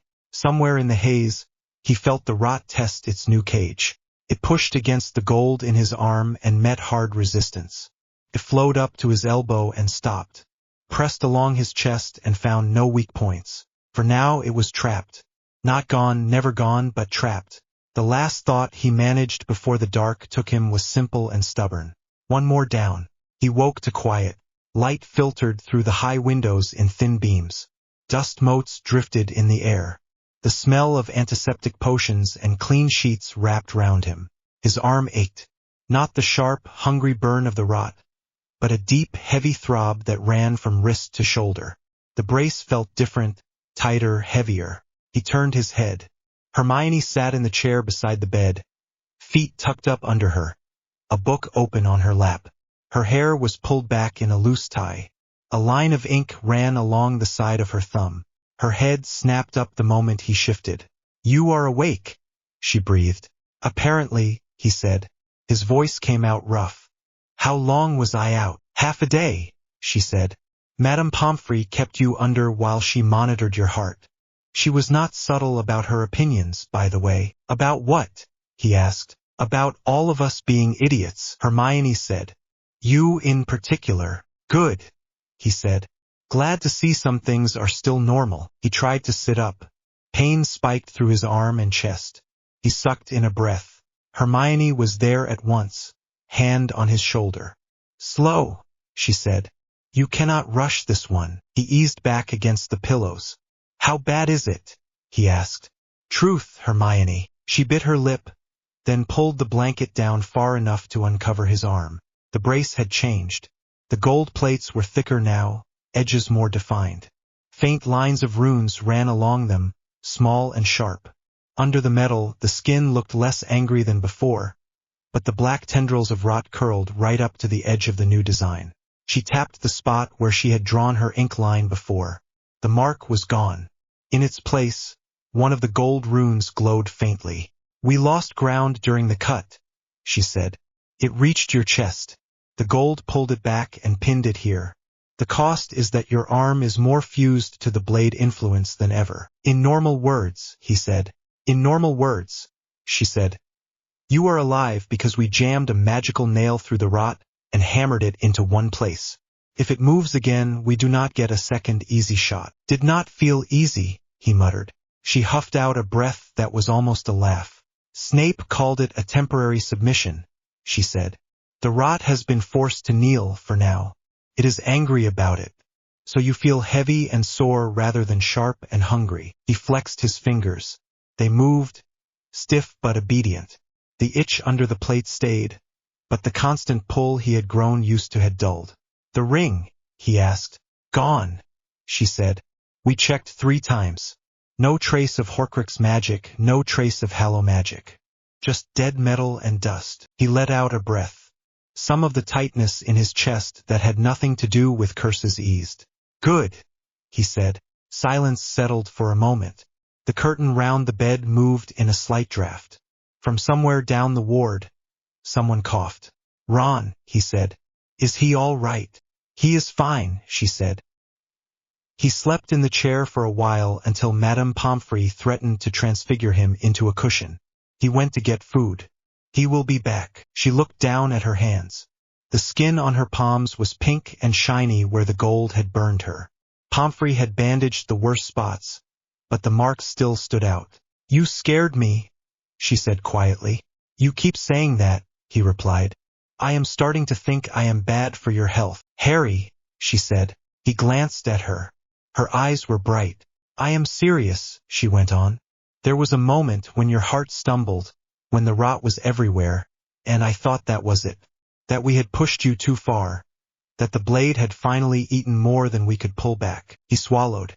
The memory of that moment was already fuzzy, wrapped in pain and rushing magic, but he remembered the sense of something pushing up from inside, eager to break out. I trusted you, he said. You and Snape and Dumbledore. If you had told me to stop, I would have. Her mouth twisted. We did tell you, she said. You could not hear us past the screaming in your bones. He looked at his arm. Would you do it again? She asked. He thought of the ring, of the faces it hinted at, of the way it had tried to pull on his grief. He thought of Voldemort building entire plans on the hope that pieces of his soul would keep him from ever really dying. Yeah, he said quietly. I would. She nodded once. Then next time we go in with a better anchor, she said. This was a patch. The thing we are working on with Snape and Dumbledore is meant to be a real answer, not a stopgap. He studied her face. You really think we can build that? He asked. Something that can hold this stuff without killing me. She lifted her chin. I have to, she said. If I do not believe that, then all we are doing is buying you pain instead of time. The door at the end of the ward creaked. Ron strode in, arms full of food. Bread, apples, a jug of pumpkin juice. You are up, he said, breaking into a grin. Good. Now I do not have to eat all this by myself. He set the tray on the table and dropped into the spare chair. You look like something just dragged you out of a blender, Ron added. Not that I am complaining. Blenders are better than coffins. Harry snorted. Your bedside manner is incredible, he said. Thank you, Ron said. Mum says I take after her. He handed Harry a slice of bread. Harry's hand shook a little when he took it, but the simple act of chewing and swallowing helped anchor him. Ron watched his arm for a moment. So that gold thing, he said. How much did it hurt? On a scale from stubbed toe to cruciatus. Somewhere past cruciatus, Harry said honestly. But shorter. Great, Ron said. We will put that on the poster. Try our brand new rot nail. Now with extra agony but improved survival rates. Hermione rolled her eyes. Helpful, she said. Ron shrugged. He is alive, he said. That is my main bar. He sobered. Dumbledore came by while you were out, he added. Said to tell you he is proud and sorry, and that you are not allowed to try that again without giving him time to rewrite his will. Harry snorted. Sounds like him, he said. Ron leaned back in his chair. So, he said. One cursed ring down. Cup and locket already toast. Snake still slithering round somewhere. How many bits of the madman does that leave? Just nogginy, Hermione said. If Dumbledore is right and the piece in his head is the original one he started with, then when we finish the snake, he will be mortal again. Mortal and still holding a lot of normal magic, Ron said. So basically what we had in first year, just taller and angrier. Harry looked at his arm. The weight there felt like a promise and a threat. He will not stay still while we set up something neat, Harry said. He has seen what the blade does. He will throw everything he has at us to keep that last piece safe. Then we build our answer fast, Hermione said. Snape and I will keep working on the gold. Dumbledore will keep digging through whatever secret libraries he has not told the ministry about. You will rest until Pomfrey says you can stand without falling over. Harry made a face. You heard her, he said. She will tie me to the bed. I will help, Ron said. He tossed a small apple at Harry. Harry caught it with his good hand. His reflexes were slower than usual, but he still caught it. That is a good sign, Ron said. If you can still catch food, you are not dead yet. Hermione shook her head, but there was a smile there now, thin and stubborn. Harry ate the apple. Juice ran down his fingers. When he was done, Hermione reached over and wiped a sticky line off his thumb with her bandaged hand. New rule, she said. No more cutting things that have extra bits of death attached without talking to me first. I thought we already had that one, he said. Then I am saying it out loud again, she replied. He met her eyes. All right, he said. She leaned forward and pressed a quick, firm kiss to his mouth. It was not long or fancy, just there, solid. Still you, she said when she pulled back. He reached up with his good hand and brushed a curl behind her ear. Still me, he said. Still us. Ron coughed loudly. For the record, he said. If that sword ever tries to flirt through you, I am throwing it out the window. Harry laughed. The sound hurt his ribs and felt good anyway. Outside, the winter light shifted across the stone. Somewhere deep below the castle, in the chamber, a silent blade lay on cold rock, wrapped for now in wards and chains and the faint echo of gold. The rot waited. So did they. Gold ran like fire over the stone. Harry gritted his teeth as another line of molten color crawled up his forearm and sank under the plates. The smell in Snape's workroom was sharp and hot, metal and herbs and something sour that tasted like lightning on his tongue. Keep still, Snape said. If you twitch, you waste a week of work. I am not twitching, Harry ground out. The rot pressed against the inside of his skin in answer. It did not like the gold.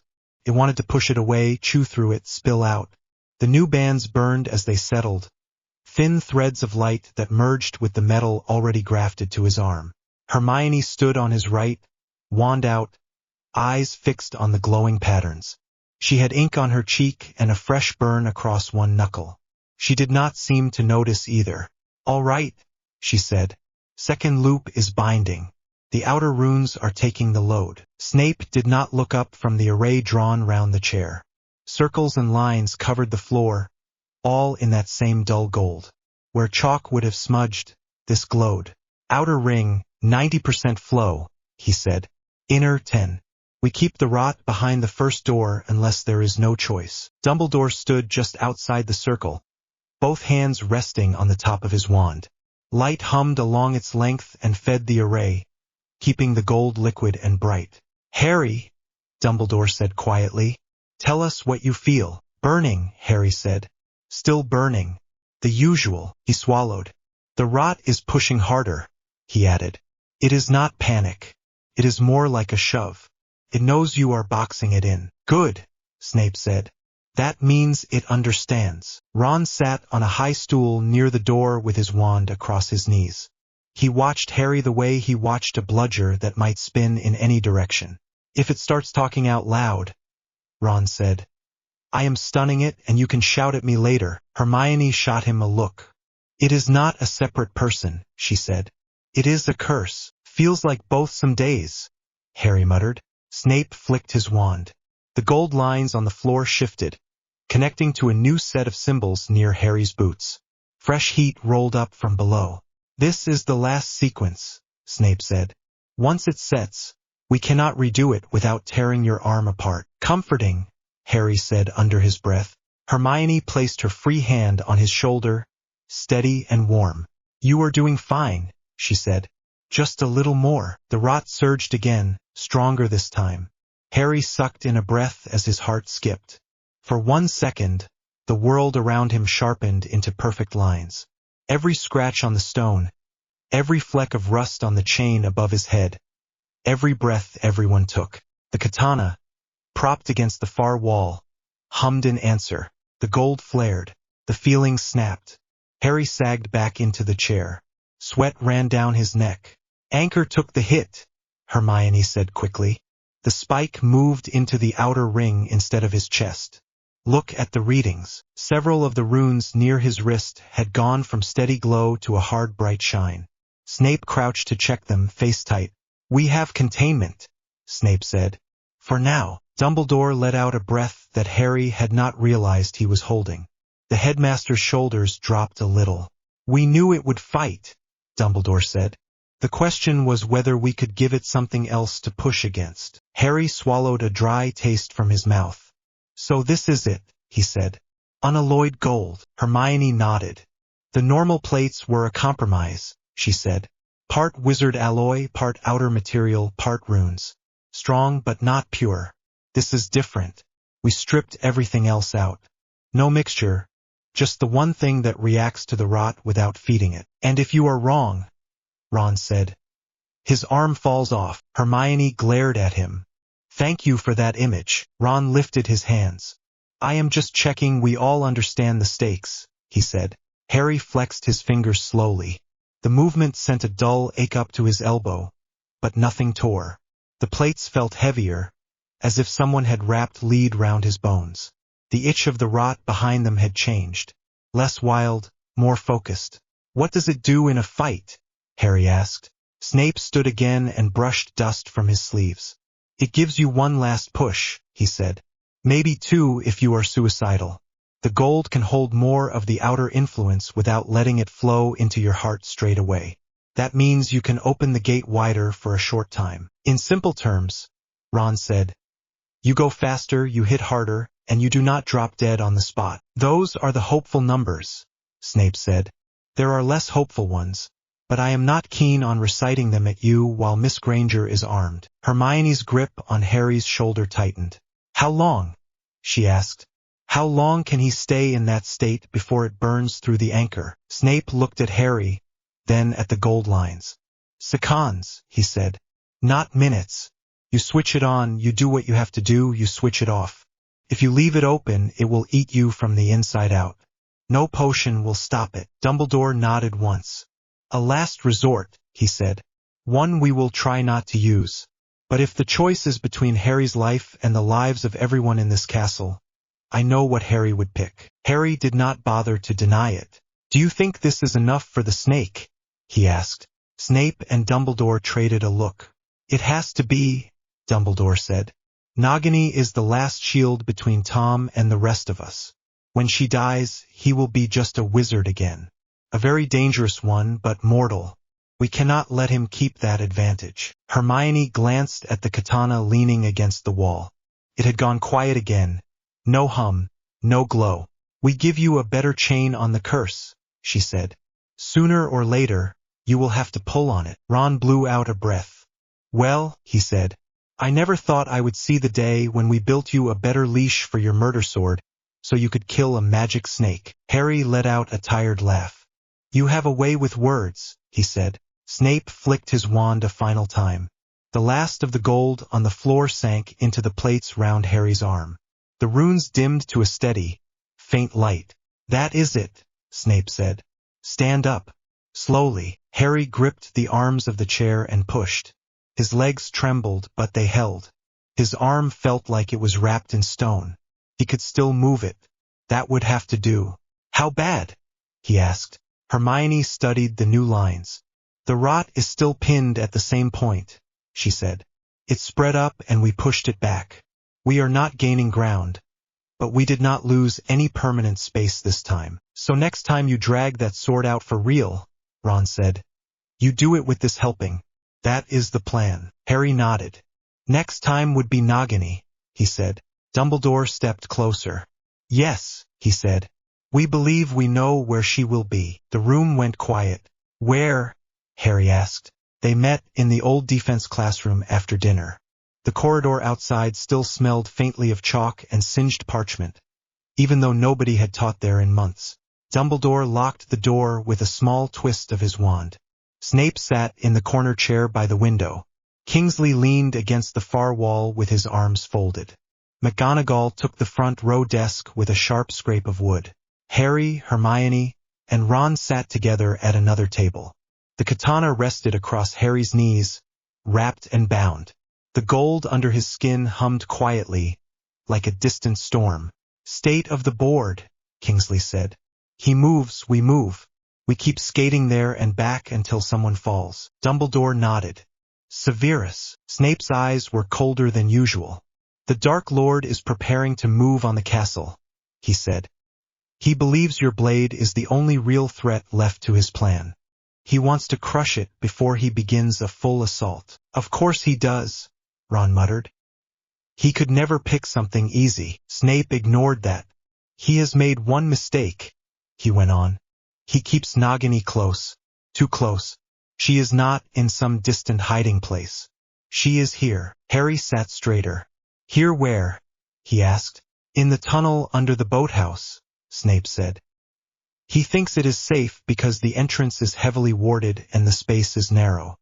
He believes he can use the snake there as both shield and weapon without risk of a stray curse striking it. Hermione frowned. Why the boathouse? She asked. It is a choke point, Kingsley said. If he wants to move up from the lake, he has to come through there.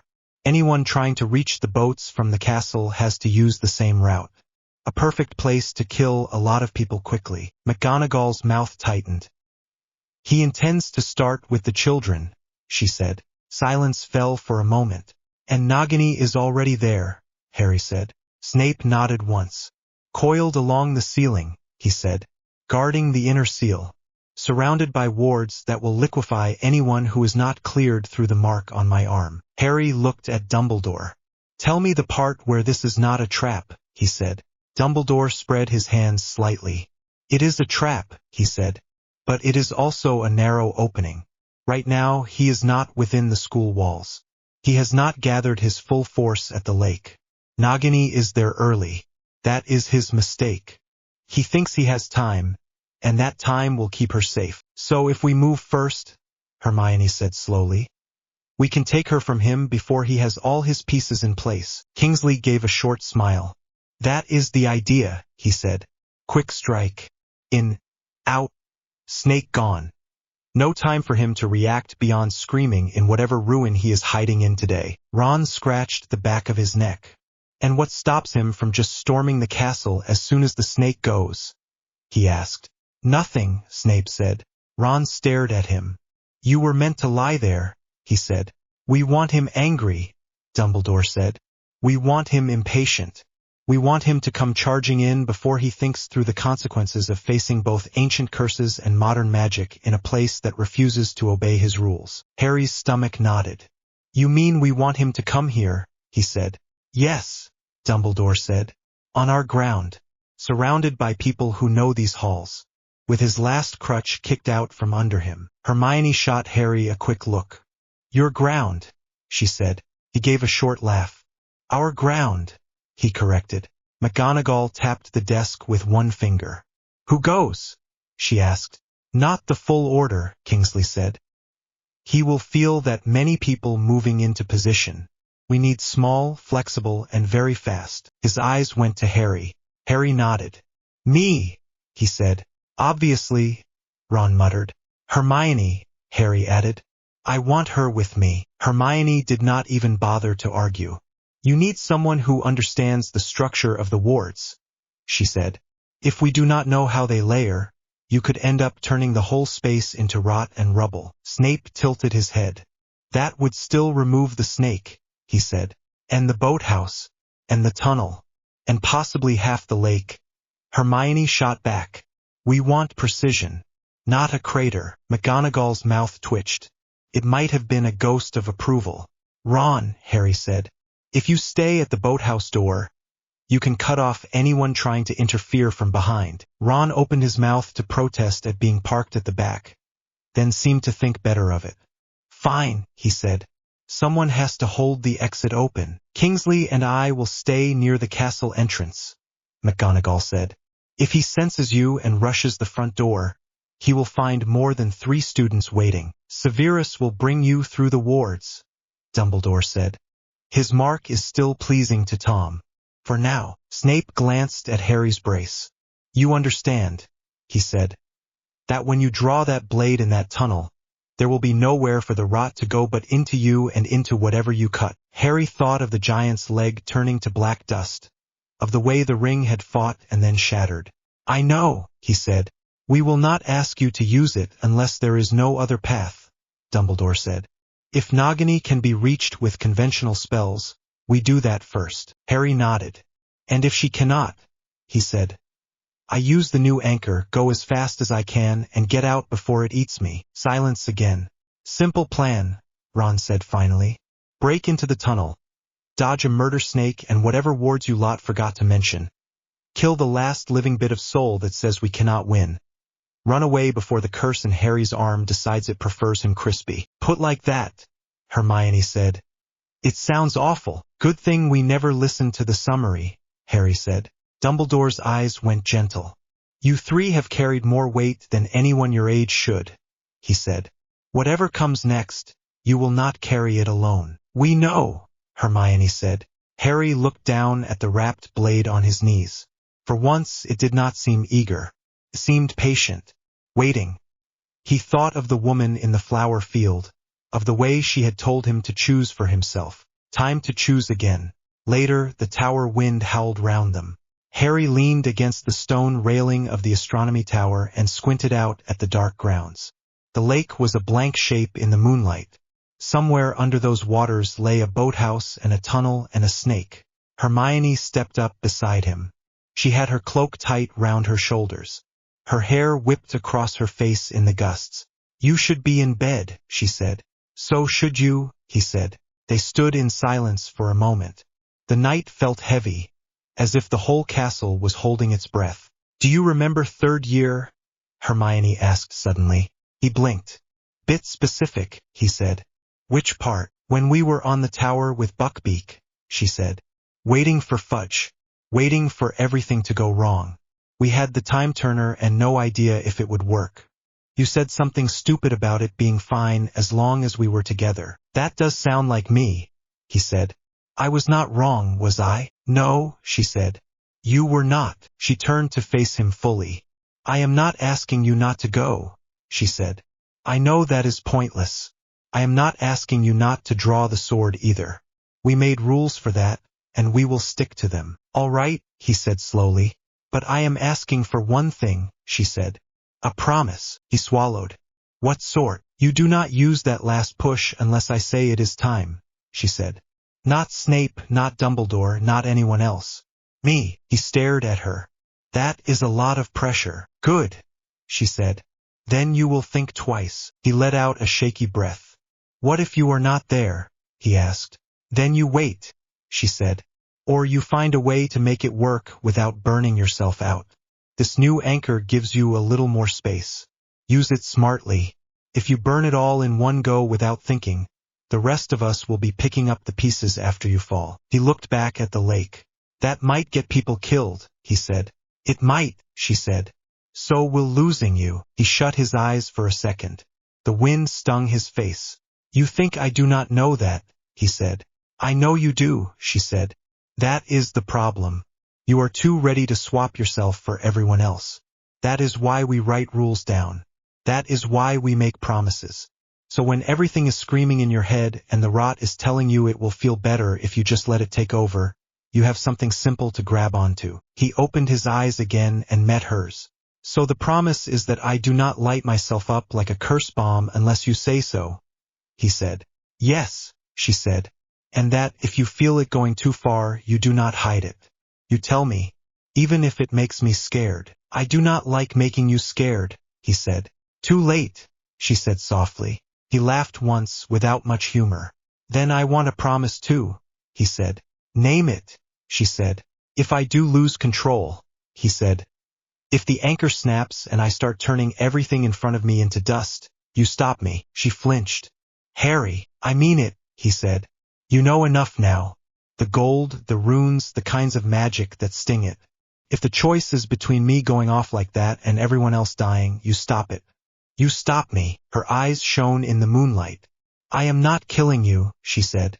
"I am not asking you to," he said. "I am asking you to catch me, even if catching me hurts. You said it yourself. We made a cage for the curse.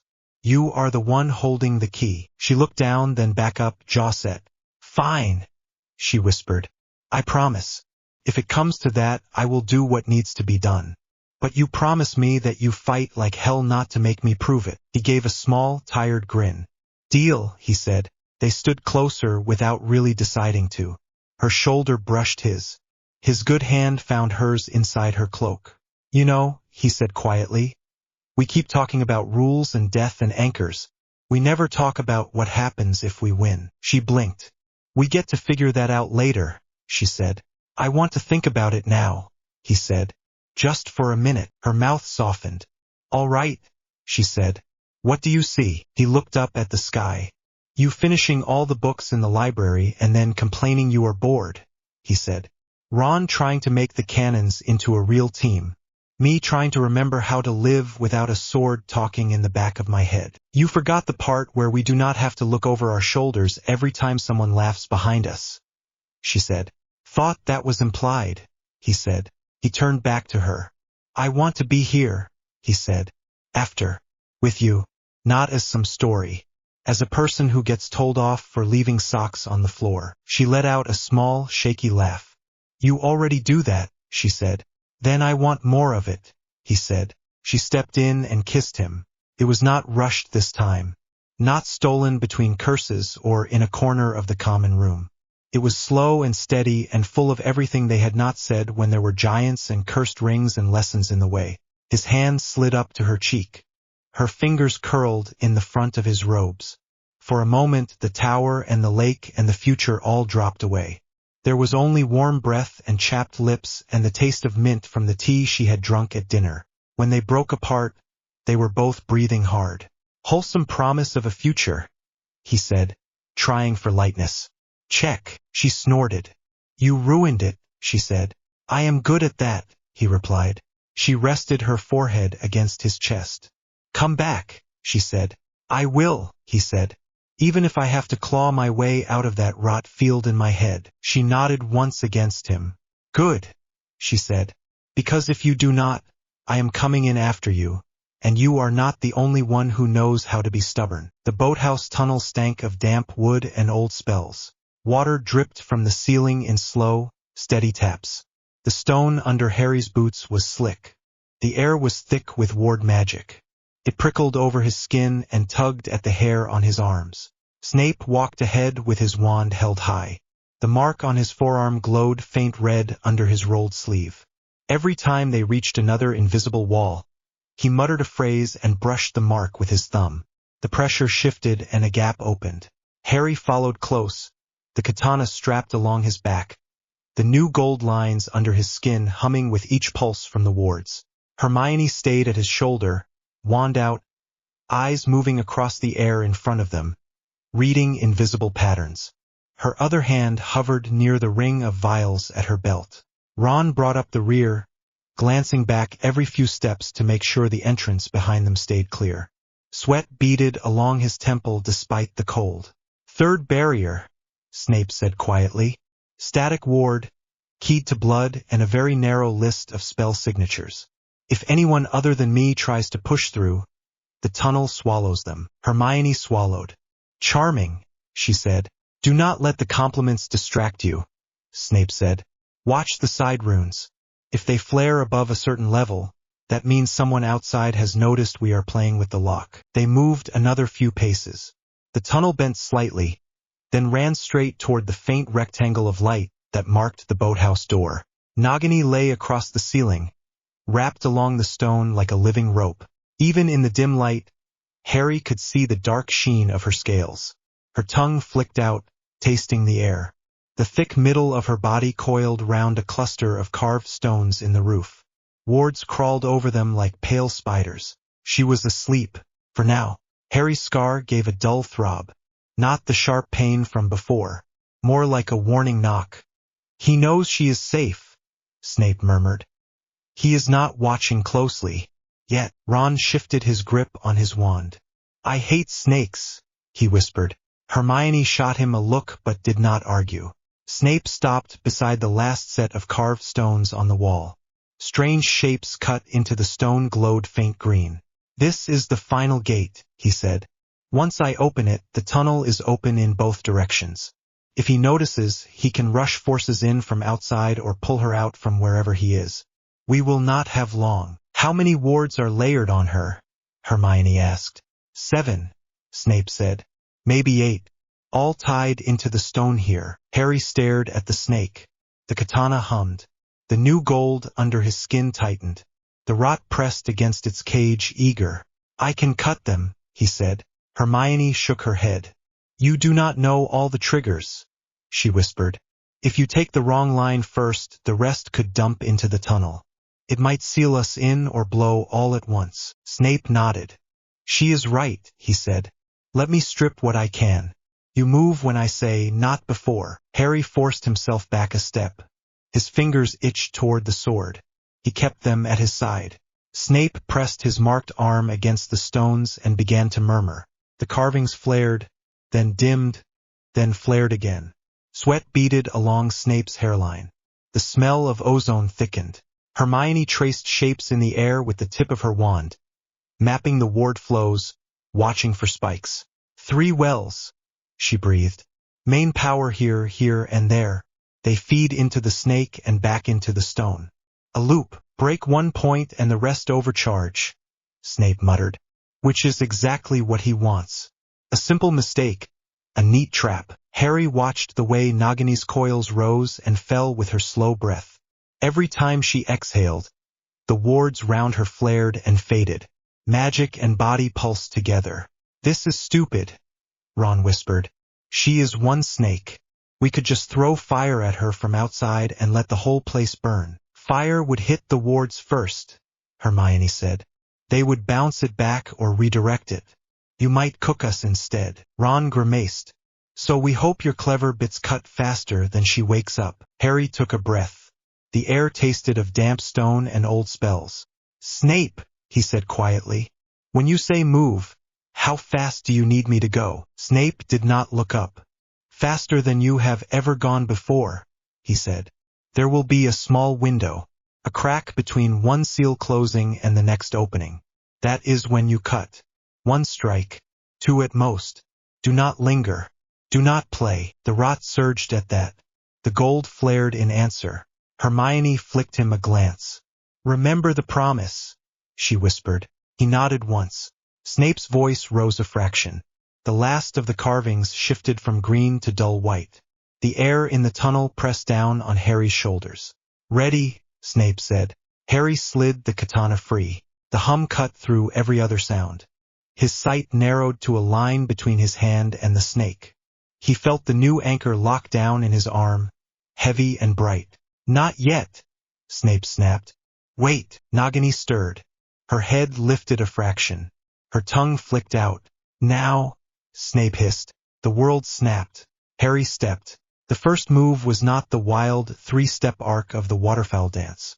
He kept his feet on the ground, let the sword pull his body just enough to blur.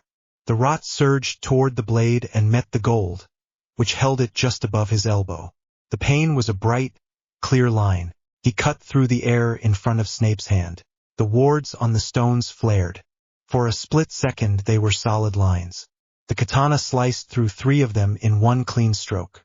Light split and went dark. Nagini's eyes snapped open. Magic rushed in to fill the gap. The snake uncoiled, dropping from the ceiling. Her body filled the tunnel. Her hiss was a sharp, angry sound that rattled Harry's bones. He moved again. This time he let the curse pull harder. The floor under his boots felt distant, almost not there. The tunnel walls stretched and then snapped back. He aimed not for her head but for the cluster of magic coiled round the thick center of her body. Hermione shouted something behind him. Ron swore. Snape raised his wand. Harry did not hear the words. Nagini struck. Her head whipped down with a speed that would have taken his arm off if he had been a fraction slower. The katana met her fangs and slid along them, cutting the spell lines woven into the enamel. Sparks flew. Poison sprayed the stone. The rot howled in his bones. The gold anchor flared so bright he could almost see it through his skin. One more. He stepped up onto her back, boots slipping on scales, and drove the blade down through the thick ring of power at her neck. For an instant everything held. Then the rot jumped, poured down the blade into the snake. Not in a slow creep, not in a careful feed, but in a rush. It met the Horcrux in her like 2 storms colliding. Harry screamed as the force of it slammed back up his arm. The gold took most of it and screamed in its own way, a silent crushing pain that wrapped round his bones. Nagini exploded. There was no neat wound, no blood pooling.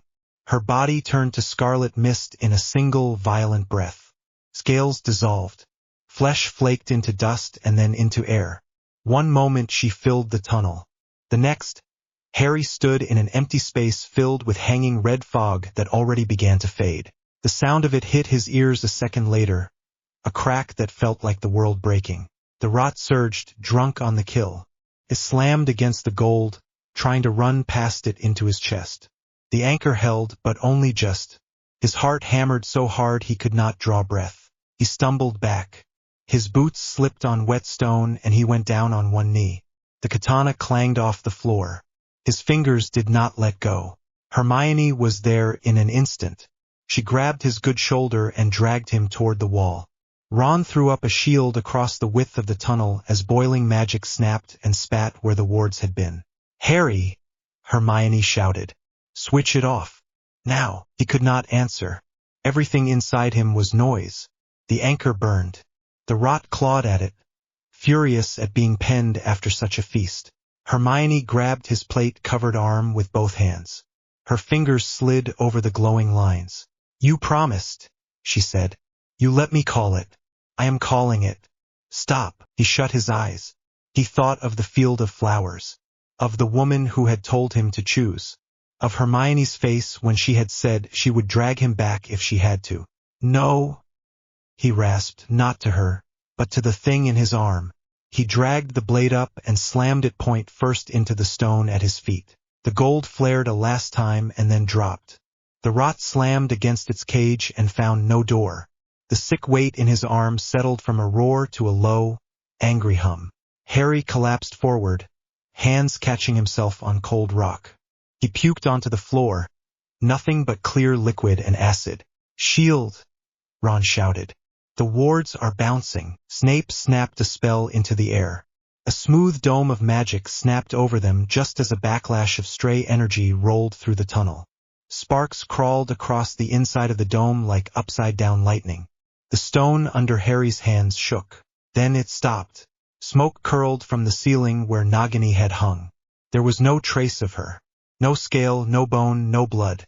Only a faint smear of black dust along one crack. Harry spat, wiped his mouth on his sleeve, and tried to breathe. His chest hurt with each inhale, but his heart kept going. Fast, but not frantic. Hermione kept one hand on his arm, the other on his back.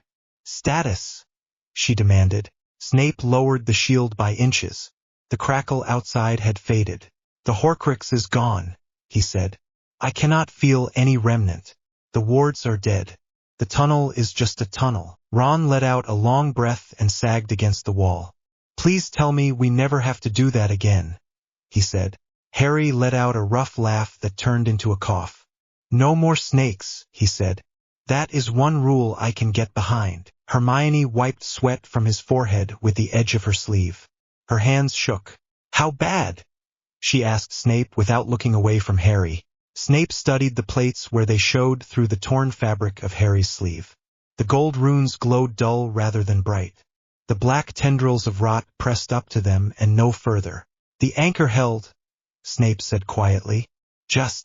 I do not recommend we stress it like that again unless you are very fond of risking cardiac collapse. Good to know, Harry muttered. He glanced at the spot where Nagini had been. A faint chill ran through him, the echo of the connection that had linked Tom to the snake. It was gone. The thread he had never wanted, the one that had tied his scar to the snake's mind, had snapped. The space where it had sat felt strangely light. Somewhere Voldemort was screaming. He could not hear words, just a distant roar of fury through the scar. Dumbledore's plan had worked. Time to leave, Snape said. He will move now. Ron pushed off the wall and offered Harry his good hand. Up you get, he said. You can fall over later. Harry took it and let Ron haul him to his feet. His legs wobbled but held. The sword felt heavier now, as if it had eaten and gone to sleep. Hermione stayed close, one hand hovering near his elbow in case he slipped. They moved back down the tunnel together, past the scorched stones and the dead runes, toward the faint square of light where the boathouse door waited. As they stepped out into the cold air, the lake slapped softly against the posts below. The sky above the water was a flat gray. No stars. McGonagall and Kingsley waited at the boathouse steps, wands out, eyes scanning the grounds. Both turned at the sound of their feet on the boards. Well, Kingsley said, you look like you lost a fight with a cauldron. Snake is gone, Ron said. Tunnel is a mess. McGonagall's eyes went to Harry's face, then to the faint smear of red on his sleeve, then back up. Can you walk? She asked. Mostly, he said. Ask me again in an hour. Then we move, she said. There is someone else about to realize what you have done, and I would rather we were not standing on a wooden platform when he does. They started up the path together, heading for the castle. Halfway up the slope, Harry's scar burned. He staggered. Hermione grabbed his arm. Kingsley was at his other side in a breath. What is it? Kingsley asked. He knows, Harry said through clenched teeth. Nagini is gone. He knows. The pain spiked, then shifted. Not just anger now. Shock. Fear. Sharp and cold. A feeling Harry had never felt from Tom before. He is scared, Harry whispered. McGonagall's eyes flashed. Good, she said. Dumbledore was waiting at the main doors. He pushed them open as they reached the top of the steps, gaze sweeping over them all. His eyes lingered on Harry's arm, then on his face. Well, Dumbledore said softly, I take it Nagini will not be joining us for supper. Dust, Harry said.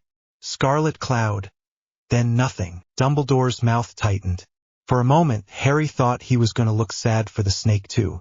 Then the headmaster nodded once.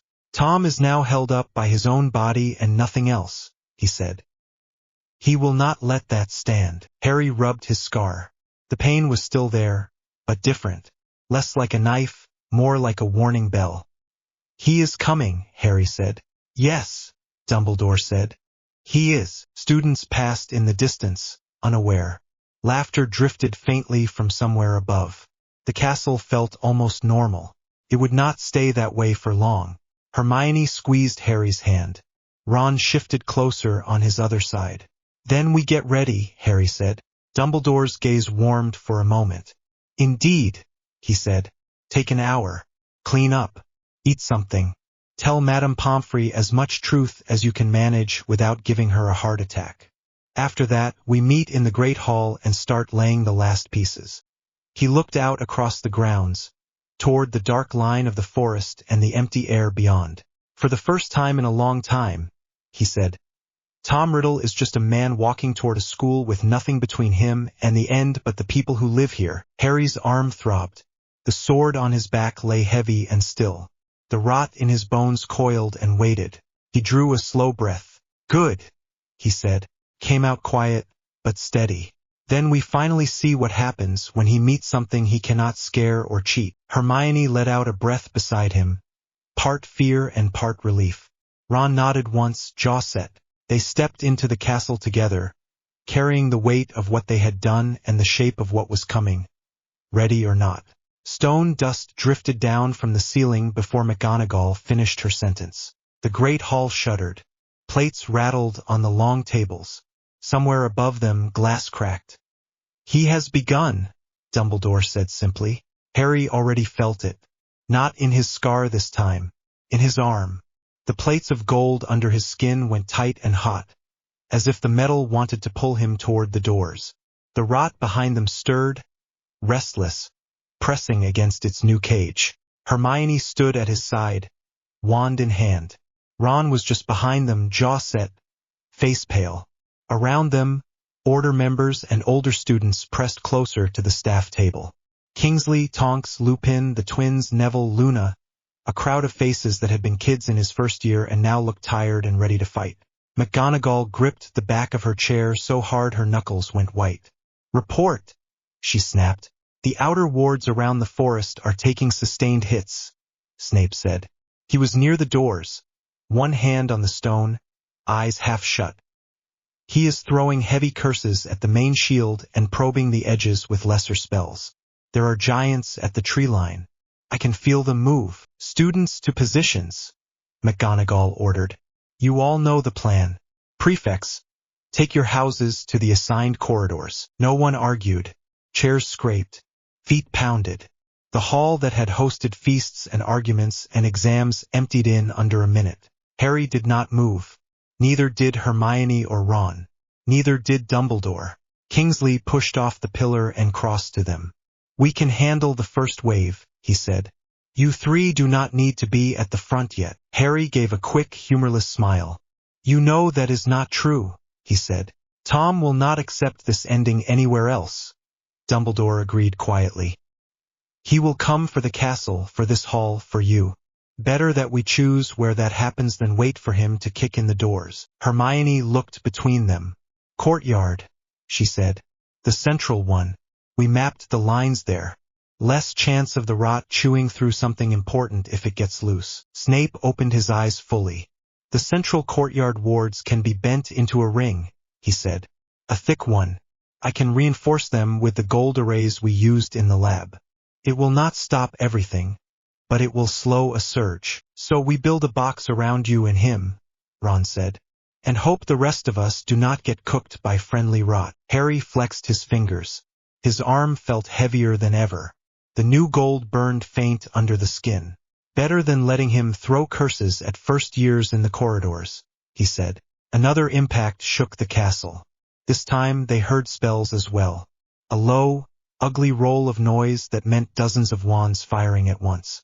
Dumbledore straightened. Minerva, he said. Hold the line in the upper corridors. Keep the younger students away from the windows.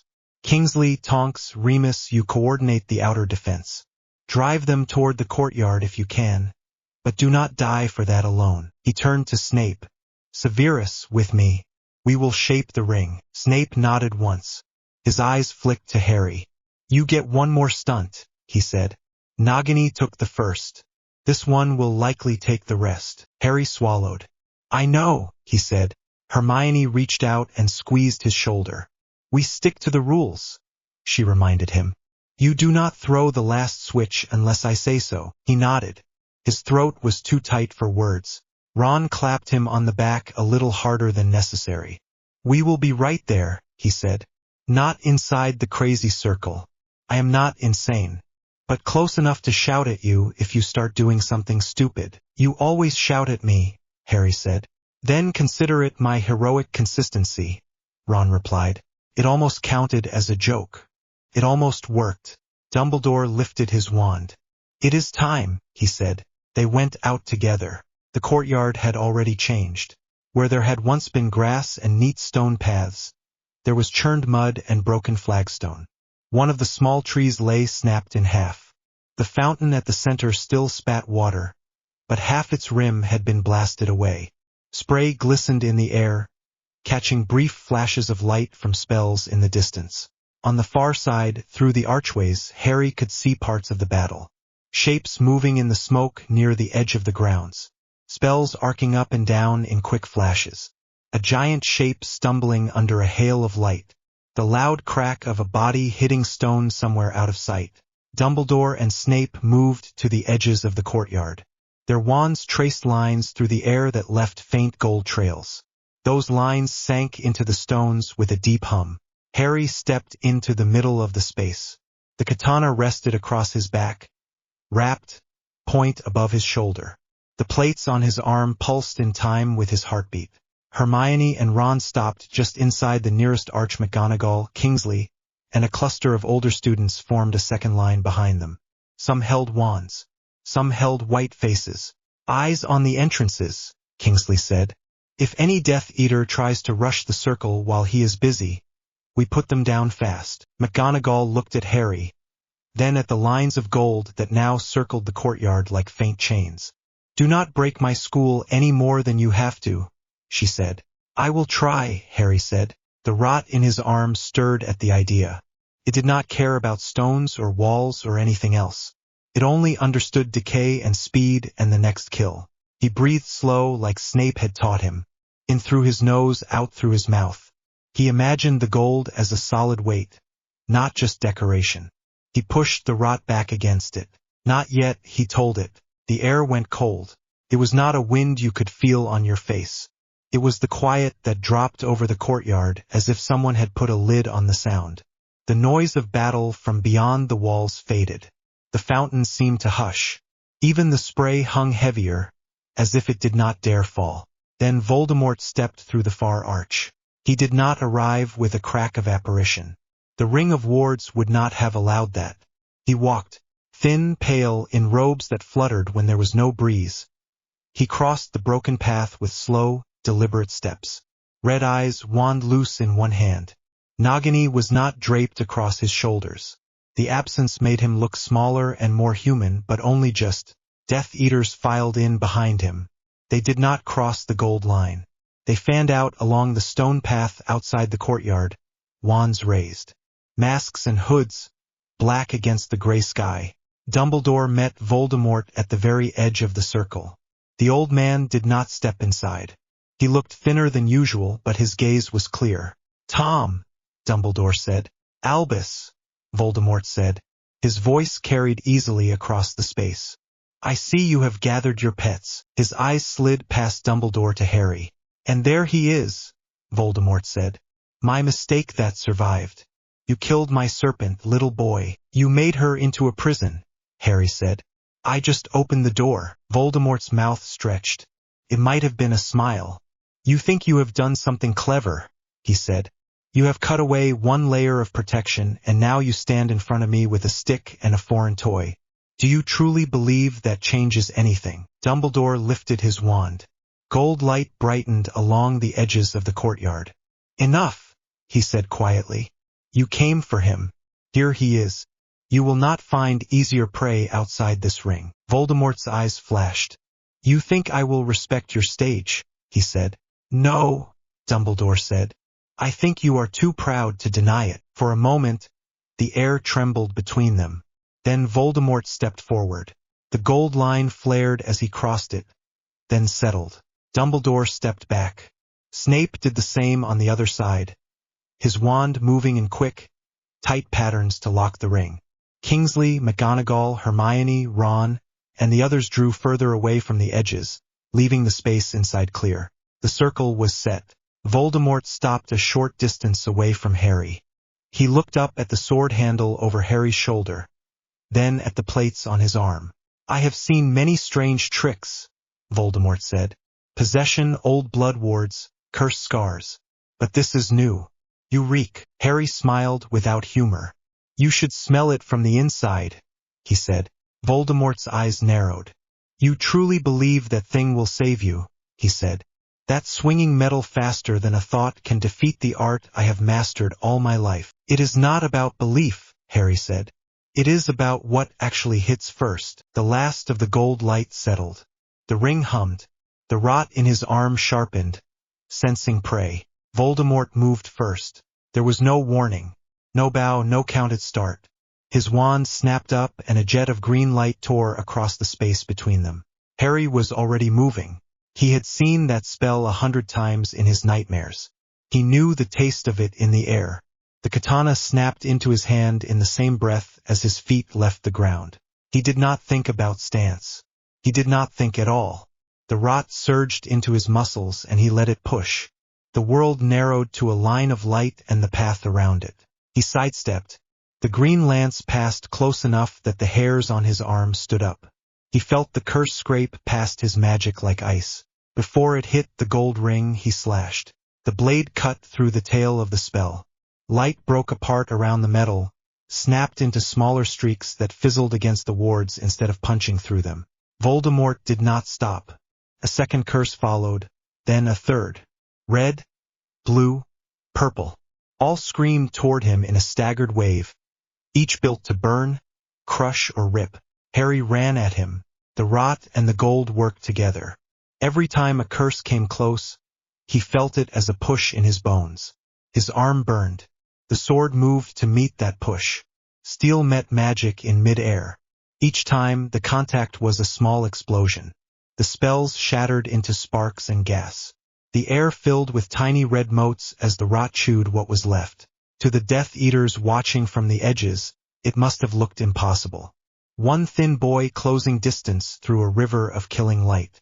Spells that should have torn him apart broke against a strip of gleaming metal.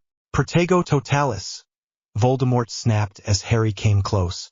A transparent wall snapped up between them, thick and layered with runes that crawled across its surface. Harry did not slow. Most shields stopped other spells. This one had been built for that purpose, not for steel. The katana hit the barrier with a clear, ringing sound. There was a sharp flash. The shield dented inward as if something heavy had slammed into it. The rot in the blade bit into the lines of magic that made up the wall. Runes warped and blackened. Harry struck again. Cracks spread out from the point of impact. The barrier went from clear to cloudy. Another swing, faster this time.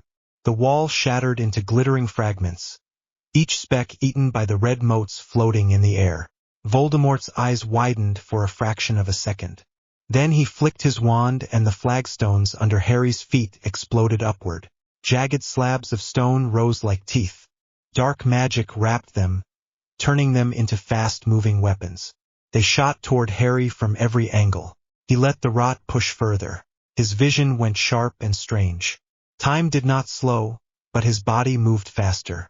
The katana spun through the air, cutting stone and curse together. Slabs turned to dust mid-flight. Shards that flew past him hit the gold line and melted into red sludge. One chunk of stone slipped through, clipped his left shoulder. Pain flared down his chest. He staggered. The great rune answered. Pain still burned, but there was a second pulse beneath it. An ugly beat inside his arm that said attack now or die. Voldemort saw the opening. A thin smile cut across his face. His wand flashed. A sickly yellow curse shot straight at Harry's chest. Something old and sharp, meant to rip organs rather than skin. Harry did not dodge. He stepped into it. The impact drove the breath from his lungs. It felt like a metal spike had gone through his ribs. His knees buckled. The great rune screamed in his veins. The plates of gold on his arm went white-hot. The rot surged forward, not outwards. It slammed into his muscles, into the hand that held the sword. Harry pushed with everything he had. He crossed the distance between them in one strange, stretched-out step. Voldemort's next spell was only a third-formed word when the katana cut across his chest. The blade did not just cut flesh, took magic with it. Harry felt the strike land as a pull. Life and power poured out of the wound and down the edge of the sword, then back into his arm. The pain in his chest eased just enough for him to breathe again. The great rune settled back to a hard, steady ache instead of a scream. Voldemort stumbled back, hand flying to his robes. His fingers came away slick with blood that smoked where it hit the air. The skin around the cut blackened in an instant, veins turning dark and brittle under the pale surface. He stared at his hand in disbelief, then at Harry. "You dare!" Voldemort hissed. "You dare feed on me. You hit me first," Harry said. His voice shook, but he stayed on his feet. "I just made it worth something." From the arch, Hermione made a small, strangled sound. Ron whispered something that might have been a curse at the universe. Voldemort's face twisted. "You think this is victory," he said. "You scrape and scratch and hide behind some outer plague, and you call that power. I am magic. I am the culmination of centuries of knowledge. You are a child with a blade and a borrowed sickness." Harry shifted his weight, sword ready. His chest hurt with every breath, but he could still move. The rot hummed, pleased with the taste of soul and blood. "Funny," he said, "because right now, the child with the borrowed sickness is the one still walking." Voldemort's composure cracked. For the first time, Harry saw something like real fear in those red eyes. It was buried under rage and pride, but it was there.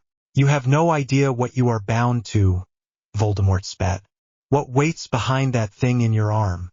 You will not live to see the end of it.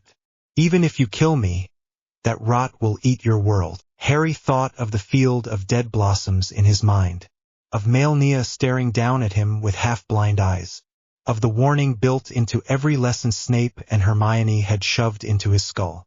"Maybe," Harry said, "maybe it tries. Maybe I spend the rest of my life stopping it. But you are not going to be here to watch." Voldemort laughed.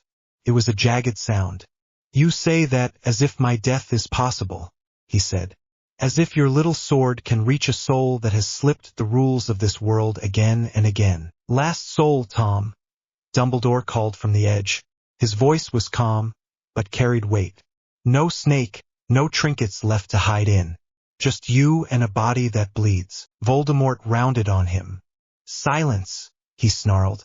A blast of red energy crashed against the gold ring near Dumbledore's feet, sending ripples across the barrier. The headmaster did not flinch. Snape added a second layer with a sharp flick of his wand. The ring held. Voldemort turned back to Harry. "Very well," he said. "Let me educate you." He raised his wand high and began to cast. This was not the quick snap of common curses. This was long and heavy. Old words spilled from his mouth, thick and sharp. Runes burned in the air around him. The ground at his feet darkened as magic sank into it. Harry felt the pressure build. The rot in his arm pushed back, wanting to answer. His heart hammered. Ancient war magic, Hermione breathed. He is binding it into the courtyard. What does that mean? Ron asked. It means he wants to turn this whole space into a spell, she said. If Harry steps wrong, the ground will kill him. Voldemort brought his wand down. Dark light raced out from him along the stones, drawing a rough circle inside the gold ring. Spikes of energy rose from that line, thin and jagged. A web of force formed between them, turning the open space into a cage of hostile magic. Move! The rot whispered inside Harry's bones. It had no voice, but the urge was clear. Move faster or die. Voldemort flicked his wrist and the spikes fired. Spears of darkness shot across the courtyard, each one aiming for a joint, an eye, a soft spot. At the same time, fresh curses poured from his wand, a storm of color and death. Harry went forward. There was no point in trying to keep distance now. The whole field had been turned against him. Every bit of space he left between them was another stretch of lethal ground. He let the rot flood his muscles. The gold anchor flared, taking the first bite of that rush. Pain ripped through his arm and shoulder, but his legs moved like they belonged to someone else, someone faster. He ducked under one spear, jumped over another, twisted sideways around a third. The katana flashed, cutting through two more. The shards dissolved into red dust before they could hit him. Curses slammed into the ground where he had just been, leaving deep scars in the stone that smoked and cracked. One grazed his leg. Fire tore up his calf. He stumbled, caught himself, pushed on. The great rune pulsed again, hungry. Voldemort tried to back away, firing spells as he went. He was fast for a man his age, his reflexes sharpened by years of fear and practice. He threw up another layered shield, thicker than before. Circles of magic nested inside each other. Harry saw the next seconds clearly. If he slowed to chip at that barrier, the field of spears would close in. The curses would build in layers until he drowned in them. So he did not slow. He leapt. For a heartbeat, he was above the stone, above the spears, above the web of dark lines. The rot pushed him higher, then dragged him down in a sharp arc. Waterfowl dance. Melinia had shown him once in that dead field. Cut the air, then cut again before anyone could track you. Move in tight loops. Never give them time to breathe. Harry landed in front of the shield in a spray of red motes. The first slash hit the barrier and warped it. The second followed before the ripples could settle. The third and fourth crashed into the same point, faster than thought. The shield snapped like glass. Voldemort had time to raise his wand, eyes wide, as Harry carried the momentum through.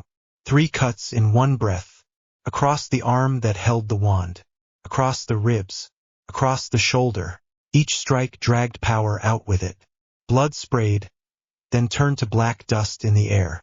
Flesh split and did not bleed right. Where the blade had gone, decay bloomed. Voldemort screamed. The sound was rage and terror and disbelief all at once. He staggered back, clutching at wounds that only grew worse under his hands. "You cannot," he gasped. "You cannot do this to me." Harry stood in front of him, chest heaving.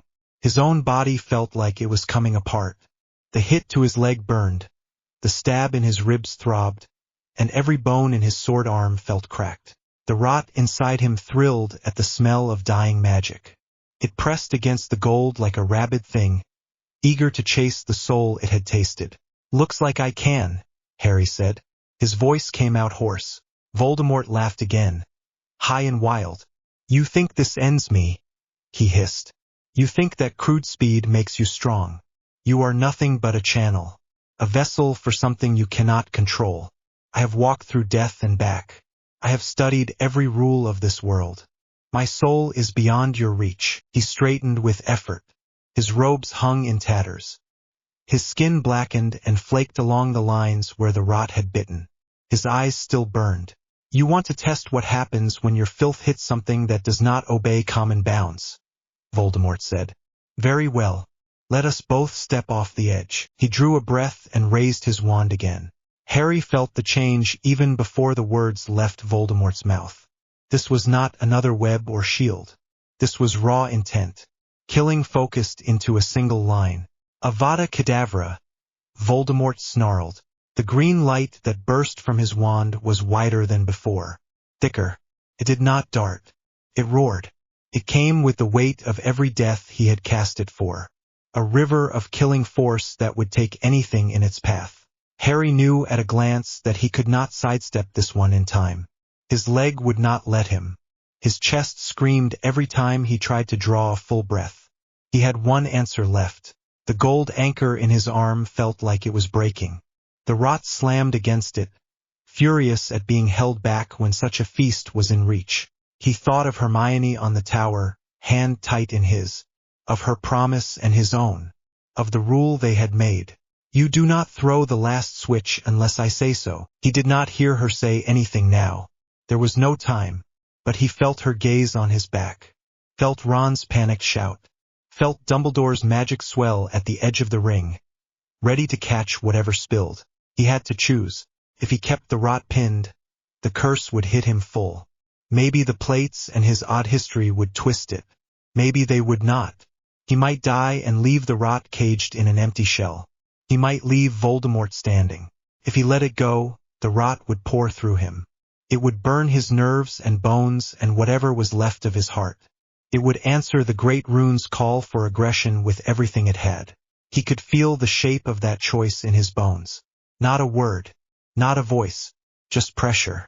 He stepped forward. Fine, Harry whispered. Take it. He stopped holding back. The gold plates on his arm flared, then cracked. Not physically, but inside his sense of them. The neat loops Hermione had built in the runes snapped open one by one. The rot did not leak. It erupted. Scarlet light burst from under his skin. It climbed his arm in thin, burning lines, ran across his chest, down his side, into his legs. His vision filled with red and white. Every sound distanced for a second, then came back twice as loud. The air around him thickened. Little motes of rot that had floated lazily before now swarmed, pulled in tight to his body. They spun round him, fast and faster, until they formed a rough, swirling ring. He felt his flesh tear in places as the rot tried to push out. Felt the gold shove it back just enough to hold shape. It hurt so much he could not breathe, and under that pain, speed. The line of green that had looked so fast a second ago now crawled toward him. Harry moved. Waterfowl dance again, but no longer held in human limits. He sprang up and forward. The world blurred. He felt the edge of the killing curse pass under him, felt the cold of it brush his boots, then was already past. He streaked across the courtyard in a series of short, vicious arcs. Each landing was a blur of stone and blood and red light. Each takeoff threw more rot into the air. The first cut met the side of the curse itself. The katana sliced into the green beam. It did not stop it entirely, but it split a chunk off. That chunk spun away and died against the gold ring. The second cut hit Voldemort's wand arm. The rot flooded the limb, eating magic and nerve at once. Fingers convulsed. The curse wavered. The third, fourth, fifth strikes followed in a tight pattern, all aimed at the same point in his chest. Not at the ribs, not at the lung, at the place Harry had been shown in that dead flower field. The anchor. Steel met flesh and soul. For a moment Harry saw it, not with his eyes, with the rot, a knot of magic twisted round a shard of will. A cold, tight knot that had cheated rules and stolen lives. The Horcrux inside Nagini had felt like a separate thing. This did not. This was Voldemort himself, clinging to his own essence and refusing to let go. The rot struck it. There was no sound he could describe. His ears registered a crack, like stone splitting under too much weight. His bones felt something deeper, a snap that made his teeth hurt. The knot came apart. Voldemort's eyes went wide. The red bled out of them, leaving pale, glassy gray. His mouth opened on a last word that never made it out. His body began to fall apart before it hit the ground. Rot raced along the lines Harry had cut. Flesh crumbled. Skin peeled away in flakes that dissolved into red dust before they reached the stones. Robes folded in on themselves as they lost what had held them up. The wand clattered to the ground, then cracked and flaked apart too. For a heartbeat, A thin shadow hung where his body had been. A faint outline of a man, stretched and ragged. The rot reached for that as well. Harry felt it as the last act of the strike. The rot did not just eat flesh. It bit into the soul that had tried to outlast death. It dragged it down, broke it, and scattered it into nothing. There was no scream, no ghost, no residue. One moment, Voldemort existed in front of him as a thing that had twisted his life from the start. The next, there was only dust and empty robes collapsing onto the stone. The killing curse snuffed out like a candle. Harry landed hard on one knee. The sword point scraped the stone. His arm shook. The rot did not stop. It had found a feast and torn it apart. Now it turned on whatever was left. Him. He felt it surge back into his own flesh, angry at losing the new toy. It battered the cracked gold, looking for gaps. Scarlet light flared brighter along his skin, spreading up his neck, down his back. The air in the courtyard thickened again. The motes that had spun round him spread outward, forming a wider ring. Stone under his feet began to darken and crack. Hermione screamed his name. He barely heard her. His heart pounded so hard it felt like it might burst. His vision went in and out. At the edge of the ring, Dumbledore slammed his wand into the ground. Gold light surged up, trying to meet the red. Snape shouted something and added his own magic, dragging the lab arrays into place round the courtyard stones. Kingsley grabbed Hermione round the waist as she tried to run forward. Ron threw up a shield without even thinking, a clear dome in front of the arch to catch any stray burst. The rot kept pushing. Harry could feel something building under his feet now, not just inside his chest and arm. In the stone itself. The rot wanted to bloom here, to burst out in a true scarlet Ionia, to turn this whole courtyard into a crater of decay. He tried to pull it back and got only a flash of pain that made his vision white. His fingers went numb. The katana almost slipped from his hand. Out of the corner of his eye, he saw the fountain crack. Water turned dark. The small tree at the edge of the space blackened from the roots up, leaves dropping in a sudden, brittle rain. "Harry!" Hermione shouted again. Her voice shook. "Hold it, please." He dug his fingers into the hilt until his nails hurt. He could not breathe. Every part of him felt on fire and frozen at once. Above the roar in his head, a different sound cut through. Dumbledore, shouting words in a language Harry did not know, forcing more gold into the ring. The red and the gold slammed into each other.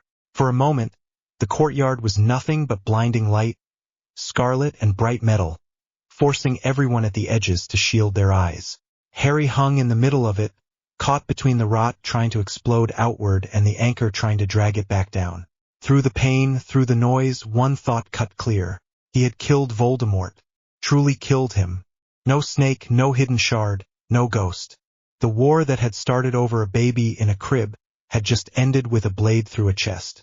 And if he let go now, he might take the rest of the world with him. The light swelled again. The stone under his knee groaned. Then everything snapped. The chapter broke there, with Harry caught in that blinding clash, the rot blooming wild and the gold fighting to cage it, while the people who loved him watched from the edge, helpless, as the boy who lived tried not to become the plague that ended everything. The light did not feel like light anymore. It was weight, pressure, heat and cold together. Harry hung in the middle of it, one knee on the stone, the katana point scraping against the floor. Scarlet motes spun round him in tight rings. Gold lines pushed back from under his skin and from the ward circle at the edge of the courtyard. Outside the ring, everyone else could only see colors. Hermione threw an arm up to shield her eyes. Her wand shook in her other hand. The air in front of her rippled, hot and sharp, like standing too close to a blown cauldron. "Harry!" she shouted again. Her voice came out thin under the roar. Kingsley held her cloak with one hand to stop her from running straight into the blast. "Wait!" he snapped. "You go in there now and you melt." "He will melt," she shot back. Inside the ring, Harry could not hear her words, only the shape of them. The rot was everywhere. It filled his chest, his lungs, the space under his ribs. His arm was a streak of fire from fingers to shoulder. The gold plates that Hermione and Snape had built screamed in silent strain, trying to hold a sea with thin walls. The stone under his knee shifted. A crack ran out from the point where the sword tip touched the floor. It spread in a spider pattern under him.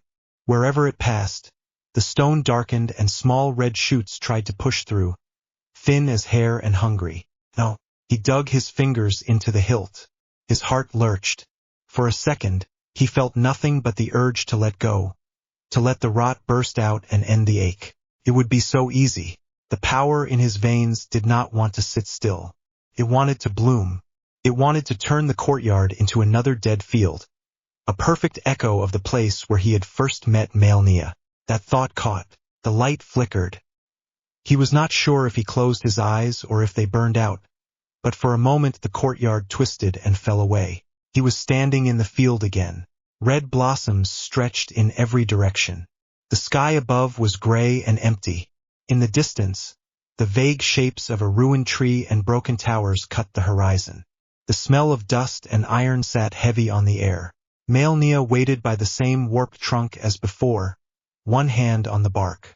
Her face was as he remembered it, scarred and tired and calm. Her sword rested point down at her side. "You pushed it too far," she said. Her voice was steady, not angry.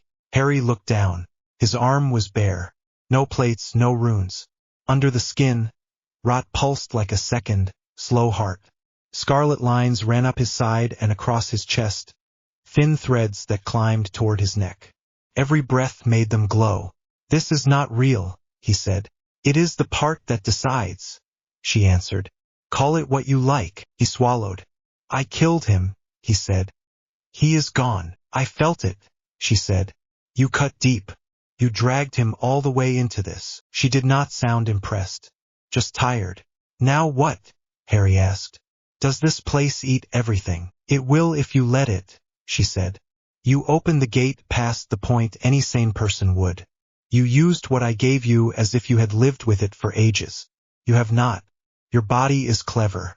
It is not that clever." He looked round at the endless red. "If I stop fighting," he said slowly, "this blooms out there." "Yes," Melinia said. "Your world becomes this. The stone, the trees, the people you love. All of it under this color. All of it dead and still and mine." Her eye twitched. "Well," she added, "not mine. Not anymore. You have a piece of the madness now." Harry curled his hand into a fist. The rot inside his arm answered with a pulse. It did not feel like a voice. It felt like a demand. "So the choice is simple," he said. "I let go. Everyone dies. Or I hold on. I die." "Not only you," she said. "Bodies break. Worlds crack. There is not always a neat trade. You might burst and still take half that castle with you." "Helpful," he said. Melinia watched him for a long moment. "You could let it bloom and stay here," she said quietly. "Join the rot. Become more than a boy with a sword. There is a certain peace in that." Harry stared at her. He thought of Hermione on the tower, fingers tight in his cloak. Of Ron at his shoulder, frightened and flippant at the same time. Of Ginny, Neville, Luna, the Weasleys at their kitchen table. Of Dumbledore and Snape and McGonagall, all looking at him in that courtyard with a mixture of pride and fear and regret. He thought of Hogwarts, of the smell of breakfast in the hall, of the way the common room sounded on a warm evening, of Quidditch shouting and library dust and Peeves throwing ink at pictures. Then he looked at the field again, at the stillness. "No," he said. The word came out small, but it was steady. "I am not staying here," he went on. "I am not making them live with this. I am not tearing the castle open so I can float in a red puddle and pretend I am a god." Melinia tilted her head.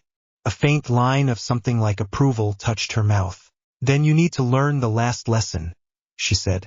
"I thought this was the last lesson," he said. "You thought wrong," she said. "You learned how to swing, how to bleed, how to steal.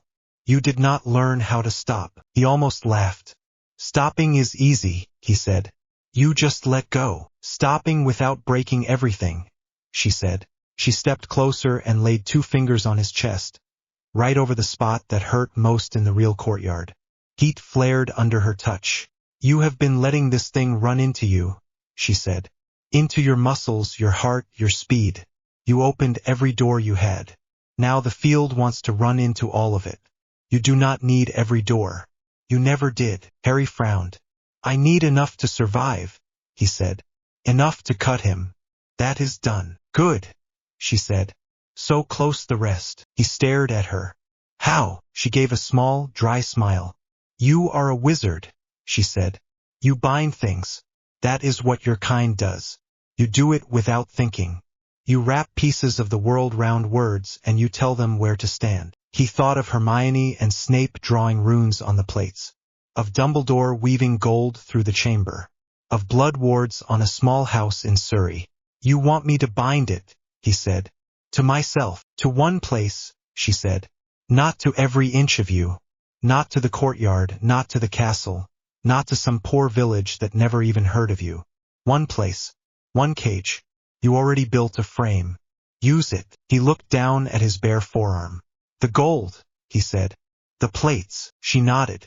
You break yourself a little more, and in return the world gets to keep breathing, she said. It will hurt. It will make the curse harder to move next time. You might never reach this speed again. You make that trade or you do not. This is your choice. Not his, not mine. He thought again of Hermione, voice tight as she said the word promise. Of the way Ron had insisted on stupid jokes to make the fear feel smaller. Of Dumbledore saying he was proud and sorry in the same breath. He did not want glory. He wanted more mornings. Fine, he said. His throat ached. Tell me how. Melinia shook her head. I am not in your arm, she said. You are. The rune already lives there. The gold already knows your bones. You know how to pull in magic. Now learn how to shut a door behind it. Her image flickered. The field wavered. The gray sky above buckled like cloth. Hurry, she added. Your friends are screaming. The field dropped away. The roar of the courtyard crashed back over him, 10 times louder. He was on his knees, sword clutched in both hands, scarlet light pouring off his skin. His heart slammed against his ribs. His lungs felt packed with smoke. The rot wanted out. The gold wanted in. He could feel the plates round his arm hanging on by threads.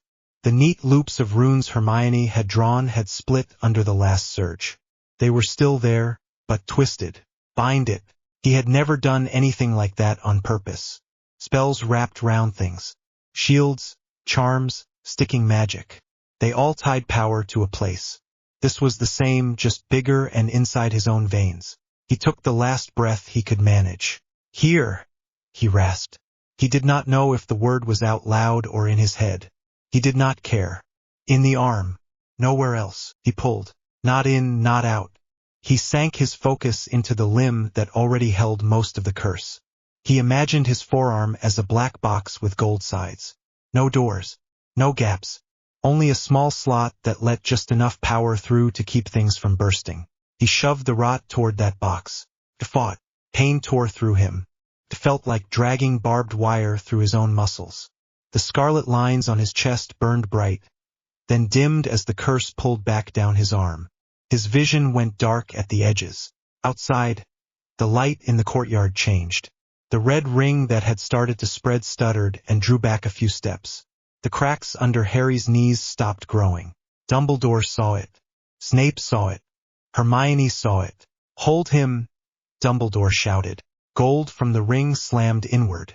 Snape twisted the wand patterns for the lab arrays in a new way, driving the gold along the lines that led straight to Harry's arm. Hermione tore free of Kingsley and ran to the very edge of the circle. Ron moved with her, wand up, face set. Harry, she called. Grab on. She thrust her hand toward him, fingers stretched as if she could reach across the space. He could not touch her. The rot would have eaten her before she got 3 steps in. He grabbed the idea instead. Not alone. He used that as a handle, something to wrap the binding round. The rot screamed in his bones. The great rune pulsed like a second heart. Gold met scarlet in a blinding spike of pain. He forced it down, into the arm, into the plates, into the small space he had decided on. Every shred that tried to cling to his chest he dragged along. Every thread that tried to sink into the stone he yanked back up and shoved into the box. Light flared one more time, painful and sharp. Then it snapped out. Harry hit the stone. The sword clanged away from his hand. The courtyard stank of burnt stone and iron. Silence fell. For a second, nobody moved. The air still felt thick, like the moment after lightning strikes when everything waits to see if there is another bolt coming. Harry's chest rose once, shallow, then again. Hermione sagged with it. Dumbledore and Snape dropped the last of the gold into the stones and let the ring fade. The faint glow round the courtyard edges went out. Hermione sprinted across the space before anyone could stop her. Ron was at her shoulder. Kingsley swore and followed, shield already forming in front of them in case something still snapped. They reached Harry together. He lay on his side, eyes closed, hair plastered to his forehead with sweat. The sleeve on his cursed arm was burned away to the elbow. What showed under it did not look like the plates from before. The gold had fused. It no longer looked like separate bands. It looked like a single-piece wound round his forearm, set into the skin. Runes had sunk deep, some half vanished, some bright. Under the metal, faint dark threads pulsed, but they did not climb past the edge. Hermione dropped to her knees beside him. Her hands hovered over his chest, then went for his wrist instead. Pulse. Fast, thin, shaky. But there. She let out a breath that shook harder than his. "Harry," she whispered. "You did it. You stubborn idiot. You did it." His eyes fluttered open. For a moment they looked wrong, full of too much red. Then the color settled back to normal green, tired and foggy. "Alive," he croaked. "Barely," Ron said. His voice cracked. "Do not do that again." Harry tried to smile, came out crooked. "He is gone," he said. Hermione nodded. "He is gone," she said. "We checked. There is nothing left." Her voice was steady on the words, but tears ran down her face. At the edge of the courtyard, the Death Eaters broke. Some had already fallen when the ring flared. When Voldemort's body had collapsed into dust, the rest had stared in frozen horror. Now, with the light gone and no Dark Lord standing, they panicked. A few dropped their wands and fell to their knees. Others spun and ran, only to meet spells from the outer line. Stunners, bindings, the odd tripping jinx that sent a masked figure sprawling. Nobody on the castle side shouted in triumph. They just did what had to be done. McGonagall barked orders. Kingsley and Tonks moved to secure the ones who surrendered. Lupin checked the fallen. Fred and George leaned on each other, faces white, sharing a look that said they would laugh later or never. Dumbledore walked forward until he stood over the pile of robes where Voldemort had stood. There was nothing inside them. No bones. No ash. Just cloth and a wand that had cracked and flaked apart. Snape joined him. His face was blank, but his eyes were old. "It is over," Dumbledore said. Snape gave a short, rough sound. It might have been agreement. They both turned to where Harry lay with Hermione and Ron crouched beside him. Poppy Pomfrey burst into the courtyard a moment later, robes flapping, expression already furious. "What have you done to him now?" she demanded. "Save the world," Ron said. "Standard Tuesday." "Ron," Hermione snapped, half laugh and half sob. Pomfrey pushed him out of the way and bent over Harry, hands moving fast. Diagnostic spells lit his chest and arm in pale green. "Heart irregular but holding," she muttered. "Lung damage. Strain on the spinal line. Foreign curse compressed in the limb." She glared at the fused gold. "I told you I do not like trying to heal round that thing," she said. Harry gave a faint grin. "Hello to you too," he whispered. "Do not you hello me," she snapped. "You are going to the hospital wing. Now." She flicked her wand. A stretcher rose out of the air under him. Hermione grabbed his good hand before the spell lifted him too high. "Do not let go," Harry said, words slurring at the edges. "I am not going anywhere," she said. Ron touched his ankle briefly, then stepped back so the stretcher could pass. Dumbledore moved aside and watched them go. His shoulders slumped with tired relief. His eyes were bright. Snape stood with his arms folded, jaw tight. Harry caught his gaze for a moment as the stretcher went past. Snape gave the smallest nod Harry had ever seen. Then the hospital wing doors swallowed him and the world fuzzed out. He woke to quiet again. This time the light had a softer feel. Late afternoon, maybe. The ceiling above him was familiar. So were the faint smells of potions and cleaning charms. He turned his head and winced. Everything hurt, but the wild burn from before was gone. In its place, a deep, solid ache sat in his arm and chest, like he had been hit by a bludger and then trampled by the team. Twice. Hermione was in the chair at his bedside, head resting on her folded arms near his hand. Ron was in the next chair, slumped back with his mouth open, snoring softly. Someone had draped a blanket over both of them. Harry smiled despite himself. He shifted his fingers. Hermione stirred at once. Her eyes snapped open. "You are awake," she said. Her voice was raw and full of sleep. "Seems like it," he said. Ron snorted himself awake a second later and sat bolt upright. "I was not sleeping," he said. "I was guarding." "Of course you were," Hermione said. Harry pushed himself up a bit. Pain flared, but it was a normal kind of pain. Muscles, ribs, nothing alien. "How long?" he asked. "A day," Hermione said. "You scared us worse than with the ring." "Hard to beat exploding the Dark Lord," Ron said. "But you gave it a good go." Harry looked down at his arm. Madame Pomfrey had wrapped it in clean bandages from wrist to elbow. He could still see the shape of the plates under the fabric, but the metal felt different. He lifted his fingers with care. They moved, stiff but responsive. The constant itch of the rot had faded to a low, unpleasant hum. "What did we manage?" he asked. "Truth." Hermione blew out a slow breath. "The rot is still there," she said. "You did not erase it. You forced it into the arm and locked it." Ron nodded. "Snape said something about a sealed engine," he said. "Power in one place, everywhere else normal." "Normal for you," Hermione added. "Your heart took a beating. So did your spine. Pomfrey said you will have days when you feel older than Dumbledore." Harry pulled a face. "Brilliant," he said. "She also said you can still live a long life if you do not keep trying to make yourself explode." Hermione went on. "Noted," he said. He flexed his forearm again, feeling the weight there. "Speed?" he asked. Hermione hesitated. "You are not moving like you did in the courtyard," she said. "You should not try. The anchor is thicker now. It will not let that kind of flood through again without tearing itself and you apart. So no more half-blink across the field tricks," Ron said. "Which I am honestly fine with. Watching you do that was bad for my nerves." Harry leaned back against the pillows. "So I pay for it," he said quietly. "He is gone and I pay for it." Hermione reached for his hand. "We also get to live," she said. "All of us. That counts." He looked at her. Her eyes were tired, but steady. "What about the sword?" he asked. Ron made a face. "It is in the headmaster's office," he said, "under about 20 layers of wards." McGonagall nearly hexed Snape when he suggested leaving it in the courtyard for study. Hermione nodded. "Dumbledore wants you present when we decide what to do with it," she said. "He said it is your burden as much as anyone's." "Of course he did," Harry muttered. There was a knock at the open door. Dumbledore and Snape stood there together.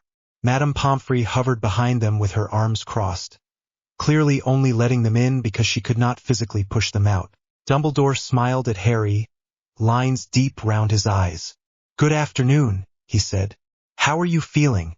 On a scale from dragon trampling to mild annoyance. "Somewhere between giant stomp and troll club," Harry said. "Progress," Dumbledore said. Snape stepped closer to the bed. "Any dizziness?" he asked. "Blurred vision. Sudden urges to carve circles in the floor." "Severus," Pomfrey said sharply. Harry shook his head.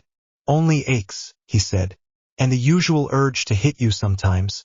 But that is not new." Ron snorted. Hermione covered a smile with her hand. Snape let out a breath that might have been a laugh or just relief. "The curse is stable," he said. "Unpleasant but stable. The binding you attempted was crude, but the arrays picked it up and finished the job." "So it worked," Harry said. It should not have, Snape replied. You had no training for that sort of internal binding. You got there on stubbornness and a rotten sort of luck. Do not try it again. That is the plan, Harry said. Dumbledore's gaze went to the bandaged arm, then back to Harry's face. Tom Riddle is gone, he said quietly. No trace of his soul remains anywhere I can reach. No charm, no curse, nothing. Harry's chest loosened. Hearing it like that made something settle inside him. Good, he said. The world will build stories, Dumbledore went on. They already are. You will be called many things. The boy who lived, the boy who cut, the one who carried rot and did not let it win. Only you will know how much of that was you and how much was the people around you. Harry glanced at Hermione and Ron. I know, he said. Dumbledore's mouth curved. We still have one more choice to make, he said. About the blade. Snape nodded. It is a point of contamination, he said. Power and curse in one convenient stick. If it stays in this world, someone will try to use it. Someone less careful than Potter. Thanks, Harry said dryly. That was a rare compliment, Snape replied. Hermione straightened in her chair. We send it away, she said. Back where it came from. Harry blinked. Is that even possible? He asked. Dumbledore looked thoughtful. The link between the sword and the place it came from still exists, he said. I felt a tug when you first drew it. It is weaker now. Your binding pulled more of it into you. But there is a path. Snape frowned. Opening a path deliberately when we just managed to seal this breach is madness, he said. So is keeping that thing here, Hermione shot back. We do not need another person making a deal with it in 20 years. Ron rubbed his face. I am with Hermione, he said. No offense, Harry, but I do not want future kids poking a cursed sword under their beds, because someone thought it was a neat museum piece. Harry looked down at his arm. The hum under the bandage was not eager now. Felt sullen. If there is a way to send it back without tearing anything open, he said slowly. We should do it. Dumbledore nodded. There might be, he said. Not today. Not tomorrow. When you can stand without swaying, we will go to the chamber and see what can be done. The place already carries your rot and our gold. It is as safe a testing ground as any. Pomfrey huffed. He will not be standing anywhere until I say so, she said. You can have your cursed field trip in a week. Maybe 2. Harry opened his mouth to argue. His arm gave a heavy throb of protest. Fine, he said. Dumbledore smiled. Very wise, he said. In the meantime, eat, rest, and let people talk nonsense about you in the corridors. You have earned a little nonsense. He turned to go, then paused. Harry, he said without looking back. You made a choice in that courtyard that I never had the courage to make. You held on. The words hung there for a moment. Then he left, taking Pomfrey with him as she muttered about visitors and rest. Snape stayed a second longer. You are not done paying for it, he said quietly. Bodies have long memories, so do curses. But you are not alone with it. Remember that. Harry met his eyes. I will, he said. Snape nodded once and walked out. The room felt bigger without them. Ron let out a long breath. Well, he said. That was cheerful. Hermione rolled her eyes. She gathered herself and leaned closer to Harry. How do you feel? She asked. Tired, he said. Relieved. Hungry. Ron brightened. Good, he said. I will get food. If anyone stops me, I will tell them I am on vital patient duty. He shuffled off, still limping a little, and left them alone. Hermione studied Harry's face. You scared me, she said again. I keep doing that, he said softly. Sorry, she shook her head. You do not get to apologize for saving the world, she said. You can apologize for not warning us before you decided to jump in front of that last curse. I did not have time, he said. Not good enough, she replied. He laughed, then winced as his ribs complained. I did remember the promise, he said. About the last push. Her eyes softened. I know, she said. I felt it. I do not know how, but I did. When you pulled it back instead of letting it explode, I felt it. He looked down at their joined hands. I did not do it alone, he said. Even in that field. Your rules, Snape's stupid tests, Dumbledore's wards. All of it was in my head. All of you were there. She shifted her chair closer and rested her head against his good shoulder. Good, she said. Because you are stuck with us. He turned his cheek against her hair. It smelled like smoke and hospital soap. Stuck sounds nice, he said. They went back to the chamber a week later. Harry walked the whole way, even when the stairs made his leg ache. Hermione walked beside him, one hand ready near his elbow. Ron trailed a few steps behind, carrying a bag of vials and notes. Snape led the group. Dumbledore followed last. The chamber looked different now. The pool at the base of the carved face had a dark ring where the rot had spilled before. Someone had cleaned most of it, but the stone there would never be quite right again. The center of the floor still showed scorch marks from the circle.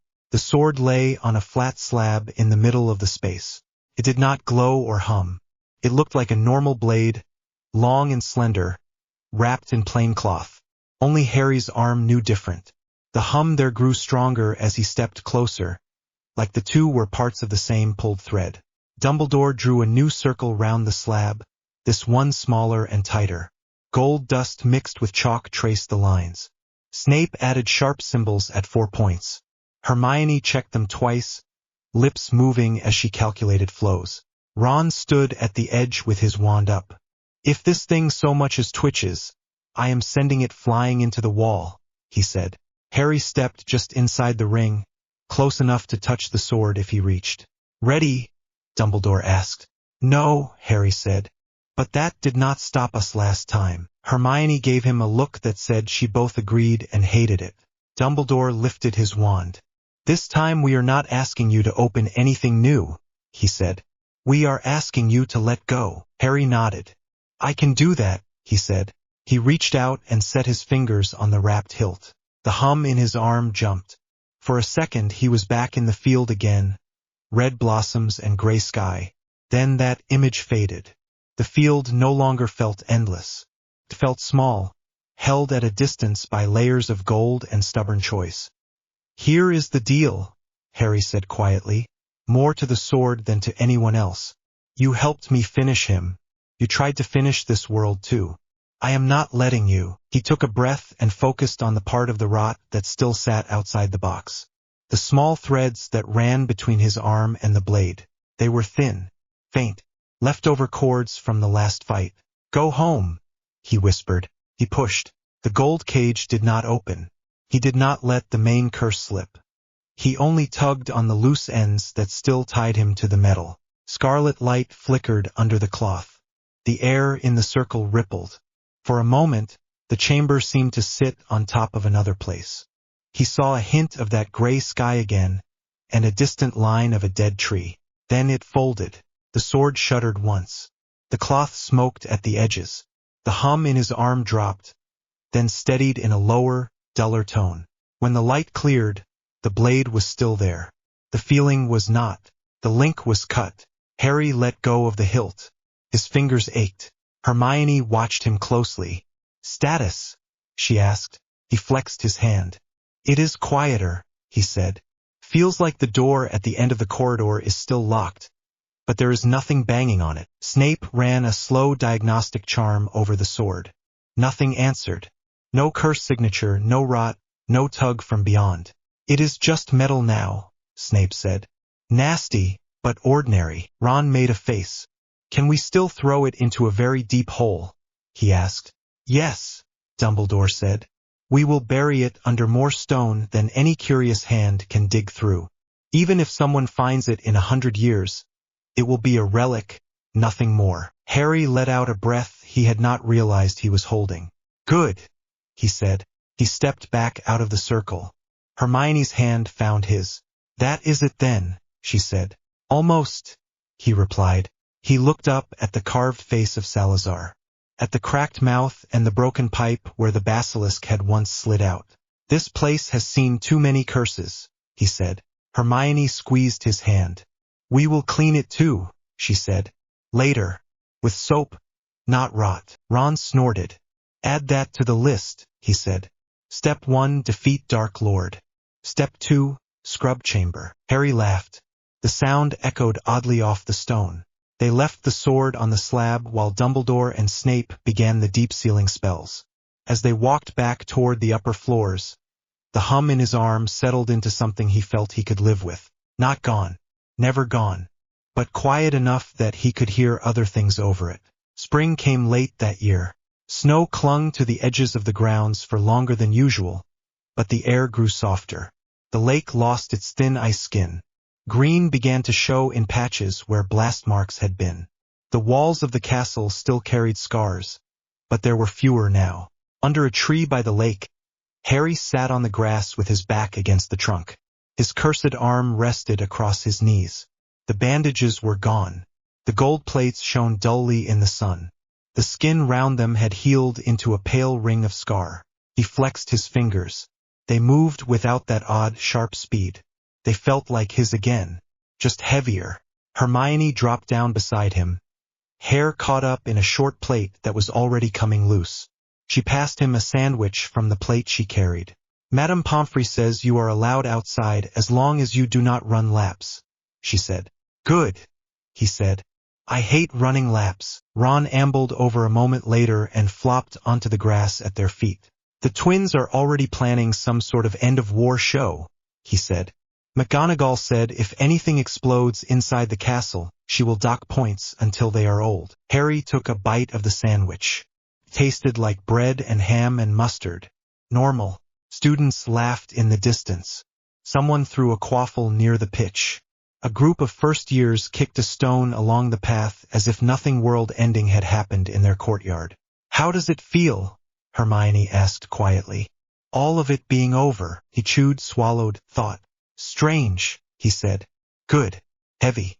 I keep expecting to look up and see him at the edge of the forest again. Hermione nodded. Me too, she said. Ron picked at a bit of grass. Mum sent a letter, he said. She says you are all invited for the summer.